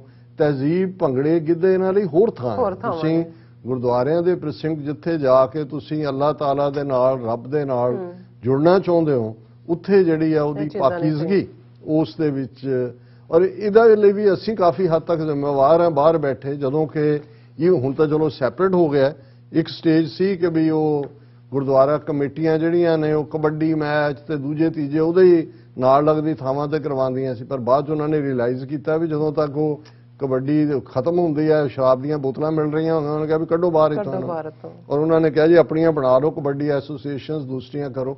ਸੋ ਇਹ ਜਿਹੜੀਆਂ ਮਜ਼ਹਬੀ ਥਾਵਾਂ ਨੇ ਇਹ ਪਾਕੀਜ਼ਗੀ ਦੇ ਪੱਖੋਂ ਇਹ ਇਬਾਦਤ ਗਾਹਾਂ ਨੇ, ਇਹਨਾਂ ਨੂੰ ਇਵੇਂ ਹੀ ਰਹਿਣ ਦੇਣਾ ਚਾਹੀਦਾ। ਔਰ ਅਸੀਂ ਸਮਝਦੇ ਹਾਂ ਕਿ ਪਾਕਿਸਤਾਨ ਗਵਰਨਮੈਂਟ ਨੇ ਉਸ ਸੈਂਸਿਟੀਵਿਟੀ ਨੂੰ ਸਿੱਖਾਂ ਦੀ ਸਮਝਦੇ ਹਾਂ ਇਸ ਨੂੰ ਜਿਹੜਾ ਕੈਂਸਲ ਕੀਤਾ। ਔਰ ਜਿਵੇਂ ਅਸੀਂ ਰੋਜ਼ਾਨਾ ਰੂਹਾਨੀਅਤ ਦੀ ਵਿਚਾਰ ਕਰਦੇ ਹਾਂ ਔਰ ਹੁਣ ਅਸੀਂ ਇਹ ਬਿਲਕੁਲ ਪ੍ਰਣ ਵਾਂਗ ਹੀ ਲਿਆ ਹੋਇਆ ਕਿ ਵੀ ਇਹਨੂੰ ਮਿਸ ਨਹੀਂ ਕਰਨਾ ਹੈ। ਔਰ ਤੀਸਰੇ ਪਾਤਸ਼ਾਹ ਗੁਰੂ ਅਮਰਦਾਸ ਜੀ ਦਾ ਸ਼ਬਦ ਸ੍ਰੀ ਰਾਗ ਦੇ ਵਿੱਚ ਅੱਜ ਅਸੀਂ ਵਿਚਾਰ ਰਹੇ ਹਾਂ। ਸ੍ਰੀ ਰਾਗ ਮਹੱਲਾ ਤੀਜਾ। ਸੁਖ ਸਾਗਰ ਹਰ ਨਾਮ ਹੈ ਗੁਰਮੁਖ ਪਾਇਆ ਜਾਏ, ਅਨ ਦਿਨ ਨਾਮ ਧਿਆਈਐ ਸਹਿਜੇ ਨਾਮ ਸਮਾਏ, ਅੰਦਰ ਰਚੈ ਹਰ ਸੱਚ ਸਿਉ ਰਸਨਾ ਹਰ ਗੁਣ ਗਾਏ, ਭਾਈ ਰੇ ਜਗ ਦੁਖੀਆ ਦੂਜੈ ਪਾਏ, ਗੁਰ ਸਰਣਾਈ ਸੁਖ ਲਹੈ ਅਨ ਦਿਨ ਨਾਮ ਧਿਆਏ। ਰਹਾਓ। ਅਸੀਂ ਰੋਜ਼ਾਨਾ ਵਿਚਾਰ ਕਰਨ ਲੱਗੇ ਹਾਂ, ਰਹਾਓ ਦੀ ਤੁਕ ਤੋਂ ਹੀ ਵਿਚਾਰ ਸ਼ੁਰੂ ਕਰਦੇ ਹਾਂ ਕਿਉਂਕਿ ਇੱਕ ਜਨਰਲੀ ਇਹ ਬਿਲੀਵਡ ਪ੍ਰਿੰਸੀਪਲ ਹੈ। ਕਿਉਂਕਿ ਜਿਹੜੀ ਰਹਾਓ ਦੀ ਤੁਕ ਸੀ ਜਿਹੜੇ ਕੀਰਤਨ ਕਰਨ ਵਾਲੇ ਰਾਗੀ ਸਿੰਘ ਉਹਨਾਂ ਦੇ ਲਈ ਵੀ ਸੀ ਕਿ ਇਹਨੂੰ ਸਥਾਈ ਬਣਾਉਣ ਕਿ ਇਹਦੇ ਦੁਆਲੇ ਹੀ ਉਹਨਾਂ ਨੇ ਗਾਇਨ ਕਰਨਾ। ਹਾਲਾਂ ਹੁਣ ਜਿਹੜੀ ਪਪੂਲਰ ਸ਼ਬਦ ਦੀ ਲਾਈਨ ਹੁੰਦੀ ਹੈ ਉਹਨੂੰ ਚੁੱਕ ਲੈਂਦੇ ਨੇ, ਪਰ ਇਹਦਾ ਮਤਲਬ ਇਹੀ ਸੀ ਜਦੋਂ ਤੁਸੀਂ ਇਸ ਲਾਈਨ ਨੂੰ ਸਮਝਦੇ ਹੋ ਤੇ ਤੁਹਾਨੂੰ ਨਜ਼ਰ ਆਉਂਦਾ ਹੈ ਕਿ ਵੀ ਸਾਰਾ ਸ਼ਬਦ ਜਿਹੜਾ ਇਸ ਥਾਟ ਨੂੰ, ਔਰ ਜਦੋਂ ਇੱਕ ਸ਼ਬਦ ਦੇ ਵਿੱਚ 2 3 ਜਾਂ 4 ਰਹਾਓ ਵੀ ਹੁੰਦੇ ਨੇ ਵੱਡੇ ਸ਼ਬਦਾਂ 'ਚ, ਇਹਦਾ ਮਤਲਬ ਹੁੰਦਾ ਕਿ 4 ਥਾਟ ਸਾਈਮਲਟੇਨੀਅਸਲੀ ਉਹਦੇ 'ਚ ਰਨ ਕਰ ਰਹੇ ਨੇ। ਸੋ ਇਹ ਥਾਟ ਹੈ ਭਾਈ ਰੇ ਜਗ ਦੁਖੀਆ ਦੂਜਾ ਭਾਏ, ਦੂਜਾ ਮਾਇਆ ਦੇ ਵਿੱਚ ਫਸ ਗਿਆ ਕਿ ਹੇ ਮੇਰੇ ਵੀਰ, ਹੇ ਮੇਰੇ ਭਰਾ, ਹੇ ਮੇਰੇ ਭਾਜੀ, ਇਹ ਸੰਸਾਰ ਦੇ ਅੰਦਰ ਜਿਹੜਾ ਦੁੱਖ ਹੈ ਉਹ ਇਸ ਲਈ ਹੈ ਕਿ ਸੰਸਾਰੀ ਲੋਕ ਰੱਬ ਵੱਲ ਨਹੀਂ ਤੁਰਦੇ, ਮਾਇਆ ਵੱਲ ਤੁਰਦੇ ਨੇ। ਦੂਜੇ ਭਾਏ, ਦੂਜੇ ਉਹਨਾਂ ਦੇ ਅੰਦਰ ਮਾਇਆ ਦੀ ਜਿਹੜੀ ਆ ਉਹ ਖਿੱਚ ਉਹਨਾਂ ਨੂੰ ਅਕਸਰ ਪਰੇਸ਼ਾਨ ਕਰਦੀ ਹੈ। ਗੁਰ ਸਰਣ ਆਈ ਸੁਖ ਲਹੈ ਅਨ ਦਿਨ ਨਾਮ ਤੇ ਆਏ ਕਿ ਜੇ ਰੱਬ ਦੀ ਸ਼ਰਨ ਚ ਆ ਜਾਓ, ਗੁਰੂ ਦੀ ਮੱਤ ਲੈ ਕੇ ਦਿਨ ਰਾਤ, ਅੰਦਨ ਹੁੰਦਾ ਡੇ ਐਂਡ ਨਾਈਟ, ਚੱਤੇ ਪੈਰ, ਮਤਲਬ ਹਰ ਸਾਹ ਦੇ ਨਾਲ ਤੁਸੀਂ ਉਸ ਰੱਬ ਨੂੰ ਯਾਦ ਕਰੋ ਤੇ ਫਿਰ ਸੁਖ ਲਹੈ, ਉਹਦੇ ਚੋਂ ਆਨੰਦ ਮਿਲਦਾ ਹੈ, ਸੁਖ ਮਿਲਦਾ ਹੈ। ਔਰ ਸ਼ੁਰੂਆਤ ਹੈ ਸ਼ਬਦ ਦੀ, ਸੁਖ ਸਾਗਰ ਹਰ ਨਾਮ ਹੈ ਗੁਰਮੁਖ ਪਾਇਆ ਜਾਏ, ਕਿ ਰੱਬ ਦਾ ਨਾਮ ਸੁੱਖਾਂ ਦਾ ਸਮੁੰਦਰ ਹੈ। ਸਮੁੰਦਰ ਜਿਸ ਦੇ ਨਾਲ ਜੇ ਤੁਸੀਂ ਜੁੜਦੇ ਹੋ, ਅਨ ਦਿਨ ਨਾਮ ਧਿਆਈ ਹੈ ਸਹਿਜੇ ਨਾਮ ਸਮਝ, ਜਦੋਂ ਤੁਸੀਂ ਦਿਨ ਰਾਤ ਉਸ ਰੱਬ ਦੇ ਨਾਮ ਨੂੰ ਯਾਦ ਕਰਦੇ ਹੋ ਤੇ ਤੁਸੀਂ ਉਸ ਨਾਮ ਦੇ ਵਿੱਚ ਹੀ ਸਮਾ ਜਾਂਦੇ ਹੋ। ਫਿਰ ਉਸ ਦੇ ਵਜੂਦ ਦੇ ਵਿੱਚ ਤੇ ਤੁਹਾਡੇ 'ਚ ਫਰਕ ਨਹੀਂ ਹੁੰਦਾ, ਸਰੀਰ ਦੀ ਕੰਧ ਹੁੰਦੀ ਹੈ ਪਰ ਤੁਸੀਂ ਜੋਤੀ ਜੋਤ ਰਲੀ ਵਾਂਗ ਉਸ ਦਾ ਹਿੱਸਾ ਹੁੰਦੇ ਹੋ। ਅੰਦਰ ਰਚੈ ਹਰ ਸੱਚ ਸਿਉ ਰਸਨਾ ਹਰ ਗੁਣ ਗਾਏ, ਕਿ ਅੰਦਰ ਜਦੋਂ ਰੱਬ ਦੀ ਅਲਟੀਮੇਟ ਟਰੂਥ ਦੇ ਨਾਲ, ਸੱਚ ਦੇ ਨਾਲ ਰਚ ਜਾਂਦਾ ਹੈ ਤੇ ਰਸਨਾ ਜ਼ਬਾਨ ਨੂੰ ਕਹਿੰਦੇ ਨੇ, ਫਿਰ ਤੁਹਾਡੀ ਜ਼ਬਾਨ ਤੋਂ ਵੀ ਉਸ ਰੱਬ ਦੇ ਨਾਂ ਦਾ ਗੁਣ ਗਾਇਨ ਹੁੰਦਾ ਹੈ ਤੇ ਤੁਸੀਂ ਸੱਚ ਦੇ ਰਸਤੇ ਤੇ ਜਦੋਂ ਤੁਰਦੇ ਹੋ, ਸਾਚੇ ਮੈਲ ਨਾ ਲਾਗਈ ਮਨ ਨਿਰਮਲ ਹਰ ਧਿਆਏ, ਗੁਰਮੁਖ ਸ਼ਬਦ ਪਛਾਣੀਐ ਹਰ ਅੰਮ੍ਰਿਤ ਨਾਮ ਸਮਾਏ, ਗੁਰ ਗਿਆਨ ਪ੍ਰਚੰਡ ਬੁਲਾਇਆ ਅਗਿਆਨ ਅੰਧੇਰਾ ਜਾਏ। ਕਿ ਜਦੋਂ ਤੁਸੀਂ ਸੱਚ ਨਾਲ ਲੱਗ ਗਏ, ਤੁਸੀਂ ਵੀ ਸੱਚੇ ਹੋ ਗਏ, ਫਿਰ ਸੱਚੇ ਨੂੰ ਕੋਈ ਮੈਲ ਨਹੀਂ ਲੱਗਦੀ, ਮਨ ਤੁਹਾਡਾ ਨਿਰਮਲ ਰਹਿੰਦਾ ਹੈ, ਸਾਫ਼ ਰਹਿੰਦਾ ਹੈ, ਗੁਰਮੁਖ ਤੁਸੀਂ ਬਣ ਜਾਂਦੇ ਹੋ, ਉਸ ਵਾਹਿਗੁਰੂ ਦੇ ਸ਼ਬਦ ਨੂੰ ਪਛਾਣਦੇ ਹੋ ਤੇ ਰੱਬ ਦੇ ਉਸ ਅੰਮ੍ਰਿਤ ਵਰਗੇ ਨਾਂ ਦੀ ਮਿਠਾਸ ਦੇ ਵਿੱਚ ਤੁਸੀਂ ਗੁੜੁੰਦ ਰਹਿੰਦੇ ਹੋ ਤੇ ਤੁਹਾਡੇ ਅੰਦਰ ਇੰਟੈਂਸ ਫਿਰ ਉਹ ਗਿਆਨ ਦੀ ਅੱਗ ਜਿਹੜੀ ਹੈ ਪ੍ਰਚੰਡ, ਗੁਰ ਗਿਆਨ ਪ੍ਰਚੰਡ ਬੁਲਾਇਆ। ਜਦੋਂ ਅਸੀਂ ਈਵਨ ਇਹ ਪੜ੍ਹਿਆ ਜਾਂਦਾ ਹੈ ਕਿ ਭਾਈ ਕਿਵੇਂ ਜਦੋਂ ਤੁਸੀਂ ਉਸ ਰੱਬ ਦੇ ਨਾਲ ਜੁੜ ਜਾਂਦੇ ਹੋ ਤੇ ਤੁਹਾਡੇ ਅਗਿਆਨ ਅੰਧੇਰਾ ਕੱਟਿਆ, ਗੁਰ ਗਿਆਨ ਪ੍ਰਚੰਡ ਬੁਲਾਇਆ। ਅਗਿਆਨ ਇਗਨੋਰੈਂਸ ਦਾ ਹਨੇਰਾ, ਇਗਨੋਰੈਂਸ ਹਨੇਰਾ, ਗਿਆਨ ਫਾਇਰ ਹੈ ਜਿਹੜੀ ਉਸ ਹਨੇਰੇ ਦੇ ਵਿੱਚ ਰੋਸ਼ਨੀ ਹੈ। ਗੁਰ ਗਿਆਨ ਪ੍ਰਚੰਡ ਬੁਲਾਇਆ ਅਗਿਆਨ ਅੰਧੇਰਾ ਜਾਏ, ਅਗਿਆਨਤਾ ਦਾ, ਇਗਨੋਰੈਂਸ ਦਾ ਹਨੇਰਾ ਕੱਟਿਆ ਜਾਂਦਾ ਹੈ। ਮਨਮੁਖ ਮੈਲੇ ਮਲ ਭਰੇ ਹਉਮੈ ਤ੍ਰਿਸ਼ਨਾ ਵਿਕਾਰ, ਬਿਨ ਸ਼ਬਦੈ ਮੈਲ ਨਾ ਉਤਰੈ ਮਰ ਜੰਮੈ ਹੋਏ ਖੁਆਰ, ਧਾਤਰ ਬਾਜ਼ੀ ਪਲਚ ਰਹੇ ਨਾ ਉਰਵਾਰ ਨਾ ਪਾਰ। ਪਹਿਲਾਂ ਰੱਬ ਦੇ ਰਸਤੇ ਤੁਰਿਆਂ ਦੀ ਕਿਵੇਂ ਸੱਚ ਦੇ ਨਾਲ ਉਹ ਜੁੜ ਜਾਂਦੇ ਨੇ, ਕਿਵੇਂ ਗਿਆਨ ਦੀ ਪ੍ਰਚੰਡ ਚਾਨਣ ਦੀ ਰੋਸ਼ਨੀ ਉਹਨਾਂ ਦੀ ਜ਼ਿੰਦਗੀ ਨੂੰ ਰੁਸ਼ਨਾਉਂਦੀ ਹੈ। ਤੇ ਹੁਣ ਦੂਜੇ ਪਾਏ ਵਾਲੇ ਜਿਹੜੇ ਸ਼ੁਰੂ 'ਚ ਕਿਹਾ ਸੀ ਕਿ ਦੂਸਰੇ ਪਾਸੇ ਲੱਗੇ ਨੇ, ਮਨਮੁਖ ਮੈਲੇ ਮਲ ਭਰੇ ਹਉਮੈ ਤ੍ਰਿਸ਼ਨਾ ਵਿਕਾਰ, ਜਿਹੜੇ ਉਸ ਦੂਜੇ ਪਾਏ ਲੱਗੇ ਨੇ, ਮਨਮੁਖ ਨੇ, ਉਹਨਾਂ ਦਾ ਅੰਦਰ ਹਉਮੈ, ਈਗੋ ਔਰ ਨੈਗੇਟਿਵਿਟੀਜ਼ ਦੇ ਨਾਲ ਭਰਿਆ ਹੋਇਆ ਹੈ, ਕਾਮ ਕ੍ਰੋਧ ਲੋਭ ਮੋਹ ਹੰਕਾਰ 'ਚੋਂ ਜਿਉਂਦੇ ਨੇ। ਬਿਨ ਸ਼ਬਦੈ ਮੈਲ ਨਾ ਉਤਰੇ, ਇਹ ਜਿਹੜੀ ਵਿਕਾਰਾਂ ਦੀ ਮੈਲ ਹੈ ਇਹ ਉਤਰੇਗੀ ਜਦੋਂ ਰੱਬ ਦੀ ਯਾਦ ਦਾ ਖੰਡਾ ਤੁਹਾਡੇ ਅੰਦਰ ਖੜਕੇਗਾ। ਇਸ ਤੋਂ ਬਿਨਾਂ ਇਹ ਮੈਲ ਨਹੀਂ ਜਾਏਗੀ। ਮਰ ਜੰਮਿਆ ਹੋਏ ਖੁਆਰ, ਜੰਮਣ ਮਰਨ ਦੇ ਵਿੱਚ ਉਸ ਆਵਾਗਾਉਣ ਦੇ ਚੱਕਰ 'ਚ ਰਹਿ ਕੇ ਖੁਆਰੀ ਮਿਲਦੀ ਹੈ। ਧਾਤਰਬਾਜ਼ੀ ਪਲਚ ਰਹੇ, ਕਿ ਇਸ ਕਿਸਮ ਦੇ ਜਿਹੜੇ ਲੋਕ ਨੇ, ਧਾਤਰਬਾਜ਼ੀ ਹੁੰਦੀ ਹੈ ਡਰਾਮੇਬਾਜ਼ੀ, ਨੌਟੰਕੀ, ਉਸ ਦੇ ਵਿੱਚ ਹੀ ਆਪਣੇ ਆਪ ਨੂੰ ਪਲਚ ਕੇ ਜਿਹੜਾ ਉਸ 'ਚ ਫਸ ਕੇ ਉਹਦੇ 'ਚੋਂ ਖੁਸ਼ੀ ਭਾਲਣ ਦੀ ਕੋਸ਼ਿਸ਼ ਕਰਦੇ ਨੇ, ਨਾ ਉਰਵਾਰ ਨਾ ਪਾਰ, ਪਰ ਉਹ ਕਿਸੇ ਕੰਡੇ ਵੀ ਨਹੀਂ ਲੱਗਦੇ। ਤੇ ਅਖੀਰਲੇ ਵਾਕ ਨੇ ਤੀਜੇ ਨਾਨਕ ਗੁਰੂ ਅਮਰਦਾਸ ਸਾਹਿਬ ਦੇ, ਗੁਰਮੁਖ ਜਪ ਤਪ ਸੰਜਮੀ ਹਰ ਕੈ ਨਾਮ ਪਿਆਰ, ਗੁਰਮੁਖ ਸਦਾ ਧਿਆਈਐ ਏਕ ਨਾਮ ਕਰਤਾਰ, ਨਾਨਕ ਨਾਮ ਧਿਆਈਐ ਸਭਨਾ ਜੀਆਂ ਕਾ ਆਧਾਰ। ਕਿ ਗੁਰਮੁਖ ਜਿਹੜੇ ਰੱਬ ਦੇ ਰਸਤੇ ਤੇ ਤੁਰ ਪੈਂਦੇ ਨੇ, ਉਹ ਜਪ ਤਪ ਸੰਜਮ ਜ਼ਿੰਦਗੀ 'ਚ ਉਹਨਾਂ ਦੇ ਰੈਸਟ੍ਰੇਂਟ ਹੈ, ਉਹਨਾਂ ਦੇ ਅੰਦਰ ਇੱਕ ਆਨੰਦ ਹੈ, ਉਹ ਰੱਬ ਦੇ ਪਿਆਰ 'ਚ ਨੇ, ਸਦਾ ਹੀ ਰੱਬ ਦੀ ਯਾਦ ਉਹਨਾਂ ਦੇ ਅੰਦਰ ਰਹਿੰਦੀ ਹੈ। ਉਹ ਇੱਕ ਰੱਬ ਤੋਂ ਬਿਨਾਂ, ਇੱਕ ਨਾਮ ਕਰਤਾਰ, ਕਿਸੇ ਹੋਰ ਤੇ ਆਮਨਾ ਨਹੀਂ ਰੱਖਦੇ। ਤੇ ਤੀਸਰੇ ਨਾਨਕ ਫਰਮਾਉਂਦੇ ਨੇ, ਨਾਨਕ ਨਾਮ ਧਿਆਈਐ ਸਭਨਾ ਜੀਆਂ ਕਾ ਆਧਾਰ, ਕਿ ਭਾਈ ਉਸ ਰੱਬ ਦੇ ਨਾਮ ਨੂੰ ਆਪਣੇ ਜੀਵਨ ਦੇ ਵਿੱਚ ਲਿਆਓ ਜਿਹੜਾ ਕੁੱਲ ਕਾਇਨਾਤ ਦਾ ਸਹਾਰਾ ਹੈ, ਜਿਹੜਾ ਸਾਰੇ ਜੀਆਂ ਦਾ ਆਧਾਰ ਹੈ। ਇਹ ਅੱਜ ਦਾ ਜੀ ਡਾਕਟਰ ਸਾਹਿਬ, ਤੁਹਾਡਾ ਬਹੁਤ ਬਹੁਤ ਸ਼ੁਕਰੀਆ। ਤੁਸੀਂ ਅੱਜ ਦਾ ਵਿਚਾਰ ਤੇ ਅੱਜ ਦੇ ਜਿਹੜੇ ਅਹਿਮ ਇਸ਼ੂ ਨੇ ਉਹ ਸਾਡੇ ਦਰਸ਼ਕਾਂ ਨਾਲ ਸਾਂਝੇ ਕੀਤੇ। ਇਸ ਵੇਲੇ ਆਪਣੇ ਵਿਊਅਰਸ ਕੋਲ ਲੈਣੇ ਇਜਾਜ਼ਤ। ਵਿਊਅਰਸ, ਸਾਡੇ ਪ੍ਰੋਗਰਾਮ ਦਾ ਸਮਾਂ ਇੱਥੇ ਸਮਾਪਤ ਹੁੰਦਾ। ਤੁਸੀਂ ਆਪਣੀ ਰਾਏ ਤੇ ਸੁਝਾਅ ਸਾਨੂੰ ਭੇਜਣਾ ਭੁੱਲਣਾ ਸਾਡੇ ਇਸ ਪਤੇ ਤੇ SOS@TV4.TV ਤੇ ਅਸੀਂ ਆਪਣਾ ਪ੍ਰੋਗਰਾਮ ਲੈ ਕੇ ਫਿਰ ਦੁਬਾਰਾ ਤੁਹਾਡੇ ਰੂਬਰੂ ਹੋਵਾਂਗੇ। ਤਦ ਤੱਕ ਲਈ ਮੈਨੂੰ ਤੇ ਆਪਣਾ ਸੁਣਾ ਗਿਆ ਦੋ ਦੇਖਦੇ ਰਹੋ TV4, ਬੁਲਾ ਦਿਓ ਫਤਿਹ। ਵਾਹਿਗੁਰੂ ਜੀ ਕਾ ਖਾਲਸਾ, ਵਾਹਿਗੁਰੂ ਜੀ ਕੀ ਫਤਿਹ। ਰੱਬ ਰੱਖਾ।